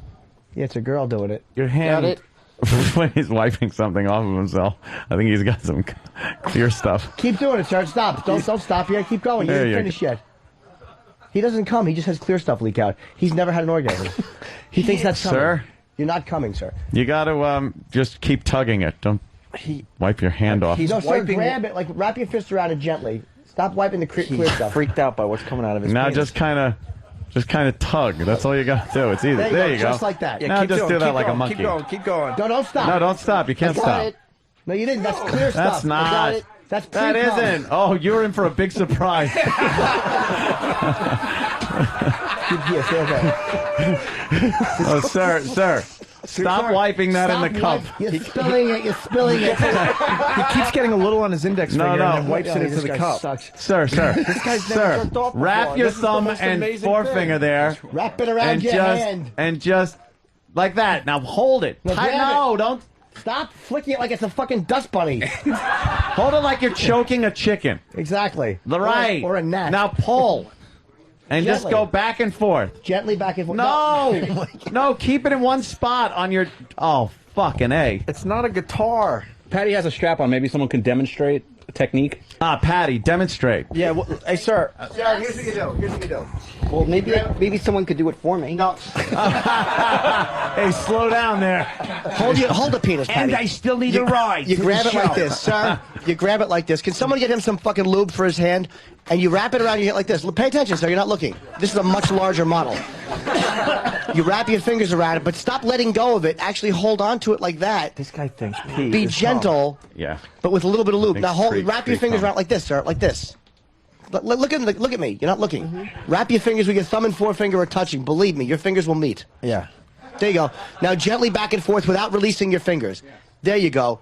Do you want some lube? Someone get him some lubricant for his hand. Now don't stop. And don't doing stop. it that way. Don't stop. Don't stop. Sir, take some lube for your hand. Don't stop. No, the other hand, sir, the one you're tugging with. I'm not touching the other hand. All right. That hand. Now put the lube on your hand. He's putting it on the outside of his hand. Oh my God. No, sir, put it in your... There you go. He's got it. Okay, he's got it. All right. Now you can watch the porno and do that, sir. Watch the porno, watch the live girl. Watch the girl. Watch the porno. Doing it. See, you're tripping up there. How does that feel, sir? It feels weird. Yeah, it's okay. Just relax. Oh, boy. Trust me, you'll enjoy it. When you fall back through the window, you know you're done. When you fall back through. Anything? Just be patient. Keep it. No, you got to keep Stop going. stopping. He Can't stop. I think he starts getting the feeling and stops. You don't stop when you get the feeling. Keep work through it. Trust us. Yeah, trust us. Trust your life's about to change. What happened? Yeah. All right. I know nobody heard this because I probably don't have satellite because you don't have satellite radio. So you're getting merger talk? It's kind of weird. We had Mel Karmazin in 2 days ago, and now we got a guy jerking off for the first time. At the age Well, of here's what's weird. 26. We had Buzz Aldrin in a few hours ago. That's Yes. right. What are you doing? Keep it going. Look at the porn. Look at the live ass we got for you. Well, you got to not keep working. going. If we get this done, you're not going to be at the PNC tomorrow. You're going to be at home for the next 2 weeks straight. Anything? What's going on, sir? How's it feeling? My strong arm is a little bit getting tired. Oh, but what are you, a chick? Talk like that? Do you think it's wrong to do that? What you're doing? Like, do you think it's wrong? Do you think Oh, my God's God. going to punish you? We have a little conflict I have here. no problem with people that Hey, sir, jack how off. about this? Can Okay. we finish this in a little while? See, because we have Black Sabbath coming up in the elevator, Oh, and God. they can't walk in and see you jerking a baby dick. No, miss. The girl with the ass can stay. Yes. She didn't need to jump up. All right, well, God, great butt. All right, where's he going? Someone follow Sir, don't him. leave. Don't leave. We're going to get back to you. And don't let him I stop. would imagine that the boys from Heaven and Hell would laugh at something like that. You might be right. But you don't want to risk it. Where's he going? No, he can't go to the bathroom. Well, get cream pie. I guarantee you, dude, he has had pre-cum all these years. He's not having orgasms. No, he thinks that's Somebody go to the making bathroom with cumsies. this guy. I want to know what happens. He's in the kitchen area. Great. Get rid of those roaches. Yeah. Oh my God! He could drown the roaches in cum with all the cum he has in them. Should we take a quick break? Yeah. Let's do a quick break. One break, and when we get back, we're talking to Heaven and Black Sabbath. Black Sabbath, basically. Yes, of course. Stay there. Alrighty.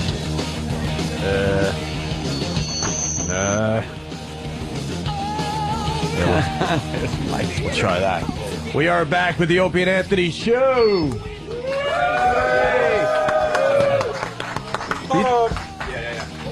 I'm trying to make sure all the mics work. We all on? We good? Because last time we had these guys and we had a mic problem and we were so frustrated because we were trying to like talk to these guys. Pain in the ass. Yeah, that was over at K-Rock. Hopefully things here are a little bit better. Yeah. So you guys are all okay? Everybody's on? Yeah.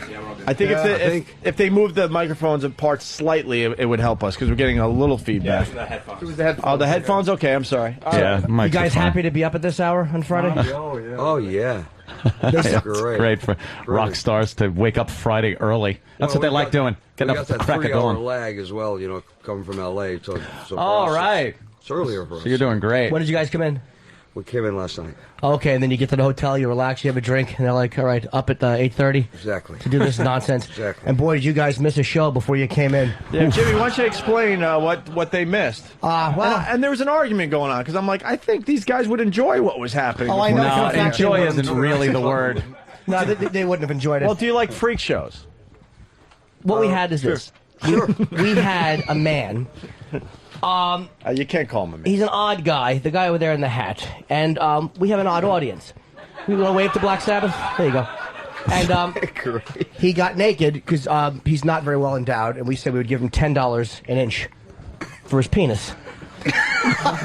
and he wanted to watch strap-on porn because we go, what kind of porn will make it the hardest? And we honestly, God, he walked away with $30. And $30. Yeah, do the math. Yeah, it wasn't good. And he's never had an orgasm, so he was attempting to give himself one, standing naked on the stripper pole. And I said that his clothes have to be on by the time you four walk in because I was afraid that you'd walk in. Yeah. And see a masturbating man. Yeah. That's not what they want to see. This was all before breakfast, huh? Yeah, he was. We've been going to. We had Buzz Aldrin this morning. Really? Over at the other side. Naked as well. 35. Yes. Amazing. We had Buzz Aldrin. We had Penn Jillette. We have you guys, and you're promoting a signing. You guys are signing the box set. It's called Black Sabbath: The Rules of Hell, and it's all the stuff with you, Ronnie, right? Which is Live Evil Dehumanizer, The Mob Rules, and Heaven and Hell. And you guys are signing tomorrow in New Jersey at Vintage Vinyl. It's 51 Lafayette Street, and it's only from 3 to 4. And they said there's a 500 person maximum, I think, or only 500 units they're doing. I think so. So if that's not sold out, it's a miracle. They're early. Yeah, the best thing to do would be to go there and buy the box set. And then you get a wristband. So this way you don't think you have to stand in line for 5 days. Mm-hmm. Yeah. And any of our fans that are coming down to, because we're doing a show at the PNC tomorrow night. So anybody that's coming down to our show, just if you want to stop off, it's on the way. I mean, Forge is on the way down if you're coming from Staten Island. I'm babbling at this point. So, well, at least you're clothed. Yeah, I know. At least we wanted to show you guys something sexy. We're going to give away a box set. We have 3 box sets. Of course, I'm selfishly keeping one, and we're going to give away 2. We wanted to get a fan question because I always just, in these interviews, am nervously rambling because you are who you are. See? See? Nervously rambling? Yeah, kind of like this. So, does anybody have a really good fan question for the guys? Sonny Forelli, you want to come in? Yeah. I should keep him out there in the outbreak room. Sonny, really fast. Sonny, that was your wife, right? Yeah, that was my wife. That was Thank showing you. the ass. Yes. Wow. I thought I recognized would she show her ass to the guys so we don't? They've seen it. I don't know. Could you ask her? I could. Please? Yeah. Right now? Yeah. Would you like to see Sonny's wife's ass? Sure. Oh, well, that's the reason we're here, really. To see ass. Honey, would you like to show Black Sabbath your ass? You don't have to pull your underwear off. Just your nice ass. I mean, It's not awkward to negotiate like this in front of a... Yes. All right. There you go. See? All right, this is Sonny Forelli's wife. She brought a donkey in. It's not like it's a donkey show going on. No. This is, yes. Hello. Hello. All right. That would be, you have to kind of face me in. Do you need some music? Do you need some music or something? Oh, no, we just straight on. There you go.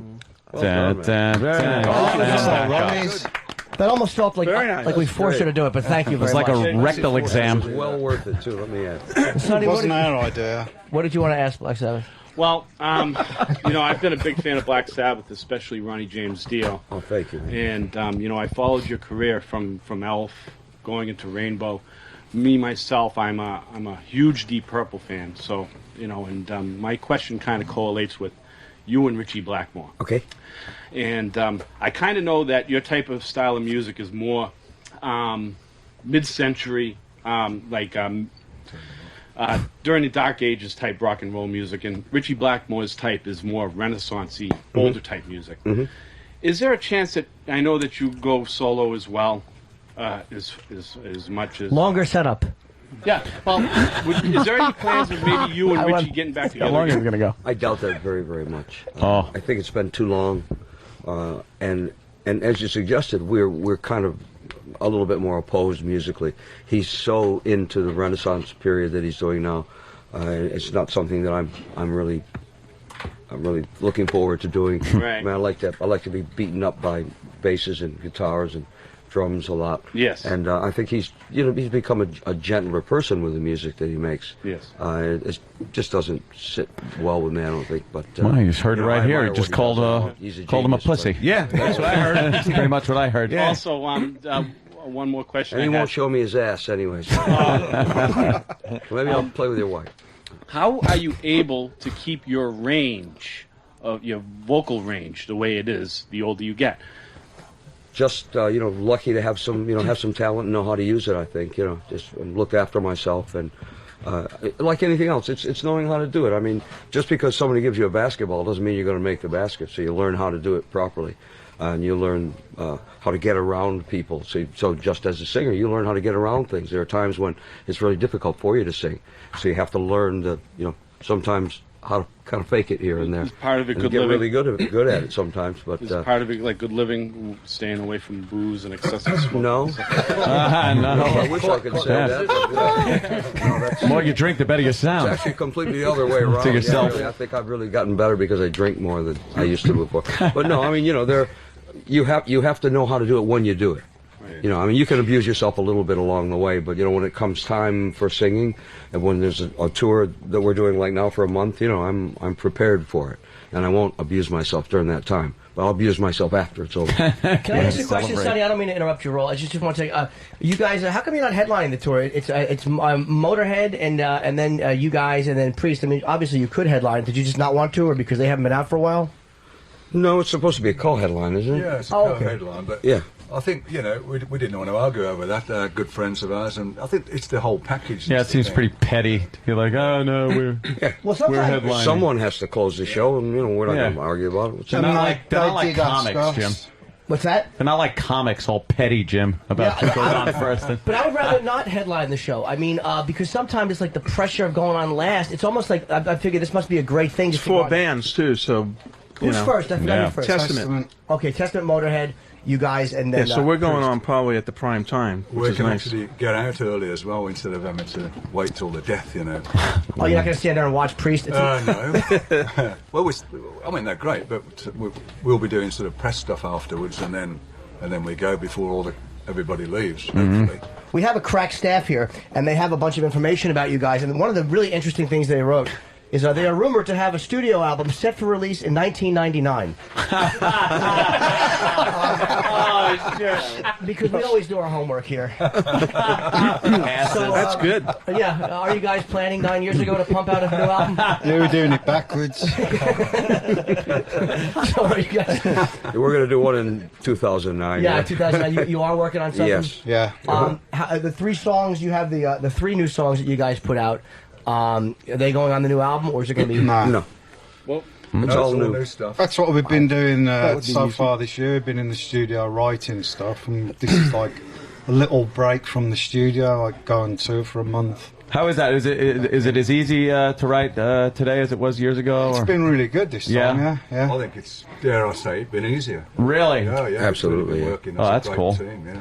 Do you guys find that when you're writing something, you're constantly worried about, like, wow, we kind of did something like that? Like, the more prolific you've become and the more stuff you have, the more you're worried about being accused of redoing something, like, as a performer? I don't think we've had that much of a problem with it. Really. Just in your own head, do you ever go, we can't go there, we've already gone there? No.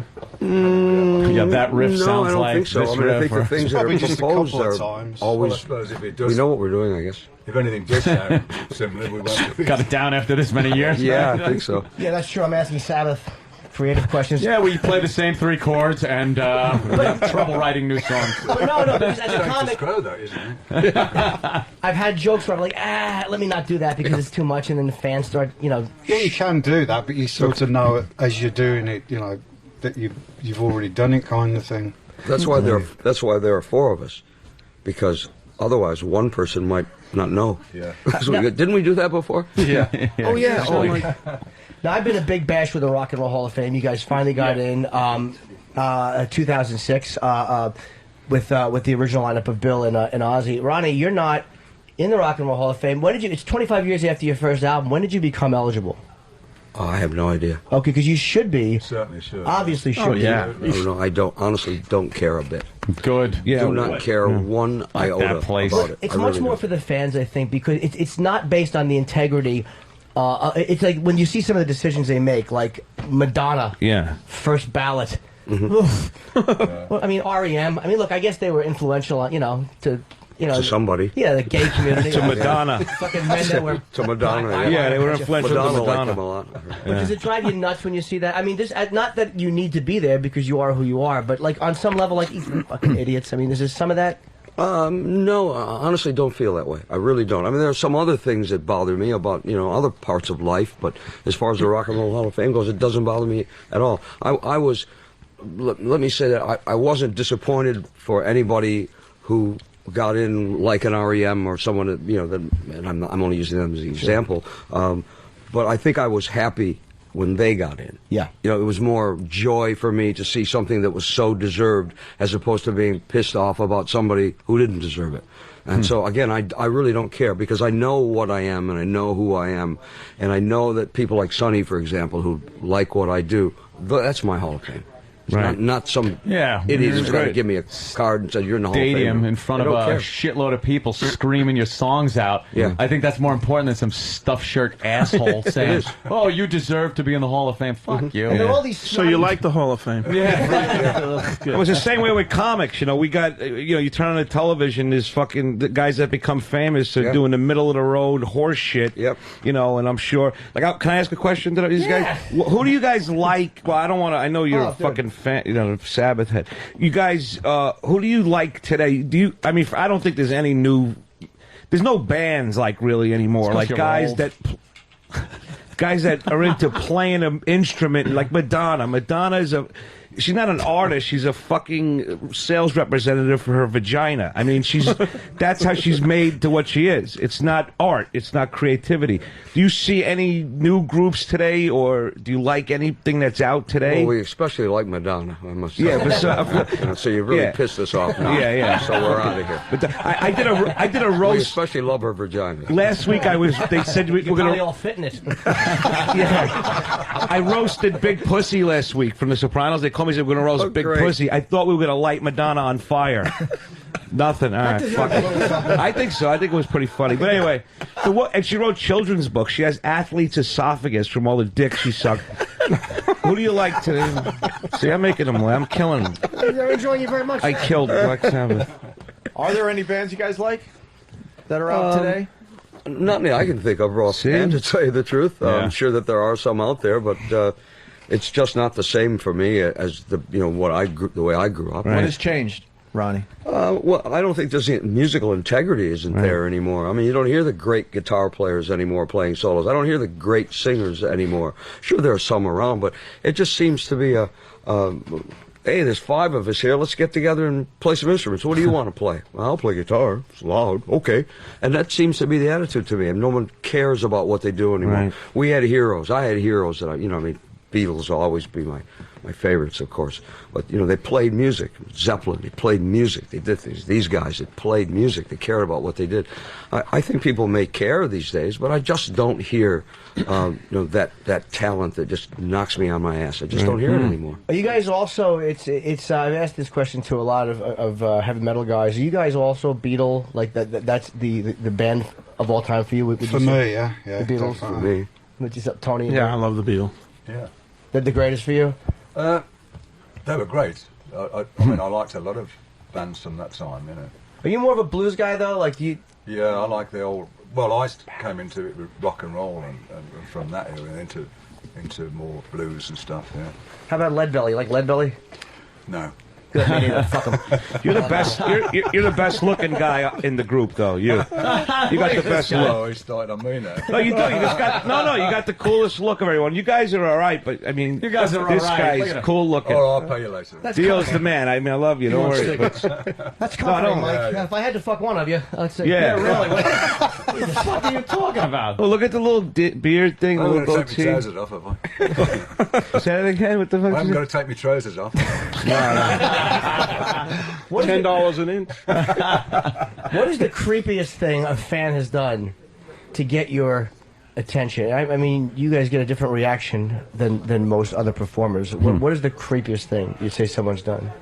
Well, mine was one night when we were playing, this guy suddenly appeared on the stage dressed as some kind of priest. I mean, he was, what's this? And he was coming for me, and he had something in his hand, and I didn't know what it was going to be because Tony at one time had some guy came out with a knife after Tony at one point. Wow. The creepiest thing I've ever heard. So I'm thinking to myself now, it's my turn now. And out he came, and no one stopped him, and there he was, and I thought, dead. And he just came up to me and knelt down and gave me a book. He gave me the Book of the Dead. And then, that's comfortable. And then, of course, the road crew, very unceremoniously dragged him off the stage and beat him up, probably.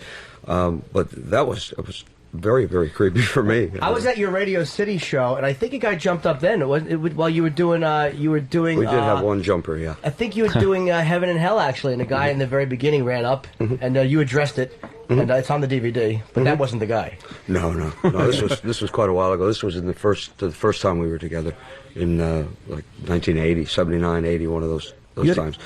But you for me, it's not a problem. I don't get really that upset about people getting on the stage. I don't mind if they come up to just to be good about it, like, I love you guys, and hey, and off they go. But when they think that they're the show, that's the time. I just want to club the sons of bitches. I really do. You shouldn't. You have no right to be up here. You have no right to parade around and make us look silly. Right. And for your own end. So. But most of the time when they come up, instead of attacking them and pushing them away or throwing a punch at them, it's so much easier just to put your arm around them and go, hey, there you go. Okay, thanks, bye, and off he goes. They smile, the road crew's got him. I was amazed, though, seeing you. It really is amazing how well your voice is live. I mean, because you can't hide anything live. And, I mean, you belt out. Especially in when you're doing Heaven and Hell, there's that where you where you do what you do. Do it, Jimmy. No, I can't do it. I almost did it, and I'm like, no, you can't do that. Jimmy. Whoa, the thing you do.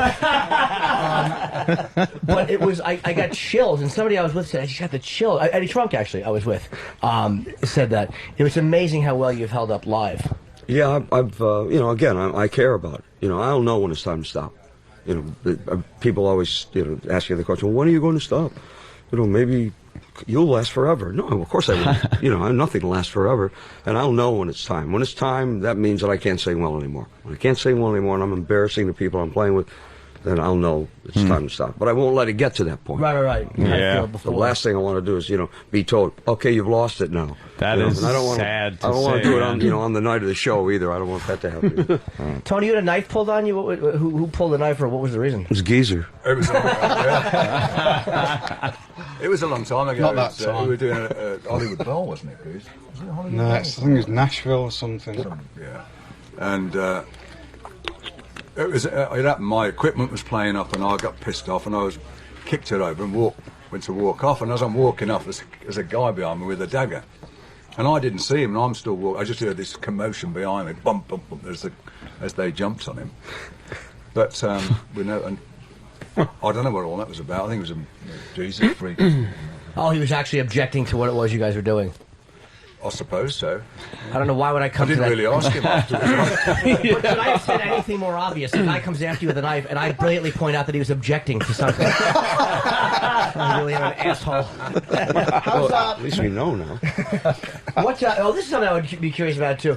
Like, is any one of you guys, which one of you guys would you say is, if there is one, is the highest maintenance on the road? Is there one of you that is, like between the four of you, that you go, oh, he's the most difficult as far as accommodations and wanting something? I don't think anybody's problem at all. No, we're just not. We're not made that way, really. We've always been pretty self-sufficient as people, and growing up, and probably were taught the right things as we grew up, and don't take advantage of people at all. Just deal with it. I'm obviously no Charlie Rose. This is one of the questions. Of course, we have Black Sabbath here. They go out as Heaven and Hell, but the box set is called Black Sabbath: The Rules of Hell. It's all 4 albums with Ronnie James Dio. It's Heaven and Hell, Mob Rules, the Live One, Live Evil, and of course the Humanizer, which was very underrated. I think from '95. Absolutely. A great album. And they're signing tomorrow afternoon. So if you're coming down to our virus show tomorrow night, it's 51 Lafayette Street in Fords, New Jersey, and it's only an hour from 3 to 4. So you can go and buy the box set now and get a wristband. This way you don't have you'll know you're going to get your signature, and then just go back tomorrow. But it's perfect because our gates don't open until I think 5 o'clock. 5:30. So on your way down, and it's close by. How you guys getting there? You have a tour bus? It's too early for us to have a bus. We got a guy that needs a ride out that way. the guy with the little penis. Would you mind taking him along? We'll take him along. Oh, thank you. If the guy's in the trunk. Yeah. If you guys think I ask you lousy questions, this is one I had for Buzz Aldrin. What would you have said if you had been the first one on the moon? How about? I actually thought of asking the second man on the moon that. We have I really should the shit gun. We have by the way, we have a friend of ours who comes on the show all the time. She's a 50-year-old virgin for real, and Patty was I was surprised that she was such a fan. Because I told the crowd that you guys were coming in, they knew it, and she was speechless, and she wanted to ask a question. Patty, don't be shy. We have to sexy the show up a little bit. Oh, Jesus. 52 or 53. How old are you now, Patty? 53. Oh, well, we don't answer those questions. You're too old. 53-year-old virgin, yeah. And obviously, I did not realize, but I'm like, you really are? She's like, I love Tony Iommi. I was like, surprised. It's as if Dorothy. There you go. It's like Dorothy from The Wizard of Oz went into one of those suspended animation chambers and it broke.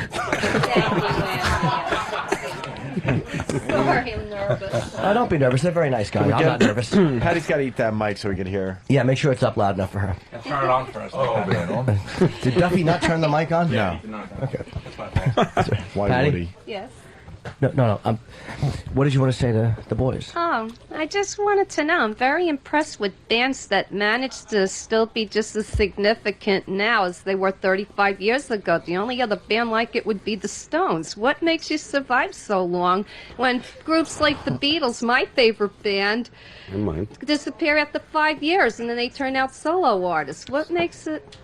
What is it that makes you survive 35 years? Ronnie, is your nightmare your voice ending up like that when you wake up one morning? No, and I'm just going like, oh my God, I gotta quit. And 2 of them didn't die. 2, like the Beatles. Can I say that I want to hang myself because she has so far asked probably the best question. What gives you guys the... Where was she when longevity? Buzz Aldrin was here then? Yeah. That would have been great. But Buzz is a little, he's, God bless him, he's lost a step. He gets off on a tangent and he just talks and you're like, like, It's well, like what am I going to run? one step for mankind, one giant crutch for the rest of us. Yeah. He just kind of chatted. Yeah, I'm trying to encroach upon your guys' thing. No, you're doing good, buddy. You're fantastic. I'll answer it my way, which is that you know, when you find people that you like to do something with so much, you know, God, you'd be a fool to stop doing it, I think. And we just probably happen to be a collection of people who are, you know, all feel exactly the same way about that. That you know, it's such a joy to make music that people like. You do it for yourself first, of course, and then if you see that reaction from people like yourself, I mean, it just, you know, why would you ever want to stop? I mean, I never want to stop. I will, but I don't want to. I mean, so I can't speak for the rest of the guys, but I'm sure that that's part of how they feel. And it must be interesting to see the different generations of people that now, you know, the grandchildren of the original fans from 35, 40 are still just as excited today as they're, you know, it's like amazing. It goes up through the generations. It is amazing. Well, they feel the same as we do. That's why they stay fans for such a long time, because, you know, it's something that they can't live without. They can't do without. And, you know, music is such an important part of all of our lives anyway. Imagine, you know, what life would be like with a silent soundtrack. I mean, it would just be horrible. And we're lucky enough to be able to make that music for people, to make them happy that way and make ourselves happy. And yeah, it's amazing to see the different generations of people who come along too. You know, from even today, you know, 10-year-old kids and 8-year-old kids, and, you know, their parents would drag them along. They don't want to be there, but they're there anyway. But it's amazing to see that, you know, watch the generations come and go. They like Patty more than they like me. Yeah. I think so, Jimmy. Hey, how's Bill Ward, by the way? Is he okay? I mean, is he doing well? I think so, yeah. I've known He him came for to the ages. show last time we played the States. He came Fresno? California. Yeah, he was great. And he was fine, yeah. Okay, how you doing, Vinny? We haven't really talked to you much. I'm doing great. Life is good. Playing with these guys, I love it. Okay. Patty, back to you, Patty. Because whenever I talk, it just seems the whole thing goes in the shitter. You, on the other hand, are on a fucking quite a roll. So knock yourself out. Patty, give him another question. I didn't have any other question. Oh, you thought those out. They weren't like.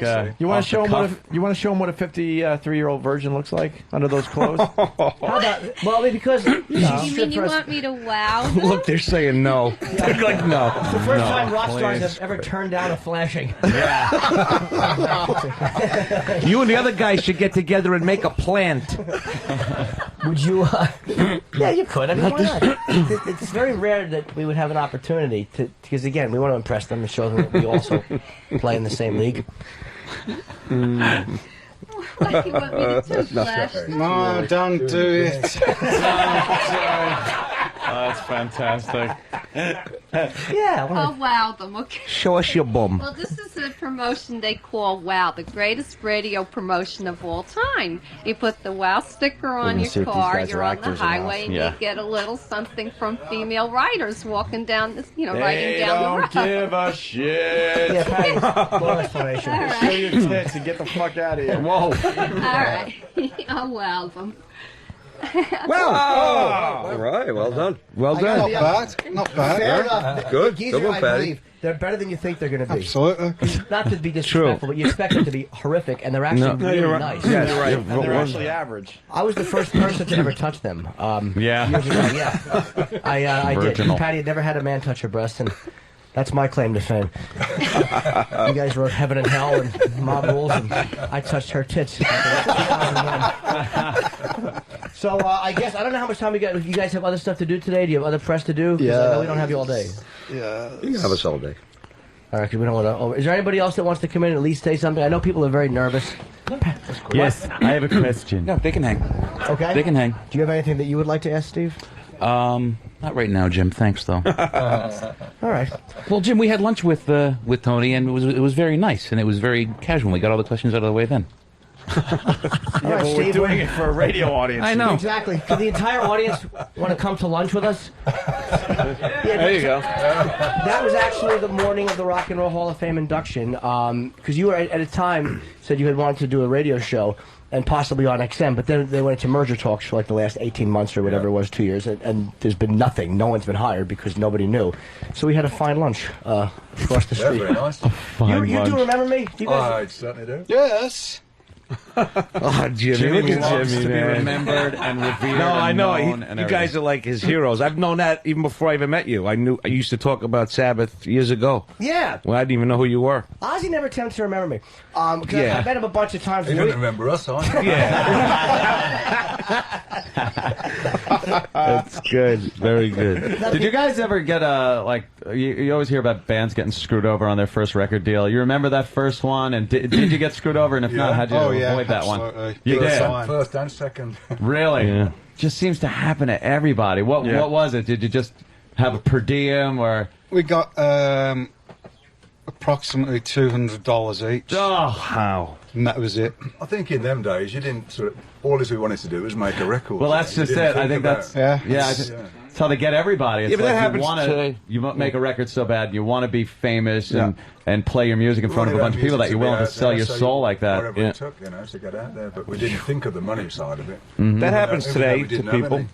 Was that Don Arden? Yeah, Don was your first? That was before him? He came later. Was the guy you wrote about the song The Writ, I think is I believe, an attack on an ex-manager. Am I correct? Yeah. Is that the first? That's the guy, yeah. That's the guy. Yeah. I'd be pleased to say his name. Patrick Meehan. Patrick Meehan. Oh, yeah, I think I've actually heard you say that name. What, he spoke to you guys about? Rest in hell. Oh, you really. Yeah, it's always a good one. Yeah, it's a great song. It's a real nice attack, and you know it's about somebody. Jimmy, speaking of great songs, we haven't talked about Penn Jillette yet with these guys. Oh, please. Wait, can I ask my question first before you play that one? Why don't you Or just we humiliate you? I'm not going to humiliate you, Steve. Go ahead. What do you want to I just want to know. This is really calm. No, no, really. How to go with a bit? Well, what do you want? He just doesn't know. Holy shit! I have a question. Because Steve, here's what the thing. Steve was a musician as well. But he's good, and he's embarrassed that you guys won't think his stuff is quality. Go ahead, Steve. How would you guys, like, being the seasoned vets that you are in the music business, how do you think you could fix the music business now, seeing as it's almost morphed into a singles-driven a business versus an album-driven business? Foundry logos. Yeah. Basically, he'd like to know if you guys retired from music and got jobs in offices, what would you do to help iTunes download speeds? That was the shittiest question I've ever heard in my life. No, it wasn't. But is it? So many rock bands don't want to record new records anymore because there's no money in it for them. So we're doing one, so we can't. Well, exactly. It's coming out in 1999. Weren't you paying attention? Because it's a process. Creating an album is a process that takes a long time, and it's painful, and you got to work, and you got to write. Nowadays, they just get out there and fucking put it together and sell it. Cut and paste. Like Madonna, that dirty whore. Jesus. You guys talk about Madonna like she's a new fucking artist. Because she's still in the goddamn papers. This fucking century. Name anyone. Somebody knew her. Ethel Merman. Yes. God damn. But like this Madonna kid that's up and coming. Yeah. Like a virgin, I'll bet. I guess Steve makes a valid point in the sense that, like, iTunes really does. In a way, it's weird because you don't even have to put out a whole album. You can put out a couple of new songs if you want to, and kind of keep producing throughout, say, a 3-year period instead of just taking time off and then putting it out. I mean, was there any temptation to do that? Because I think they said, I forget what percentage of teenagers didn't buy a CD in 2007. It might have been 40% of teenagers. I want to know. Only only downloads, right? Only downloads. So it's like, do you almost feel like, we're putting out a CD, but it's probably better off just going online? Yeah, we do both. I mean, now you do both. You put CDs because a lot of people still like to have the physical thing, especially like metal fans like to have all the artwork and all that stuff. And we put it online on iTunes as well. So I put, if you want to do it that way, you can download it. Well, eventually, you think the cost you guys spend on producing, or the record companies spend actually marketing the CD and producing the CD and physically shipping the CD, like if enough people are only going online, would it be more feasible then? I think for people that haven't got an established sort of record, if you like, are doing it that way. I mean, with us, the record company knows you're going to sell so many, so it's feasible to do it with us. But I think with new bands that haven't got a track record, then I think it will just be downloads only. Yeah, you're downloading just the hits, whatever hit comes out and stuff. It's not like years ago, you knew when the band's album was coming out months in advance. You waited. You went to the record store, bought it, you know, and it was a big deal. You know, when you went to school, everyone knew that album came out, and you were, you know, rocking in your car and shit. But now it's, like Jim said, it's just, you could have an artist put out an album's worth of material over the course of 2 years, just one track every couple of months or something like that. It really has changed music.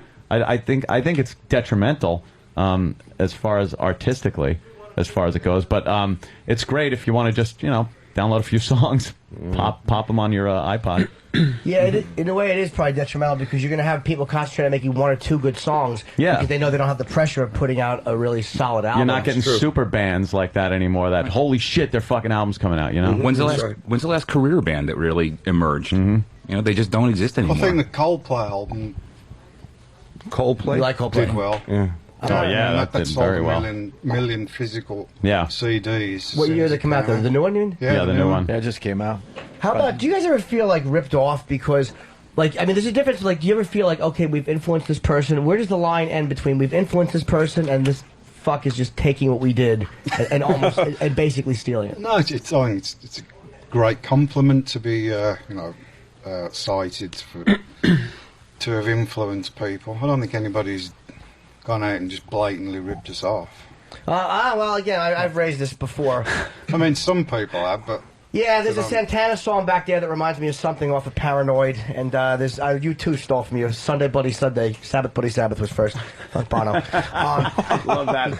I love that one that Jimmy said. I know, even Sabbath doesn't agree with me on that. I know. You're a blithering idiot. They're laughing at you. But I do think... Oh, by the way, speaking of Rock and Roll Hall of Fame, they're starting to put rappers in now. Oh, great. Grandmaster Flash, and apparently any comics that do song parodies. I mean, everybody's... Nothing on that one? All right. Well, maybe Ronnie will get in before the rappers. No, Grandmaster Flash. They just put Grandmaster Flash in. It's aggravating. They're doing it basically because it's not about integrity. It's about getting a press conference or getting the news out there or selling, you know, being colorful and just getting more people interested in the shit they're doing. Baseball players in. It's on their staff. Yeah, baseball won't take Pete Rose. We will. Got a Beatles haircut. And when you hear about bands like, you know, John Cougar getting in after I think he had to wait for 6 years. I mean, not that Jack and Diane doesn't inspire us all. My fave. Oh, he's just fucking awful. And or guys like Jackson Browne, or just these mushy douchebags that really don't. I don't even associate them with being rock and rollers. I mean, isn't that irritating? Even though you're in now to see. It is. Yeah. You know what else is just difficult to watch is a band that you grew up with that was just hard rocking, and I mean, you guys are still doing it. You're playing these places, turning the volume up, you know, cranking it. And I grew up listening to Blue Oyster Cult, and saw them, you know, Black and Blue tour. Come on, shit, that was great. Nassau Coliseum, it was fucking phenomenal. And then a few years back, I figured, oh, let me go check out Blue Oyster Cult. It was at this little theater, and they're just playing, and it's. You could talk to the person next to you. I was like, you know, I know I'm no kid, but I kind of want to remember it the way it was. You know, if you can't pull it off that way, it's just disappointing to the fans. You know, it just seems very disappointing to me that, you know, that it's come to that something that you loved so much and remembered it a certain way, you know, is being done because it can be done, not because it should be done, but because it can be done. Hey, you know, look, there are a lot of bands going on. I mean, it's become almost a weekend kind of job now for a lot of bands. Well, we're leaving on Friday and we're flying here on Saturday and then we're home on Sunday. We'll be back for the rest of the week. That's not what you're supposed to do. That's not being immersed in something you love. That's just, you know, that's, well, I can make a few bucks on the side. That's all that is. It's a side job, and it just and it becomes annoys me. Know, they hire the gear, all the equipment's there for them. They hire a keyboard, they hire the drum. Right. Just turn up and play. But that don't seem right to me. There's a part of it that almost demands that you immerse your life in it to have that passion to get out there and play like that. Yeah. To believe in it and to go out and do it. Yeah, to be you guys, it does, you know, and certain comics too. You know, the comics that are good. Because it's the same thing, Anthony. No, it isn't. Yes, it is. The artistic thing is the same. It's the same. The difference is in the girls we get to fuck. Yeah, absolutely. But you're either... You mean you get some? Yeah. Because you send a few our way. Yeah. You're either interested in art and creating something new, or you're not. I mean, and if you're going to be into it for the right reason. Last night I was down at the club last night. Everyone's smoking pot. I'm trying to fucking focus on my jokes, and they're like, Mike, why are you so... Because this ain't a party for me. I'm trying to get better as a comic, you know? I'm not here to get fucking high and laid even. I don't give a shit about it. I'm not. Why'd you get into the business? To be good. Why you get laid? To be good at it, you know what I mean? To be good comic, you know? Let me ask you a question. Yeah. Yes. Why did it take so long for a guy like Lewis Black to suddenly become famous? I mean, surely he's been around for a long time. He's not a young whippersnapper anymore. No, Lewis, I think, is in his 50s, and he's been around for... Had you known forever. him for a long time? I had known him vaguely. How about you? Probably knew him. You heard about him on the circuit, like Lewis is this really funny headliner. We all knew his name, but then he comes on the Daily Show.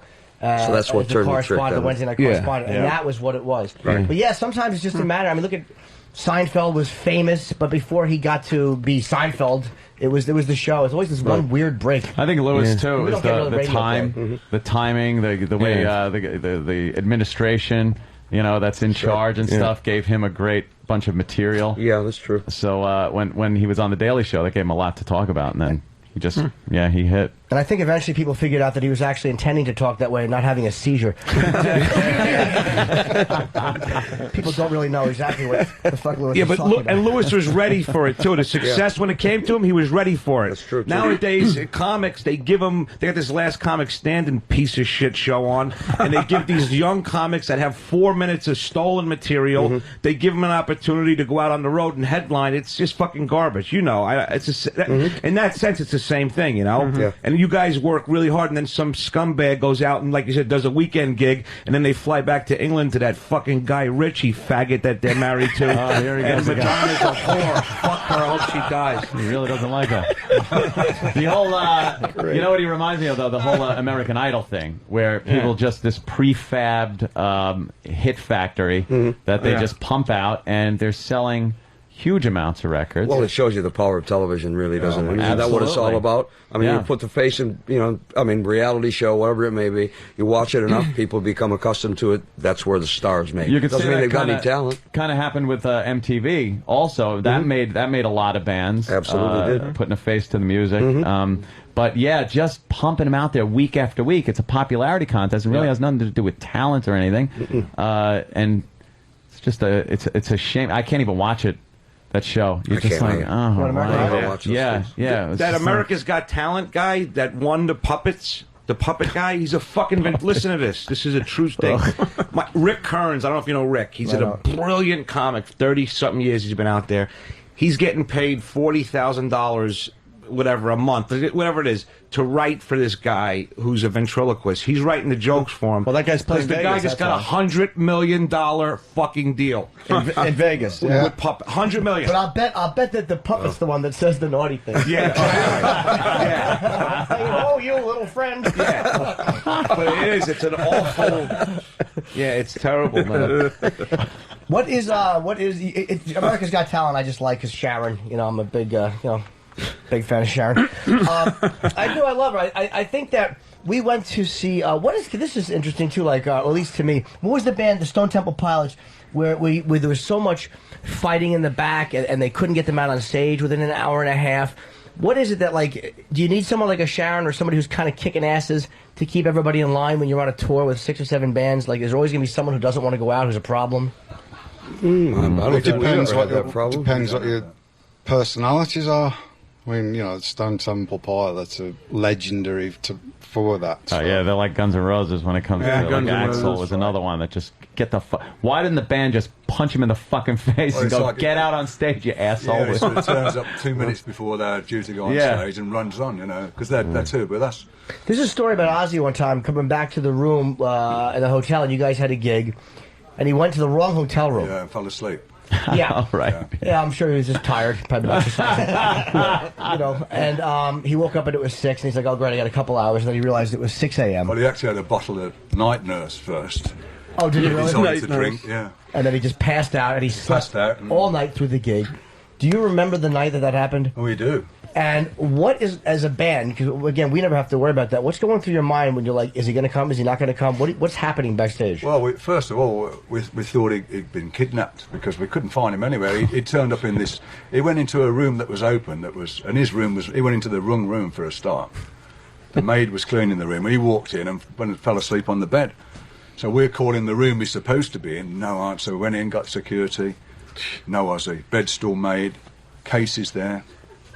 And we just couldn't find him, and we put a thing on the radio that everybody sees him, and it became a big thing. If you see Ozzy... And we actually got down the gig. We thought, well, he might have gone down the gig. We knew he wouldn't, but we went down there, nothing.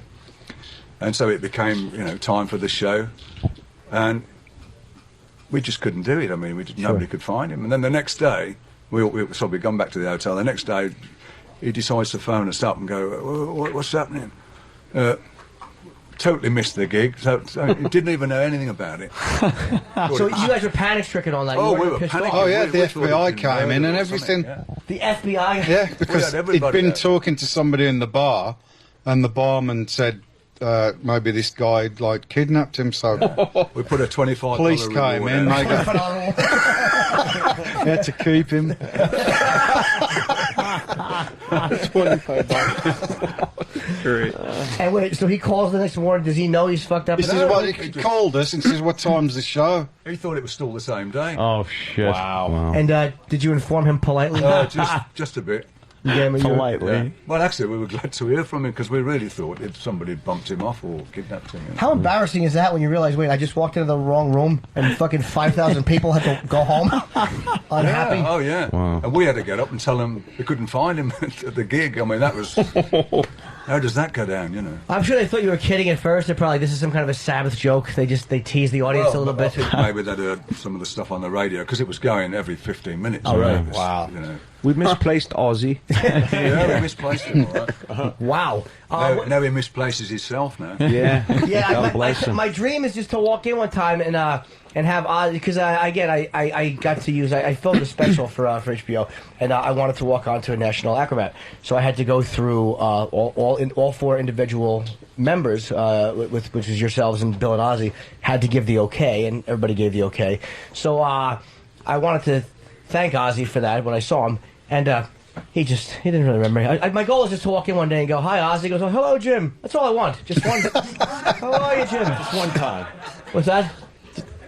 They're all disagreeing. They're all laughing at me because I'm a bit...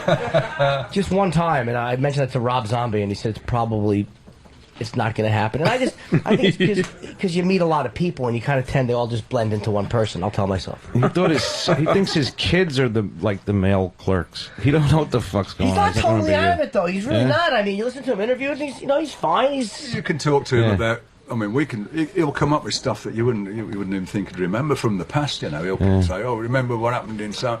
Wow. And that's coming from him, he does remember stuff, but he does have that element of being out there at certain times, he can't remember. Yeah, it just seems like sometimes you're like, well, you know what, sometimes you do so many things, you party so much and whatever, and if that's the most it costs you is remembering some fucking weak-chinned radio fan. I don't think he ever remember names. He doesn't know. We've had people work with us for years, he wouldn't know the name. Like me. Who are you? That makes me feel a little bit better. Hey, what's the new album? Do you guys have any title for it or any songs cut off it yet? I mean, I know you're promoting the box set today, but do you have anything about the new CD? We've written about 6 or 7 songs at the moment, which is really good. Yeah. As we said, we're at a break now to do this tour. Then we're going to go back and start writing some more. Okay. So no title yet. No title. Well, there is titles. Well, the titles for the songs, but there's no title for the album yet. Who actually comes up? You guys all collaborate and figure out this is what we want to call it. Do any of you ever come out with really god-awful names, and then you just get shit on by your friends? Probably. we were. There's a show called Tough Crowd. It was on Comedy Central. It was a kind of a 5. Colin Quinn is a comedian. I'm sure you don't know who he is. You know who he is. I was hoping nobody would. And we had to come up with names for the show. And someone finally said Tough Crowd, and one of the suggestions I gave was the quintessential Colin. And as I said it, I just wanted. You ever just feel like a douchebag? Not like, kind of like I do now, like the fact that I'm just telling you this. But it was almost like four guys, they all looked at me like I just been kind of caught blowing somebody. So, again. I'll cut it out. So do you guys ever like rag on each other for awful ideas? We would have. We don't usually have too many bad ideas, because I think we're probably afraid to say them because we know we'll get roasted for them. So it hasn't happened too much because I think we've learned lessons about each other. I mean, he's the worst, Tony. I mean, really? I mean, you never know what's going to happen around him. Like, you can't believe a word he says because it's always a lie.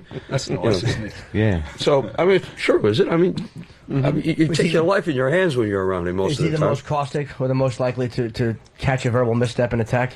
He's the most likely to, to burn you, or, to set you on fire, to blow you up, or to run over you, or to stab you, or shoot you, or put a snake in your car, which he did to me once. Did he really?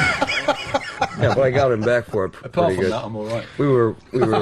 I actually just joined the band at the time, so this was like '79, I think it was, and we had gone to the place where the guys were living and were writing there and rehearsing there, and I was living in L.A., not at that house, so I had to drive from my home to there every day. So Tony came out one day, went, come on, see you off. Okay, I'll see you tomorrow. So, let me open the door. So he opens the car door, and he put a snake inside the door. The snake was dead. But as he opened the door, of course, it started to wiggle around. What's this? Okay.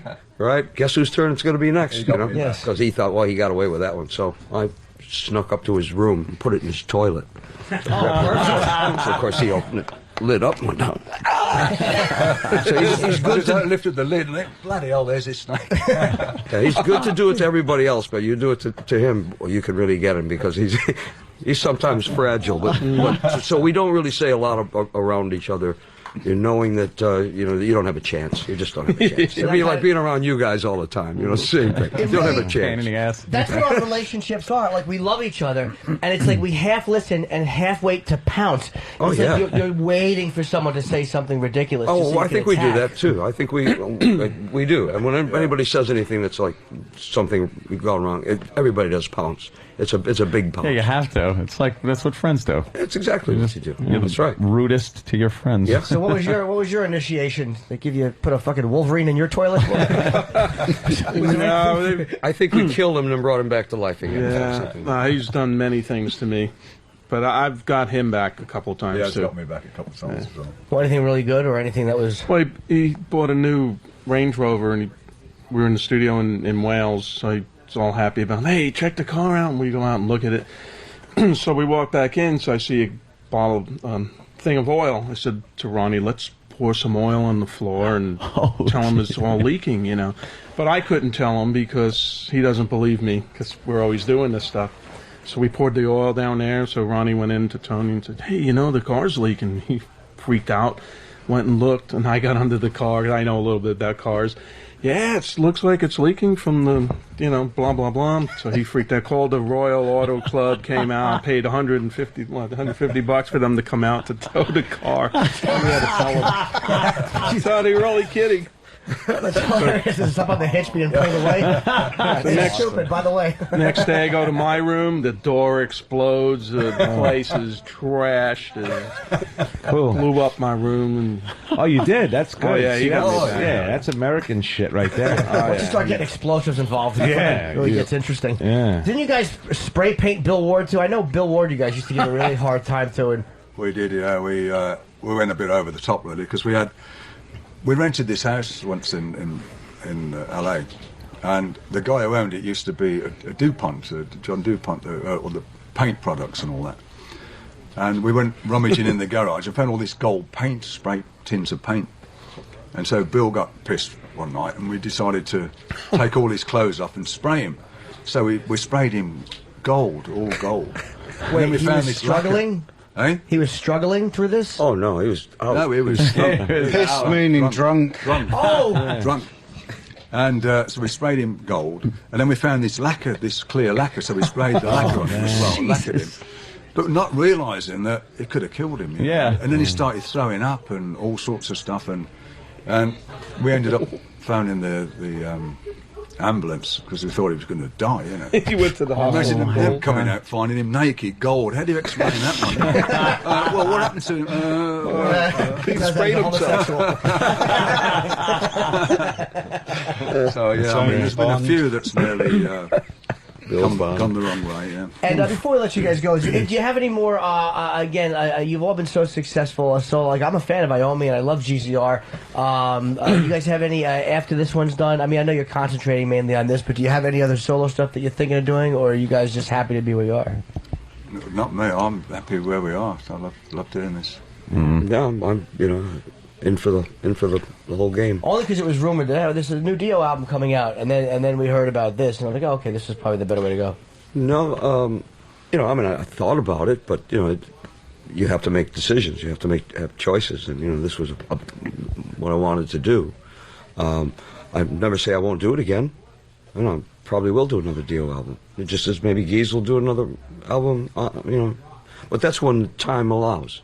It's not something that will get in the way of what we're doing now.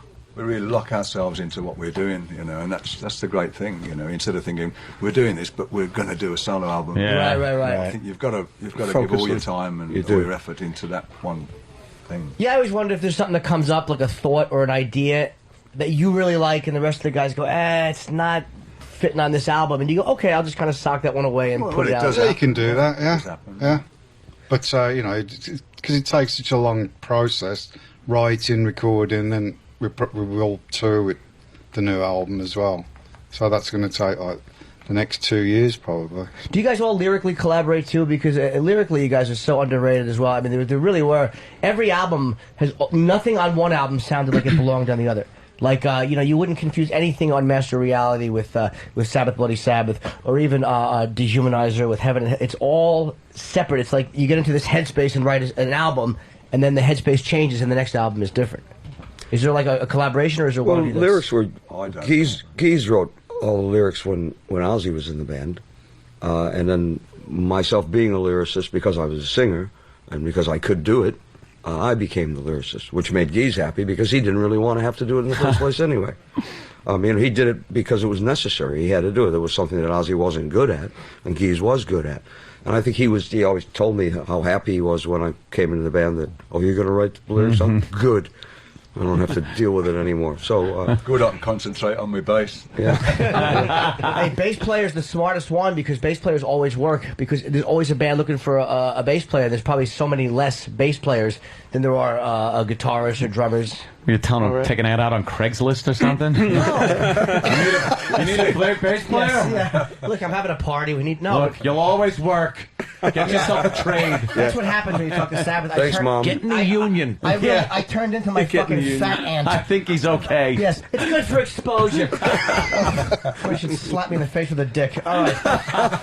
Well, the signing is tomorrow. We're gonna take a break, I guess, after this. Get these guys out of here. I'm so happy you guys came in today, man. Thanks for having us again. Yeah, always fun, guys. Thank you, man. It's the box set, Black Sabbath, The Rules of Hell. And it's all the great stuff with Ronnie and, of course, with Vinny. And it's Heaven and Hell. It is The Mob Rules. It's, again, a great CD, Dehumanizer, and it's Live Evil. And the signing is tomorrow afternoon from 3 to 4 in, there's an old vintage vinyl in New Brunswick. It's not that one, because I got confused. It's in Ford, New Jersey, 51 Lafayette. Yeah, Ford, New Jersey. Yeah, I for some reason, I almost went to New Brunswick, so don't go there. They told us it was in the city somewhere an hour away. From our hotel. Oh, yeah, they tell you that just to get you into town. And they're like, well, we got to go through a couple of tunnels. It's an hour. Where's an hour away in the city? Yeah. Yeah, well, it depends on what traffic is like. It could be from here to 14th Street, but it's probably, they told you that, no, it's going to probably be 2 or 3 hours to get down on a Saturday afternoon, but not to fucking ruin your day. Yeah. All right, so it's, leave now. It's tomorrow from 3 to 4. And don't bring a whole bunch of stuff. They're only allowed to sign this. And it's not that they don't want to sign shit, but what happens is, the record companies want to sell records, and they make these things. Yeah. That you're not allowed to bring a lot of paraphernalia, but that's not the band's rules. That literally is the store, and a lot of times the record label. So don't take it out on the guys. I like how we crucified Gene Simmons for that. Some people think it's us. It's cool with Sabbath. No, it's not you. 'Cause we had Gene in, and not that Gene overmarkets. Must be Simmons wrong.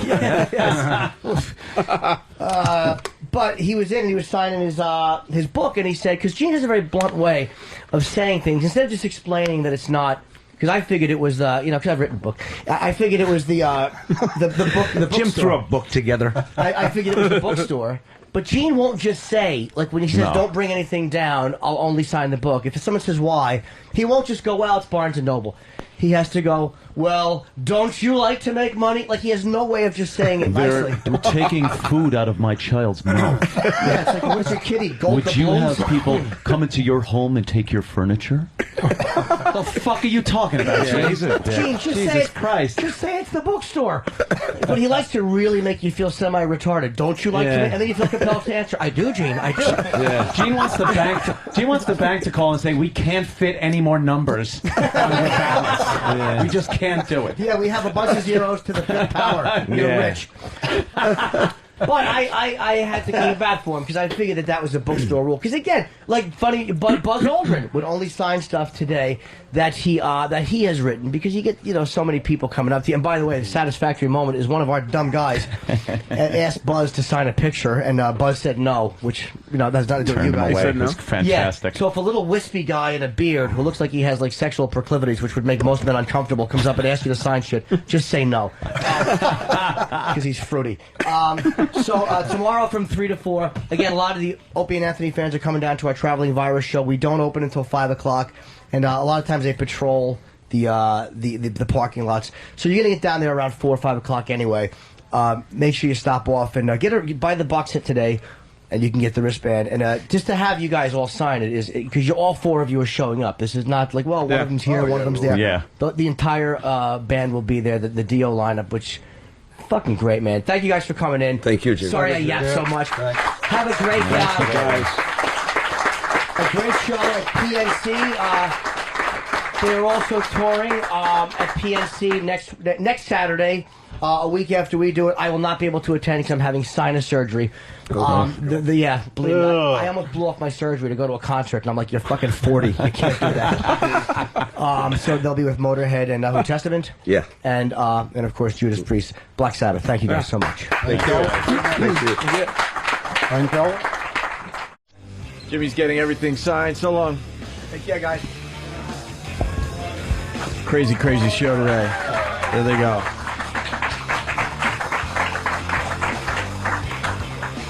Hey, Will. Hey. Is this Will Farrell? What's going on? Oh, hey, Will. It's Opie, Anthony, and Jim Norton. Hi. How you doing? Will, we thought you were blowing us off, and we started talking bad about you. I got to be honest with you. Oh, no. Because we're really big... You mean, huh? Last week? Oh, they told you? Damn it. We're huge fans, and we just started feeling like you might have been blowing us off, and we got a little sad. So I know. Everyone thought I was faking it. So we used the power of our microphones to be just dicks, and I'm at least acknowledging that. And I want to just tell you, I really am a fan. Well, you know what? We got a clean slate now. Let's just move forward. You think? And I mean, I wouldn't have known. So we're like, oh, he's blowing us off again. But anyway, whatever. I actually heard somebody who saw the movie. My girl and the Philly crew saw it literally 2 days ago, Step Brothers, and they said it was really, really good. That one of your producers said he saw it 2 times this weekend. So probably Roland. Yeah, well, Roland. Okay. Yeah, Will, you would think that'd be good. I don't know. Roland could be full of crap. I don't know. No, it's not that he's full of crap, Will. He really doesn't have a life. Yeah, he's an odd guy, Will. Yeah, he's poor Roland. He spent close to $1,000 on Bruce Springsteen T-shirts this week. So okay, well then, yeah. Yeah, so it's not the best endorsement. Let's negate Roland's attendance, actually. Yeah. Where are you now, Will? Are you on the road? Are you guys shooting now? Where I'm actually. This is no joke. I'm in Sweden right now. Wow. Yes. You're calling in from Sweden? What's going on over there? I'm calling all the way from Sweden. What are you doing? Are you shooting a movie? Well, technically, porn. Yeah. Swedish porn That's is their number one export. So nice. We come to Sweden every summer. My wife was born here, and we have a little place over here. So we just literally sit in the country and do nothing. Oh boy. Okay, so Except radio interviews. You're forced to go to Sweden. Don't really fess up. He's forced to go to Sweden, and he's been forced to call our radio show. This is a great day for Will Ferrell. He's on vacation. He just wants to sleep late. Yeah, it's like, can you please just call the guys because they are depressed and they need a little cuddling. They're so upset. They talk crap about you, and no. Please just talk them off the ledge. Do you really like going to Sweden? Like, I honest to God do. It's kind of a great place to just get away, even though, I mean, the flight is too long. But yeah, I know. 3 hours, that's got to suck. 3 hours. Just 3 hour flight. No? People recognize you there, though, right? A little. You know what? It gets more and more every year. Yeah, but it's still not too bad. You're a pretty recognizable guy. Hey, people are like, why would he be here in Sweden? Well, I'm embarrassed to say the Step Brothers, of course. That's the real reason you're calling, and I certainly will see it now that we're friends again. I was like, no, I'm not seeing his movie, but no, I honestly am going to see it this weekend. But something I did see that someone turned me on to, and maybe I'm late to the party, but that fucking that landlord thing you did. Oh yeah. Could you? Where is that for the people that haven't seen it yet? YouTube. That's on our website, funnyordie.com. Yeah, funnyordie.com, which is a very it's a great website. I just forgot the name offhand. And kid. It's a kid. Yeah. How old's the kid? Like 2, 3? She had just turned 2 when She's 25 now. That's Adam McKay's daughter, and I got to tell you, you've done some just amazing funny things in your career. That could be one of the funniest that you've ever done. It's a little kid, if no one knows. Will Ferrell comes to the door, and she plays the landlord looking for her fucking money. Yeah. and it's just, I guess the question I got, how did you get her to say all that stuff? Well, you know, we had been approached about doing that website, and they said, you know, when we launched the site, we're just going to need. They needed me to do, you know, just a little video, just to have some content, and so Adam and I are talking about ideas. He's like, you know, I've got this one idea because Pearl she's just this smart little girl at that time. Like I said, she was had barely turned 2. He said she's kind of an amazing mimic. She can literally say anything back, and he just had the idea that she's just this really nasty landlord. And that's great. So we just fed her all these lines, and of coke. That's terrible. This video, which I think like 50 million people have seen it or something. It's one of the most viewed things on the internet, which just makes us laugh every time because we literally thought, okay, this is kind of a funny idea. Whatever, we'll just put it up there. And it turned out pretty good. No, it is really funny as far as viral videos go. As far as anything goes, because you play it perfectly. You're just scared shitless of this little thing asking for money. And I don't and then she started screaming at me, and I want my money. It was hysterical. She kind of just got possessed. Yeah. How's it working with John C. Reilly again? That's the best. We, you know, that's kind of how Step Brothers happened. It was because of Talladega Nights. We had so much fun working together that, you know, John, who has done, you know, twice as many movies as I have. I wouldn't say any better, but twice as many. Between us, Will, a lot of shit he's done. What now? I'm kidding. I was saying that John's done a lot of shit. I was just joking. Yeah, he really has. He's stuck up the joint. Jimmy was going for a little joke there, and we all just felt very uncomfortable. Just want to acknowledge that was a joke. But we had so much fun, and John was like, let's work together again, and let's not just do the actor thing of like, we're going to work together, and then you never do. And so we actually sat in a room and came up with the Step Brothers idea. Right on. You're one of the more successful guys, film-wise, to come off SNL, because it seems like people off SNL, they either do really terribly or they become household names. I mean, real icons. And the first one you did was A Night at the Roxbury. Was that like a box office success, or was that not? 'Cause I don't remember that being a big box office success. No, it was not. I mean, I think it ended up making like $30 million or something. And but then for some reason it was really big on video, and And yeah, I mean, I made 3 of those SNL movies. I did Superstar with Molly Shannon and then The Ladies' Man with Tim Meadows, and they were all fine. I kind of somehow I survived all of them, and and was able to kind of leave the show relatively unscathed, and then I got lucky in that Todd Phillips, who wrote and directed Old School, kind of fought for me to be in that movie, because I guess the studio was like, who is this guy? And are you kidding? So Old School was really kind of my ticket out of SNL in a way. Who did they have in mind for? Did they have somebody in mind? I have no idea. That was all. That all came out later. That people at DreamWorks were like, we don't want that guy. I don't even know who it is. So I don't know. I have no idea. I hope you shoved it in their face, because you made that movie. Yeah. Well, we kind of did a little bit, because Anchorman was at DreamWorks too, and they really didn't want to make that because they thought it was too weird and couldn't figure it out. So then Steven Spielberg sees Old School and says, "This guy Will Ferrell's incredible. We got to do something with him." And then we're like, "Well, we already have a script with you guys," and so we kind of were able to completely leverage them and get that made. So I owe a ton to Old School. Yeah. Listen, I know Will's got to go. This was a quickie just to make sure we're all cool, because we were really bummed out. I know, and I didn't. I mean, did you guys get the card I sent? And we're like, I mean, I'm going to openly admit this. We just become dicks. We're like huge fans. Like, fuck him. I'm like, what are we doing? Maybe it's a legitimate excuse. I respect the honesty, though. All right, that's good. Now we're going to all go see Step Brothers. You know what I thought? Okay. Will? I remember seeing you on Tough Crowd, and I thought that in the sketch you did, I thought that you and Jim Norton had excellent chemistry. We did, actually. I think so too. In that short period of time. Did you do a sketch with Will Ferrell? Yes, I did. Yes, I remember that. You didn't know that? I swear to God, I don't know. Oh yeah, I did a sketch. It was Will played a lawyer, and Colin made him wear an elf hat in the lawyer sketch, and then just berated him. And Will was berated great. him. Yeah, but I thought I stole the sketch. I didn't, of course. I was nervous. He I think it was 50-50. Will really has to go. All right. Another elf movie?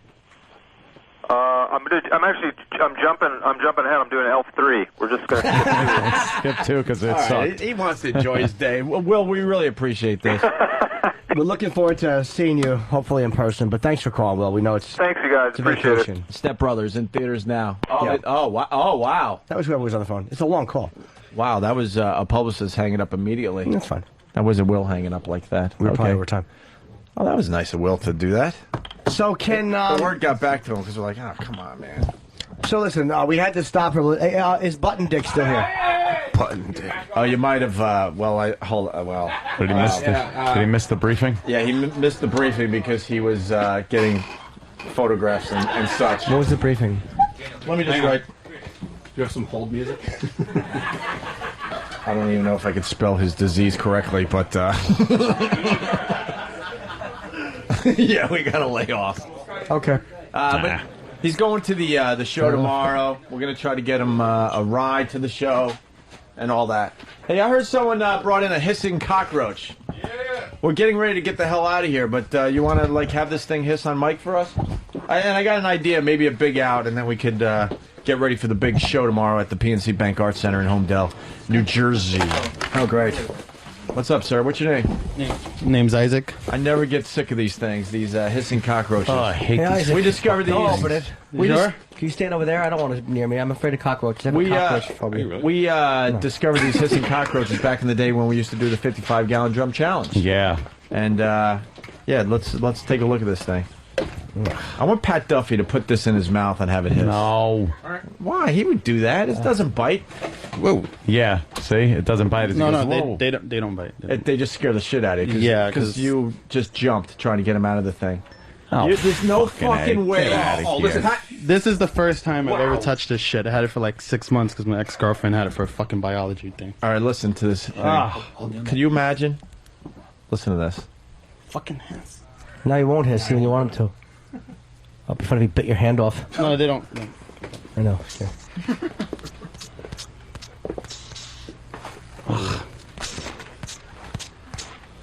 Would you let Pat Duffy put that huge effing cockroach in his mouth? Don't eat it though. Don't kill it.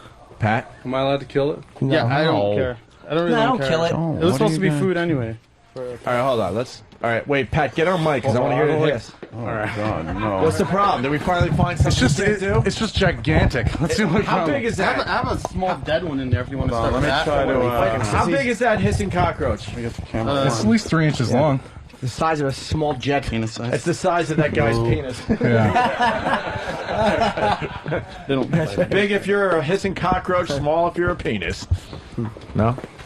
His name is Gunter, by the way. I thought that was kind of intelligent. Don't make him hiss. Just put him on and hit him. I can't look. This is disgusting. You don't have to Well, eat don't it. piss Don't him eat off him. before I put him in my mouth. Pat, do you think you can put that in your mouth, let it crawl around a little bit? I would fucking lose my mind. Don't swallow it though. All right, there you go. Bugs scare the shit out of me. Oh, really? You're handling it well, Pat. I know, right? All right, here goes Pat. He's going to put the hissing cockroach on his tongue. It's in his... No, You're dropping it. Oh shit! You're spilling it. You're dropping it. The thing is so big, it moves around slow. Yeah, it literally kinda, fights to get out of my mouth. It kind of lumbers around. Oh god, it's not. It doesn't want to go in my mouth. Well, of course not. He probably saw the video of you. Shit. Yeah, it's seen its brethren. All right, it's in his mouth.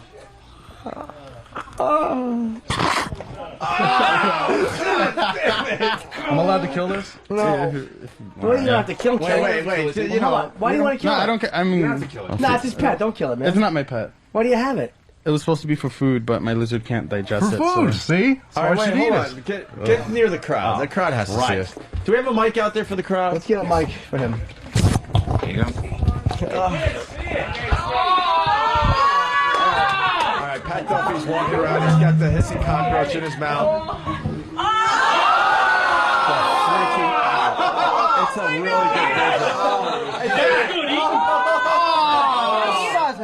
Pat, come here. I want to take a picture of that. The hissing cockroach doesn't like it. Hold on. Too good. Hold on. Can we see the thing?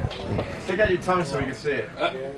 All right, wait, do it Crawl like out that. of his mouth. He's crawling on his face. Hey, Pat, would you let that thing crawl around your asshole? Sure. Let it crawl out of your mouth. Put it in his mouth. That's worse. All right, Pat's. It's really tough to get it back in his mouth.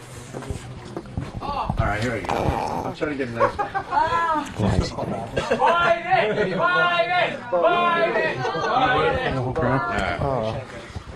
All right, what are we doing now, Pat? All right, he's going back out to the crowd. That's crazy. Dave, If I was my agent, what happened? Yeah, the thing jumped out of his mouth. Big yummies. It's very.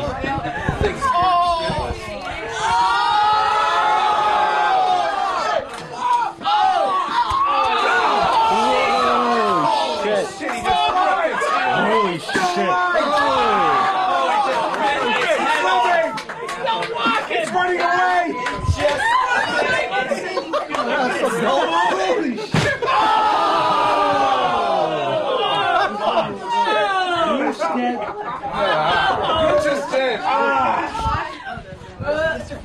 Holy shit. What are you doing? It ran all the way over there? There's a piece of it over here. Oh. What does it taste like?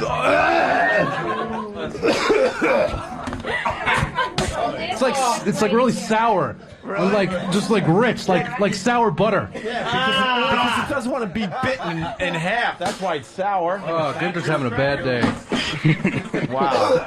You all right, Pat? Oh, I'm good to go. All right, Pat Duffy, everyone.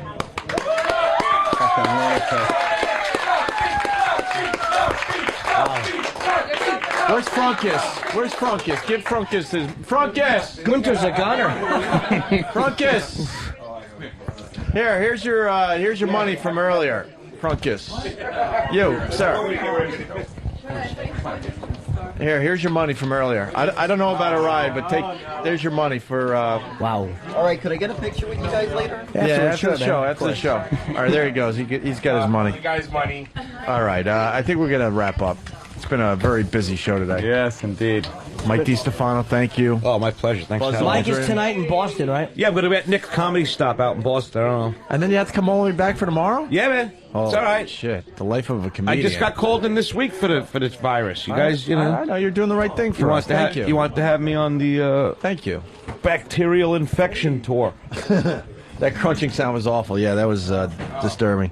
Want to thank Black Sabbath. Oh, yeah. You look great. For coming in. Dudes, man. They're just Yeah. fucking cool. Made Jimmy's day, right, yeah, Jimmy? Yeah, of course did. And then you got Will Farrell, he called in, and you had, who else? Penn Jillette from Penn Bullshit Jillette on and Showtime. Buzz Aldrin. So, line of the day, sponsored by Carbonite.com. Carbonite backs up your computer hard drive, so you never have to worry about losing any of your files. Check it out at Carbonite.com. Promo code XM. Here is a runner-up line of the day. It's got a photo of a herpetic sore. Don't leave home without it. You just swipe it through there. See if she's okay. Very, very good. Right to the next runner-up line of the day. You can describe what's going on there, sir. Go ahead. Well, I'm seeing two lesbians licking the dildo. Yeah. The dildo. Patty chant. He could fuck Patty and she'd still be a virgin. Hey. Good. Right to the next one. The last runner-up line of the day. No? Yes? Maybe so? Yes. Just kind of tug. That's all you got to do. It's easy. There you go. Just like that. Yeah, Now keep just doing, do that keep like going, a monkey. Keep going. Keep going. No, don't stop. No, don't stop. You can't I got stop. it. No, you didn't. That's clear stuff. That's I got not. it. That's That pre-com. isn't. Oh, you're in for a big surprise. Very good. You guys have fun today? Yeah! We'll see you animals tomorrow at the PNC Bank Arts Center. Here is your line of the day. Here comes the line of the day. Line of the day.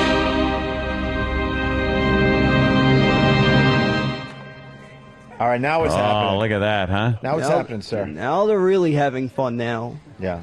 That's One good girl's stuff. fucking the other girl. You Oh, let yeah, us- he likes that. You let us know when you want us to do the official measurement.